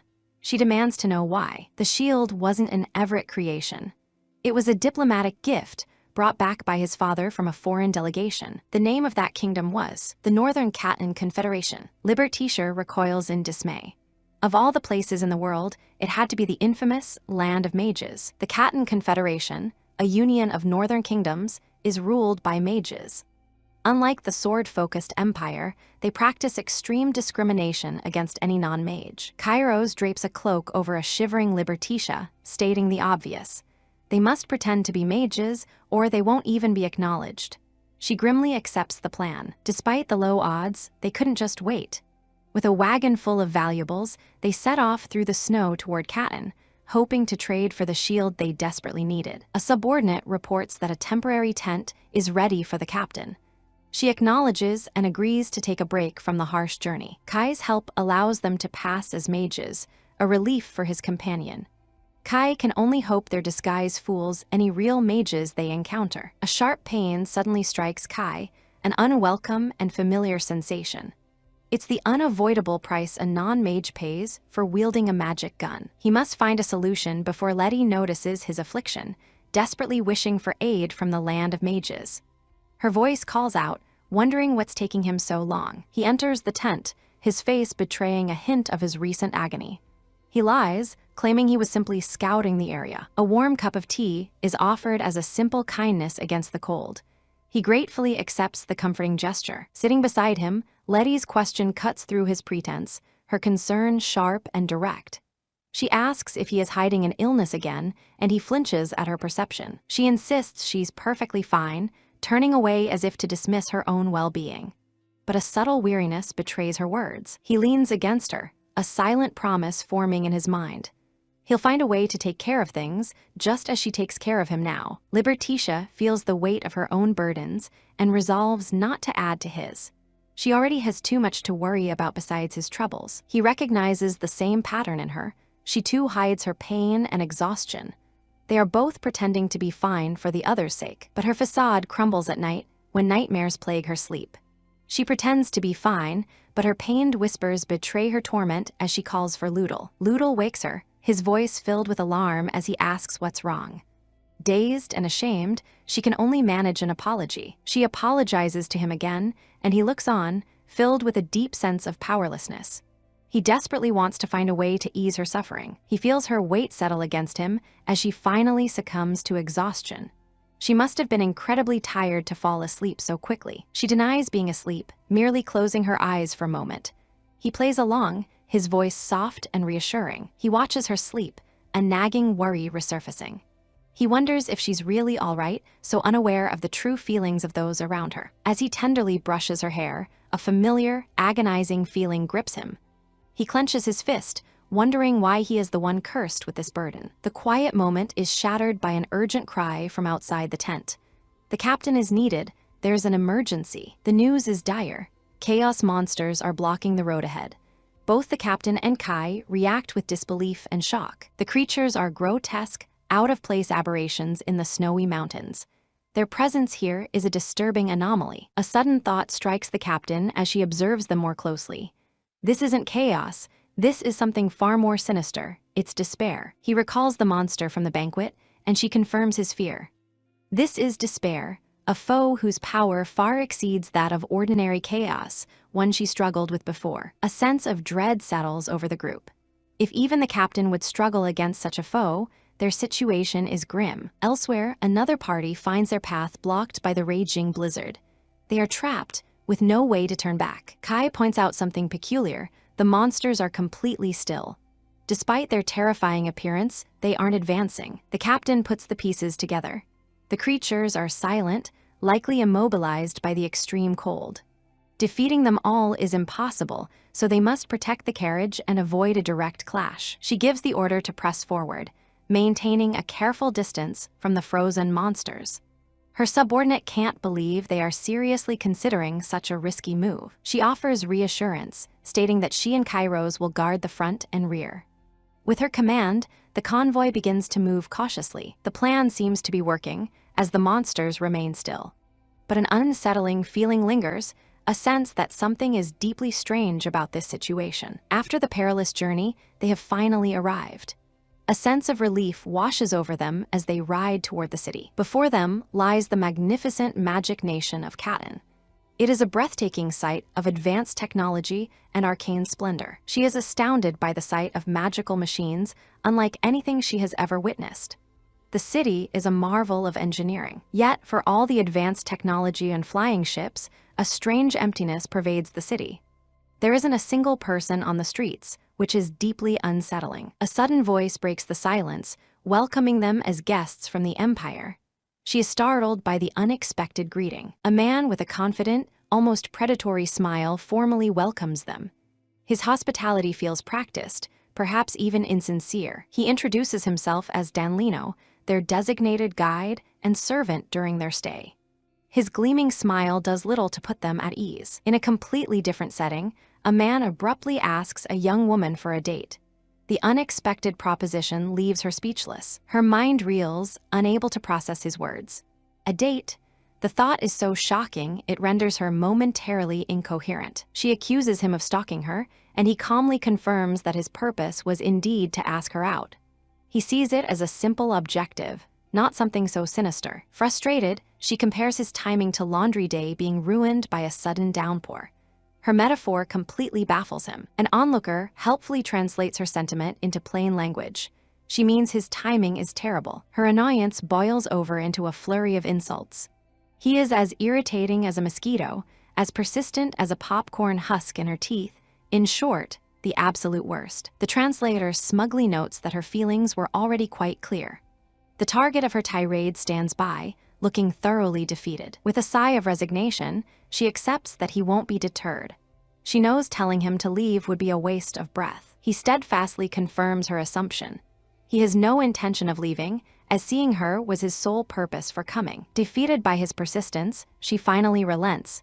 She agrees to at least talk with him. Their conversation takes place at a quaint dessert shop in the middle of town, an oddly sweet setting for their tense negotiation. She gets straight to the point, her tone serious. She needs to know if there is any way at all to undo an imprint. His answer is definitive and crushes her hopes. An imprint, once made, is permanent. Staring him down, she asks the most crucial question of all. Does he love her? The directness of her question catches him off guard. He flushes, admitting it's a difficult thing to answer. She takes his hesitation as a confirmation of her fears, concluding that he doesn't love her. He struggles to find the right words to respond. After a moment of internal struggle, he makes a quiet confession.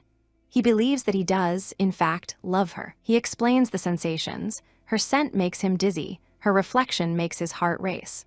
It's an overwhelming, inexplicable ecstasy that he can only define as love. She counters that these feelings are not born of his own free will, questioning if that bothers him.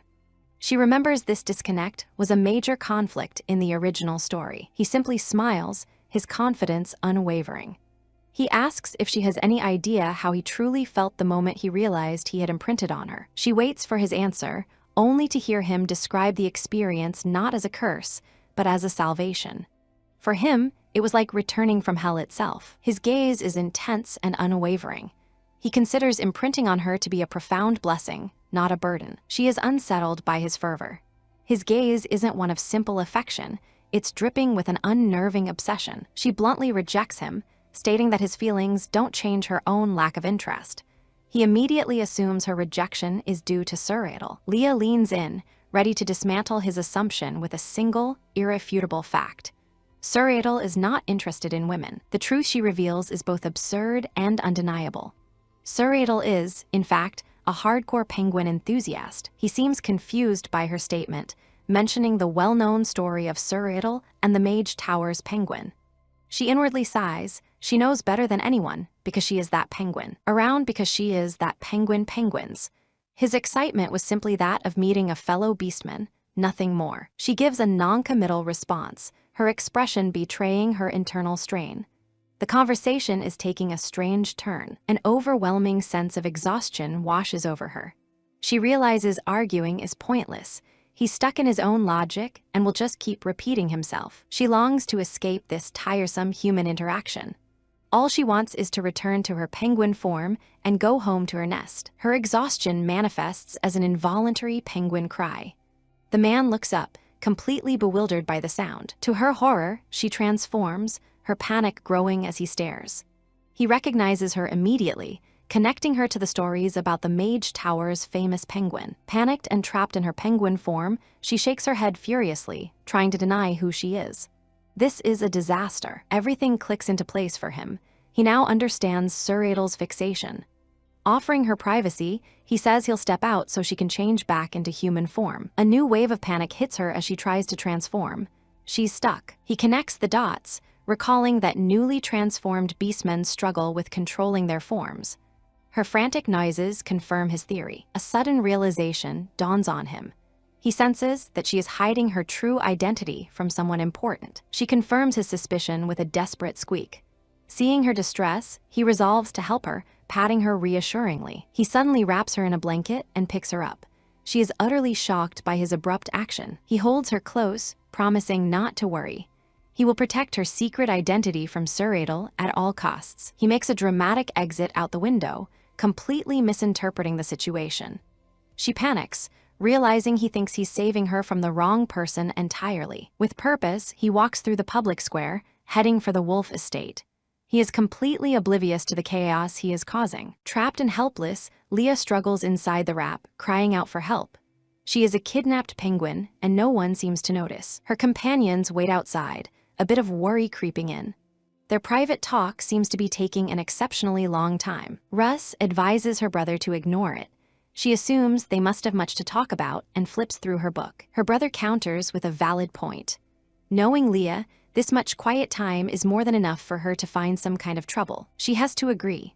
It's completely out of character for their wild and lovable young miss to remain quiet and out of sight for so long. Deciding to intervene, Russ brings a dessert as a pretense to check on her miss. She knocks on the door, offering the treat. After getting no response, she peers inside. A dreadful realization dawns on her. The room is empty. Panic sets in as they throw the doors open. They frantically call out for their missing lady, their worst fears realized. Unaware of her companion's panic, Leah is whisked through the city streets, a frantic, squawking bundle in a well-meaning kidnapper's arms. Their destination is a grand estate. This is the home of Theodore. As soon as she's free, Leah unleashes her frustration. She furiously flaps her wings, admonishing him for his moronic rescue attempt. He finds her fury utterly adorable, finally grasping Suuradel's obsession. She recoils in horror, wondering if she's just traded one penguin fanatic for another. He tries to placate her, but she's too agitated to listen. Her only thought is to get out of there as quickly as possible. Seeing her determined escape, he calls her name with genuine concern. worried she might get hurt. She pauses, convincing herself that she's perfectly fine. Her penguin padding should protect her from any falls. A chilling thought stops her. If she's seen and someone recognizes her from the flyers, her secret will be out. The chain of consequences is terrifying. If her identity is revealed, it's only a matter of time before her father finds out. She's trapped, sweating with anxiety. There seems to be no safe way out of this mess. He reminds her of her secret, catching her off guard. She frantically tries to explain that his entire premise is a misunderstanding. He processes her denial, a new understanding dawning. If it's a misunderstanding, then Suuradel must already know her identity. Her squeak confirms it. He remains resolute, but completely wrong, vowing to ensure no one from the whale estate can accuse her of impersonating an orca. She is driven to the brink of insanity by his dense logic. It's like trying to reason with a brick wall. Exhausted from the pointless struggle, she finally gives up. For now, there's nothing she can do. She waddles over to a comfortable spot, taking solace in the belief that her attendants must be searching for her by now. She just has to wait. He changes the subject, asking about her reasons for leaving the Mage Tower. He brings up the rumor that the new orca was abused by their family. She erupts in anger, defending her father's honor. She wishes he would just be quiet, since he clearly can't understand a word she's saying. He finds her difficult nature exasperating. She pointedly turns her back on him, refusing to engage further. His tone suddenly shifts to one of quiet sincerity, and he calls her name. The change is so abrupt it catches her attention. He confesses that he was genuinely shocked to learn her true form was a penguin. However, his shock quickly gave way to a simple realization. Penguin or not, she is still incredibly adorable to him. He looks at her with earnest eyes, stating plainly that her species doesn't matter to him in the slightest. He confesses his feelings directly and without reservation. He loves her for who she is, the very essence of her existence. He reaches out, admitting that his confession is sudden and perhaps overwhelming. He asks her to give him a chance, his hand hovering near her. The moment triggers a memory from just a few days prior. She remembers Suuradel, his expression just as earnest, his words almost identical to Theodore's. Unlike with Suuradel, his confession stirs no emotion in her. She just feels a profound sadness for Theodore, whose love is a product of the imprint, not choice. He looks on, his heart full, completely unaware of her internal dilemma. How does one even begin to convince someone not to love them? Just then, Suuradel makes a dramatic entrance with her attendants in tow. He cheerfully confronts Theodore, demanding to know what he's doing with their lady. Leah waddles toward them, overcome with relief. Her saviors have finally arrived. Suuradel quickly assesses the scene, a wry smile on his face. It seems Leah's secret is out. He leans in, his tone turning menacing. Trespassing is one thing, but kidnapping a prized orca beastman would surely invite the wrath of his mother. He proposes a better alternative. Leah should live openly as herself. His mother would welcome her as any kind of beastman, ending the need for pretense. The maid and the penguin observe the escalating tension between the two heirs. They can only conclude that the display is incredibly childish. Taking charge, Russ claps her hands to get their attention. She has an idea to settle this foolishness. She proposes a simple solution. Let Leah herself decide. Will she choose the whale estate or the wolf estate? The contest is simple. Whoever she runs to and hugs is the winner. Leah is horrified. Choosing is one thing, but this is ridiculous. Both Theodore and Suuradel agree to the terms, each supremely confident that he will be her obvious choice. Her own opinion seems secondary. Russ eagerly awaits the outcome, popcorn ready for the show. Leah, the subject of this contest, despairs that her own wishes are being completely ignored. Pressured by their expectant stares, Leah realizes she can't refuse. Protesting will get her nowhere. Resigned to her fate, she decides to just pick one quickly and end the spectacle. But instead of choosing one of the heirs, she makes a beeline for her attendant. She reminds them that nobody said she only had two options. She is ecstatic to finally be going home. By choosing Serhanu, she has technically chosen the whale estate, completing the relocation. Suuradel gently chides Leah for the recent chaos she's caused. She turns her head, silently blaming Theodore for the entire ordeal. Exhausted, she throws herself onto the bed. If he's only here to nag, he can leave. She's resting. He doesn't leave. Instead, he looks at her with a knowing smile, asking if she isn't forgetting something important. A glint appears in his eye, as he gently reminds her of a promise she made to him. He leans in, his smile growing wider. He clearly remembers her promise from back then. The promise was simple, yet deeply coveted. Once she was a penguin again, he would be allowed to poke her belly. Horror dawns on her as she remembers the forgotten promise. Her precious belly is now at his mercy. He presses the issue, a playful glint in his eye, reminding her again of the promise she made. A dark aura surrounds her as she recalls the exact terms of the promise. It was about her belly fat. With a dramatic sigh, she steels herself. A promise is a promise, and she will honor it, however reluctantly. He is genuinely taken aback by her acceptance. He didn't think she would actually go through with it. He gently pokes her belly, his eyes widening in delight. It's even softer and squishier than he imagined. Overcome with joy, he scoops her into a hug. He feels like he's in a dream and hopes he never has to wake up. She can't comprehend why he's so happy about this. Still, she can't deny the strange feelings stirring within her. As he holds her, she makes a startling realization. Even in this form, this is still physical intimacy. The thought is so potent that it triggers her transformation. Suddenly, she's human again, held closely in his embrace, and the feeling is intensely weird. Flustered and embarrassed, she immediately pulls away from him. The moment is over. He watches her, a thoughtful expression on his face as he processes what just happened. He asks the obvious question. Is she embarrassed?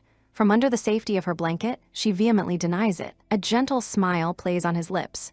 He knows he shouldn't be, but he finds himself happy to see her so flustered. Hiding under the covers, she demands an explanation for his cryptic happiness. He points out the crucial difference. She didn't react this way when Theodore hugged her. Her embarrassment now means she sees him as more than just a friend. He looks at her with pure, unadulterated joy. This small reaction is all the confirmation he needs, and it makes him truly happy. He can't resist teasing her, pointing out that her blushing face looks like a tomato. He finds it utterly cute. The following day, having finally dealt with the recent chaos, she sets out to visit Nikita's place, an errand long overdue. Her attendants are thrilled for her. After much effort, she finally succeeded in transforming back to her human form, a sign she's gaining control. She deliberately timed her outing for the afternoon, a clever maneuver to avoid her newest, most persistent nuisance. Her plan worked perfectly. She arrives at her destination without incident, ready to see her friend. She calls out her name, but the response from inside is not one of recognition. Instead, a cautious voice asks for her identity. Nikita cautiously peeks through the door, surprised to see her visitor. It's Lady Leah from the orca family. Leah greets her with a smile, about to ask how she has been. She's suddenly aware of her companions' shocked faces behind her. She realizes with a sigh that this is the kind of reputation that gets one labeled a weirdo. Despite the odd circumstances, Nikita timidly opens the door and welcomes them inside. The interior of the workshop is even more impressive up close. Leah's eyes are drawn to a peculiar project in the center of the room. Nikita seems a bit flustered by the attention, brushing it off as a simple hobby. According to records, it dates back to a time when blessings and curses were real. Nikita has been researching this lost era. Leah is curious about the practical application of such knowledge.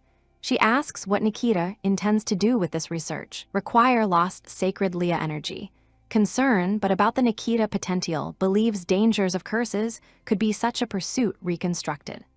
Thought fills her with a slightly insisting she has no sinister excitement. Concern, but about the Nikita potential, believes dangers of curses could be such a pursuit. Backpedals, thought fills her with a slightly insisting she has no sinister excitement intention of actually trying it. Curses always have an equivalent exchange, Nikita notes. Seeing it as a mere hobby, Leah dismisses the topic and moves on to the real reason for her visit. Nikita gives her report. There are no new developments regarding the plague. No sightings, no intel, nothing. Nikita laments the lack of leads, wishing for a clue from a place like the Whale House archives. The suggestion immediately puts Leah's attendants on high alert. While she didn't find the origin of their magic, Nikita excitedly announces an even more incredible discovery. Leah leans in, eager to hear. She explains that the symbol from Leah's notebook was also found in an orca family book. The connection is undeniable. Leah is desperate to know what was inside. Nikita confirms that she read the contents, and what she found was truly shocking. The shocking truth was not some ancient secret or powerful spell. The books were all just romance novels. Leah pleads for details, but Nikita holds firm. Their deal was about the plague, and she won't share this information until that business is concluded. Leah shifts her tactics from pleading to pressure, reminding Nikita that she is counting on her.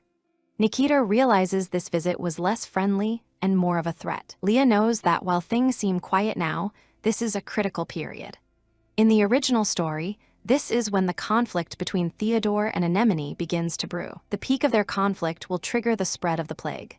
Knowing this, she must do whatever she can, and that means moving on to her next destination. The next person she needs to see is at the center of the coming storm. Anemone, the story's original female lead. Anemone stops in her tracks, surprised to be addressed by a familiar face. It's Ypres. Ypres offers a polite greeting to Anemone, acknowledging the time that has passed since they last met. Anemone rejects the greeting, turning away coldly. She makes it clear she has no desire to speak with Ypres at the moment. Her coldness is a relief to Ypres. She clarifies that she is merely an emissary. The one who has business with Anemone is her young lady. The mention of a young lady startles Anemone, who immediately jumps to a hopeful conclusion. She asks if this is about Lady Adelia's. Ypres starts to correct her misunderstanding, specifying exactly which young lady she is referring to. The truth dawns on Anemone, and she flushes with embarrassment. The young lady in question is from the orca family.